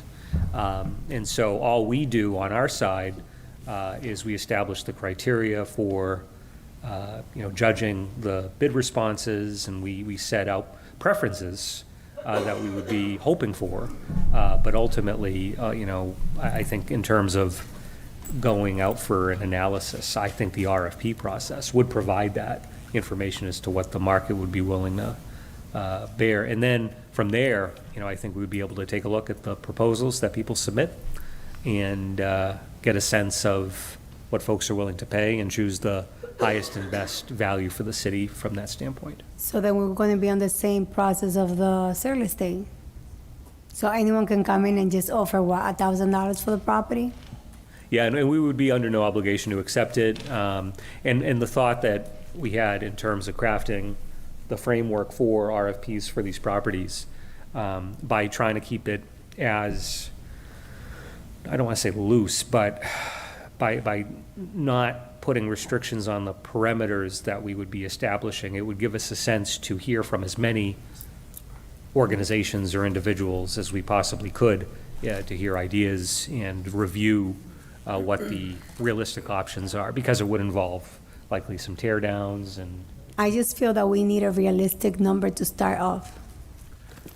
so the thing to be cognizant of is that we do have an assessment card from the Board of Assessors that outlines the value of the properties from an assessor's standpoint. So for instance, PV, we stated in the resolution, it's in the fourth paragraph, stating the assessed value of roughly $1.5 million for PV. So we have that. In terms of the courier, the assessors, the assessment card was $690,000 roughly. So that information we have, but what we don't have is exactly what, say, XYZ developer would be willing to pay the city to acquire the land, obviously acquiring the building, and then needing to invest in taking it down in all likelihood, and then from there investing in whatever new build they would be establishing in order to achieve the goal of creating some new housing in our community. So the RFP process would give us, I think, a lot of insights into the information that you're looking for. It's tough for us to, in essence, I think, put the cart before the horse and try to get ahead of the market. Does that make sense? Yeah, if I may, I transferred the gavel over to my vice chair today, Mr. Mayor. if this could, if the RFP, and maybe this is a motion I'm making, I'm not 100% sure yet. The RFP can clearly state the property's valued per our assessor's office at 1.5 million, whatever that number is in the resolution. Not so much that's our asking price, but obviously when I bid on a property through an auction process, not that I'm comparing it to the RFP, but somewhat similar, I'm competing, and I see what the valuation of that property is, I tend to pay more because I want that property. So if your RFP could clearly state the value of this property on there, I think that those applying would probably pay a little more than $1,000. So I guess I guess that's a request, not because the resolution says the value already. Sure. Let's see. So a thought that I have, just in response, and I don't know if the solicitor needs to chime in here, but if it's the will of the council, if it's simply a matter of indicating what the assessed value is, I'm happy to commit to doing that, and I certainly would follow through with that. But if, as a safety measure, if the council wanted to amend the resolutions and indicate on the second page that the council is hereby requesting me to formally do that, I mean, I'm on board either way, however you want to achieve that, but I'm willing to commit to that. Mr. Solicitor, could you provide the language to add that as a bullet item? Sure. I mean, the mayor shall clearly state the current assessed value of the property in his request for proposal. Sure, clearly state the assessed value, right? Of the property in the request for proposal. Of the property in his RFP proposal. I think that's I'm making that motion, by the way. I think that's a fair request where we're not putting a price, but we're basically saying this is what we appraise it at. Yeah, I'm on board with that. That makes sense. Oh, I made the motion. Second. Second by, I'm sorry, I was daydreaming. I'm being honest. I'm tired. I know. Guys. Yeah. A motion to the mayor shall clearly state that assessed value of the property in his RFP property. proposal. Proposal. So move. Second. I'm sorry. The motion I was made- already seconded. We Motion have was to go to seconded by Counselor question. Drew. You're calling the roll. Oh, well, I need the, call, the roll call vote. Okay. The clerk could do It's it. late. Yeah. Okay.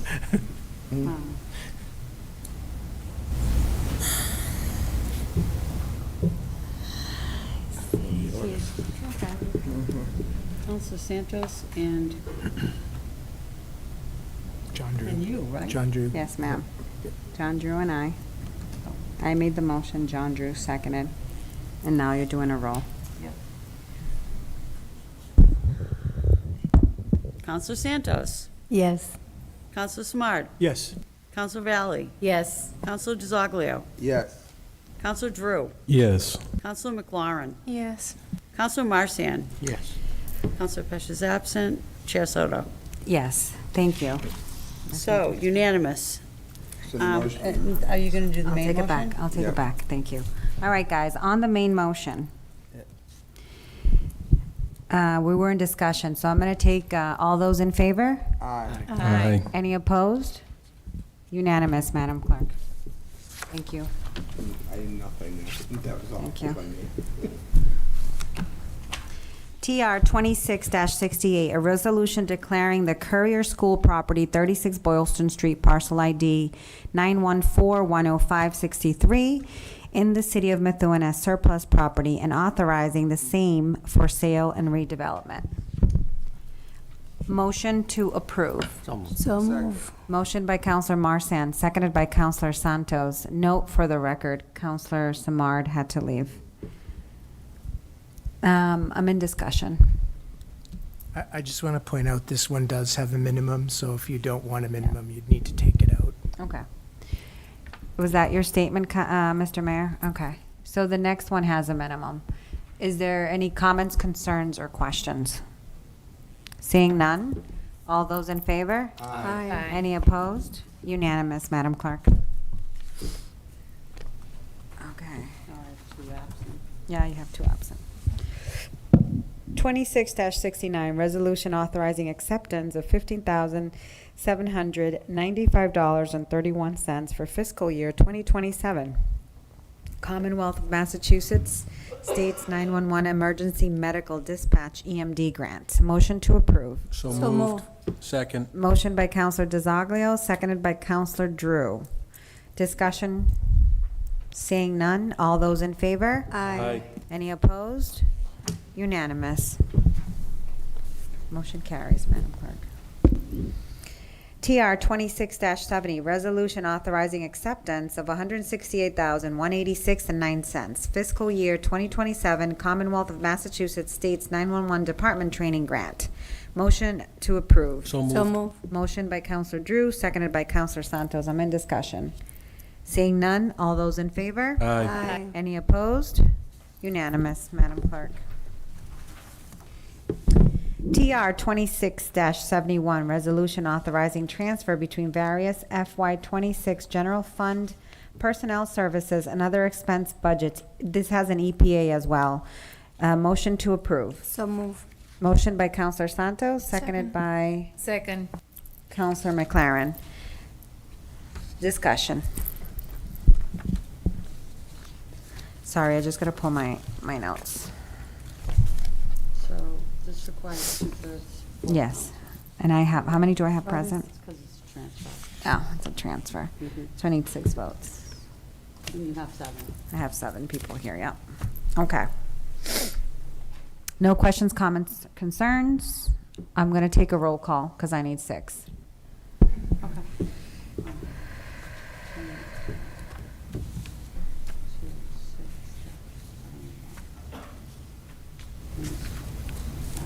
Mm-hmm. Okay, Counselor Santos. Yes. Counselor Smart is absent. Counselor Valley. Yes. Counselor DiZoglio. Yes. Counselor Drew. Yes. Counselor McLaurin. Yes. Counselor Marsan. Yes. Counselor Pesh is absent. Chair Soto. Yes. Unanimous. Just for the record, the CAFO did outline every dollar on the resolution. All right. We pulled TR 26-72. Madam Chair, Oh, the motion for the EPA. Thank you for keeping me honest. Motion for an EPA on this matter. So moved. Thank you, Second. Counselor Drew, seconded by Counselor Santos. Any discussion on that EPA? Seeing none, all those in favor? Aye. Aye. Any opposed? Unanimous, Madam Clerk. TR 26-72 is removed from the table. I'm sorry, that was Yes. removed from the agenda. By the CAFO. Yeah, we'll probably come back next month? No? Okay, thank you. TR 26-73, a resolution declaring the property of 30 Railroad Street, parcel ID number 716-14-16 in the city of Methuen as surplus property and authorizing the same for the sale and redevelopment. Motion to approve. So move. Motion by Counselor Santos. Do I have a second by Counselor DiZoglio? I'm in discussion. Mr. Mayor. Thank you, Madam Chair. So this is another example of a property that we're talking about tonight. We don't have a preferred minimum here. It's a vacant lot right now. So if you wanted me to include the information from the assessor, certainly happy to do that. Not sure if you wanted to formally amend it, but just wanted to point that out. Any comments, questions, concerns? I have- Counselor DiZoglio. Is that property just zoned a certain way, like because right across the street is like a, I think it's like a garage. Yeah, so this is the intersection with Thwaites Market, the bridge, Alvin Alicon, he's got business there, and then across the intersection leading up to St. Mary's in Bellevue and that whole, Yeah, the it's like roundabout a in Lawrence. It's heading towards that area, and it's on the right side, across the street from the car business. Yeah. Yeah. So the quick question, is that zoned just for, is it zoned for anything right now, or is it Zone for multi. multi? That's it. Okay. Okay. Any, It's a very small lot. Yeah, it's a small lot. So even if someone bids on it, they're gonna have to go before the zoning board for various Yeah. relief. Yeah. questions, comments, concerns? Okay, seeing none? All those in favor? Aye. Any opposed? Unanimous, Madam Clerk? That passes.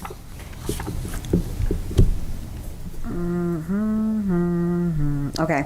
TR 26-74, resolution transferring funds from Edwin J. Castle Fund to Methuen Literacy Project, Nevins Library, and Methuen Public School, CTE Early Childhood Care. Can I get a motion to approve? So moved. Motion by Counselor Drew, seconded by Counselor Santos. In discussion, any questions, comments, or concerns? Seeing none, all those in favor? Aye. Any opposed? Unanimous. Congratulations. I'm on to ordinances. TO 26-18, an ordinance to amend Section 8-5 of the Municipal Code, City of Methuen, to increase ambulance rates and charges and establish new lift assist fee. Is there a motion to approve? So moved. Motion by Counselor DeZoglio, seconded by Counselor Santos. I'm in discussion. I think the mayor explained this clearly earlier. It is a revenue assumption Yep. for the fiscal year, just so everyone knows. Yep. I'll go to a vote if there's no further questions, comments, or concerns. Counselor DeZoglio. Chief, just one concern. Well, it's not a concern. So has this always been like available to charge these facilities? Is it like a? Yeah, it's become a lot more common in the last few years. There have been some issues that some cities and towns have come across with the facilities then passing the charge on to the residents. So we have to be careful how we word it. We don't want it worded as a fee. Okay, I think it needs to be more as a fine towards, towards the facility, not towards the actual patient.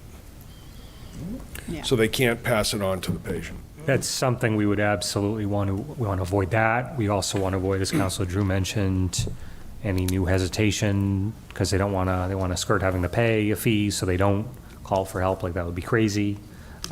So we would certainly need to fine tune the language before we put it out there. And just a point of information, Portland Fire has been very, very forthcoming with information to our department about this. We've contacted several departments. Portland is a great model, and what they did was they sent some of their fire prevention captains out to educate these businesses and showed them different ways that their facility can assist their patients without maybe as much liability. There are things, Hoyer lifts, which are on wheels. They can bring right over and lift and strap the patient in, lift them up, so their people aren't, their workers aren't hurting their backs as well. So there are ways that we can educate these facilities as well, and so we're not going to just send them a letter and that's it. We're hoping to work with them. Because it is a concern, maybe they won't call us if somebody falls and is seriously hurt, right? So we want to work with them, but we don't want them to abuse the system either. And I already said this earlier, but I just want to reiterate, just so that the social media misinformation machine doesn't kick into gear over this. This is not a fee to residents. This isn't like if somebody is elderly and they fall at home and they call for help and we're going to charge them for help for that. That's not what this is. This is specifically geared toward the business entities, the Assisted living facilities, nursing homes that rely on us for help and to provide that service because they are, in some cases, unable to for insurance reasons. And we don't charge for that. Other municipalities do. And so if we have a service that we're providing, I think it does make sense and it is fair to ask some of these facilities that are collecting untold amount of money. I'm losing touch with my grammar skills here. Untold amounts of money that they're already making. They can chip in for a service that the city has otherwise provided for free for many years. In some of these facilities, we are responding to hundreds of times a year for lift assists. So, Yeah. absolutely. Yeah. Councilor Drew. Thank you, Madam Chair. I don't know if it's late, maybe I heard it wrong. We don't want to label it as a fee, we want to label it as a fine? Because it's labeled as fee like 9 times in here. And we're saying we want it as a fine. It has to be a fee. This is something that just came to light, that from one of the departments that said they had to change the way they did things because they were charging a fee. And the assisted living facility was just able to pass that fee along. So, So we probably want to make it go to a fine. Well, here's the thing, it's not a fine would be for like an infraction, right? Like this isn't something that we're not trying to penalize the business entities. So it technically, a fee is a fee, right? And what we're doing is we're providing a service and we're in essence establishing this new system by which these business entities would pay for these services. Which is, in my opinion, a fee, right? So maybe it's a matter of, it's a service fee. That's a good way to put it. So maybe it's in the communication to these entities, perhaps, that we can clarify some of these things. But in my opinion, a fee is a fee is a fee. Mr. Solicitor, is there any question there on that, whether it goes one way or the other, or Yes, it can't be a fine. Thank you. Simple enough. Cool. Okay. No further questions, comments, or concerns? Councilor Santos. Mr. Mayor, through the chair, thank you. Through the chair to Mr. Mayor. So before you chose this amount, did you check with the other municipalities to see how much they were charging for the same services? yes. And this is not a random amount. I actually included a breakdown in my financial impact statement that shows where the 500 came from. It's literally like the hourly rate of a lieutenant, the hourly rate of 3 firefighters, the FEMA rate for ambulance, the FEMA rate for fire, engine, fuel insurance, maintenance. It comes out to be like just under 498,000, so we rounded up to 500. And that is right in line with what other communities are charging. Yes. Thank you.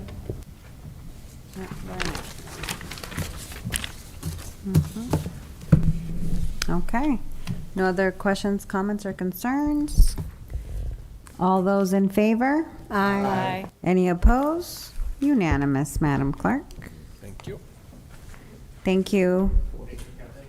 Thank you. Have a good evening. Madam Okay. Chair. I'm not done. Oh, okay. Any other business for the good and welfare of our community? I see that there are none. Okay, after, I would need a executive session is on the agenda. So I need to motion to adjourn this meeting and then.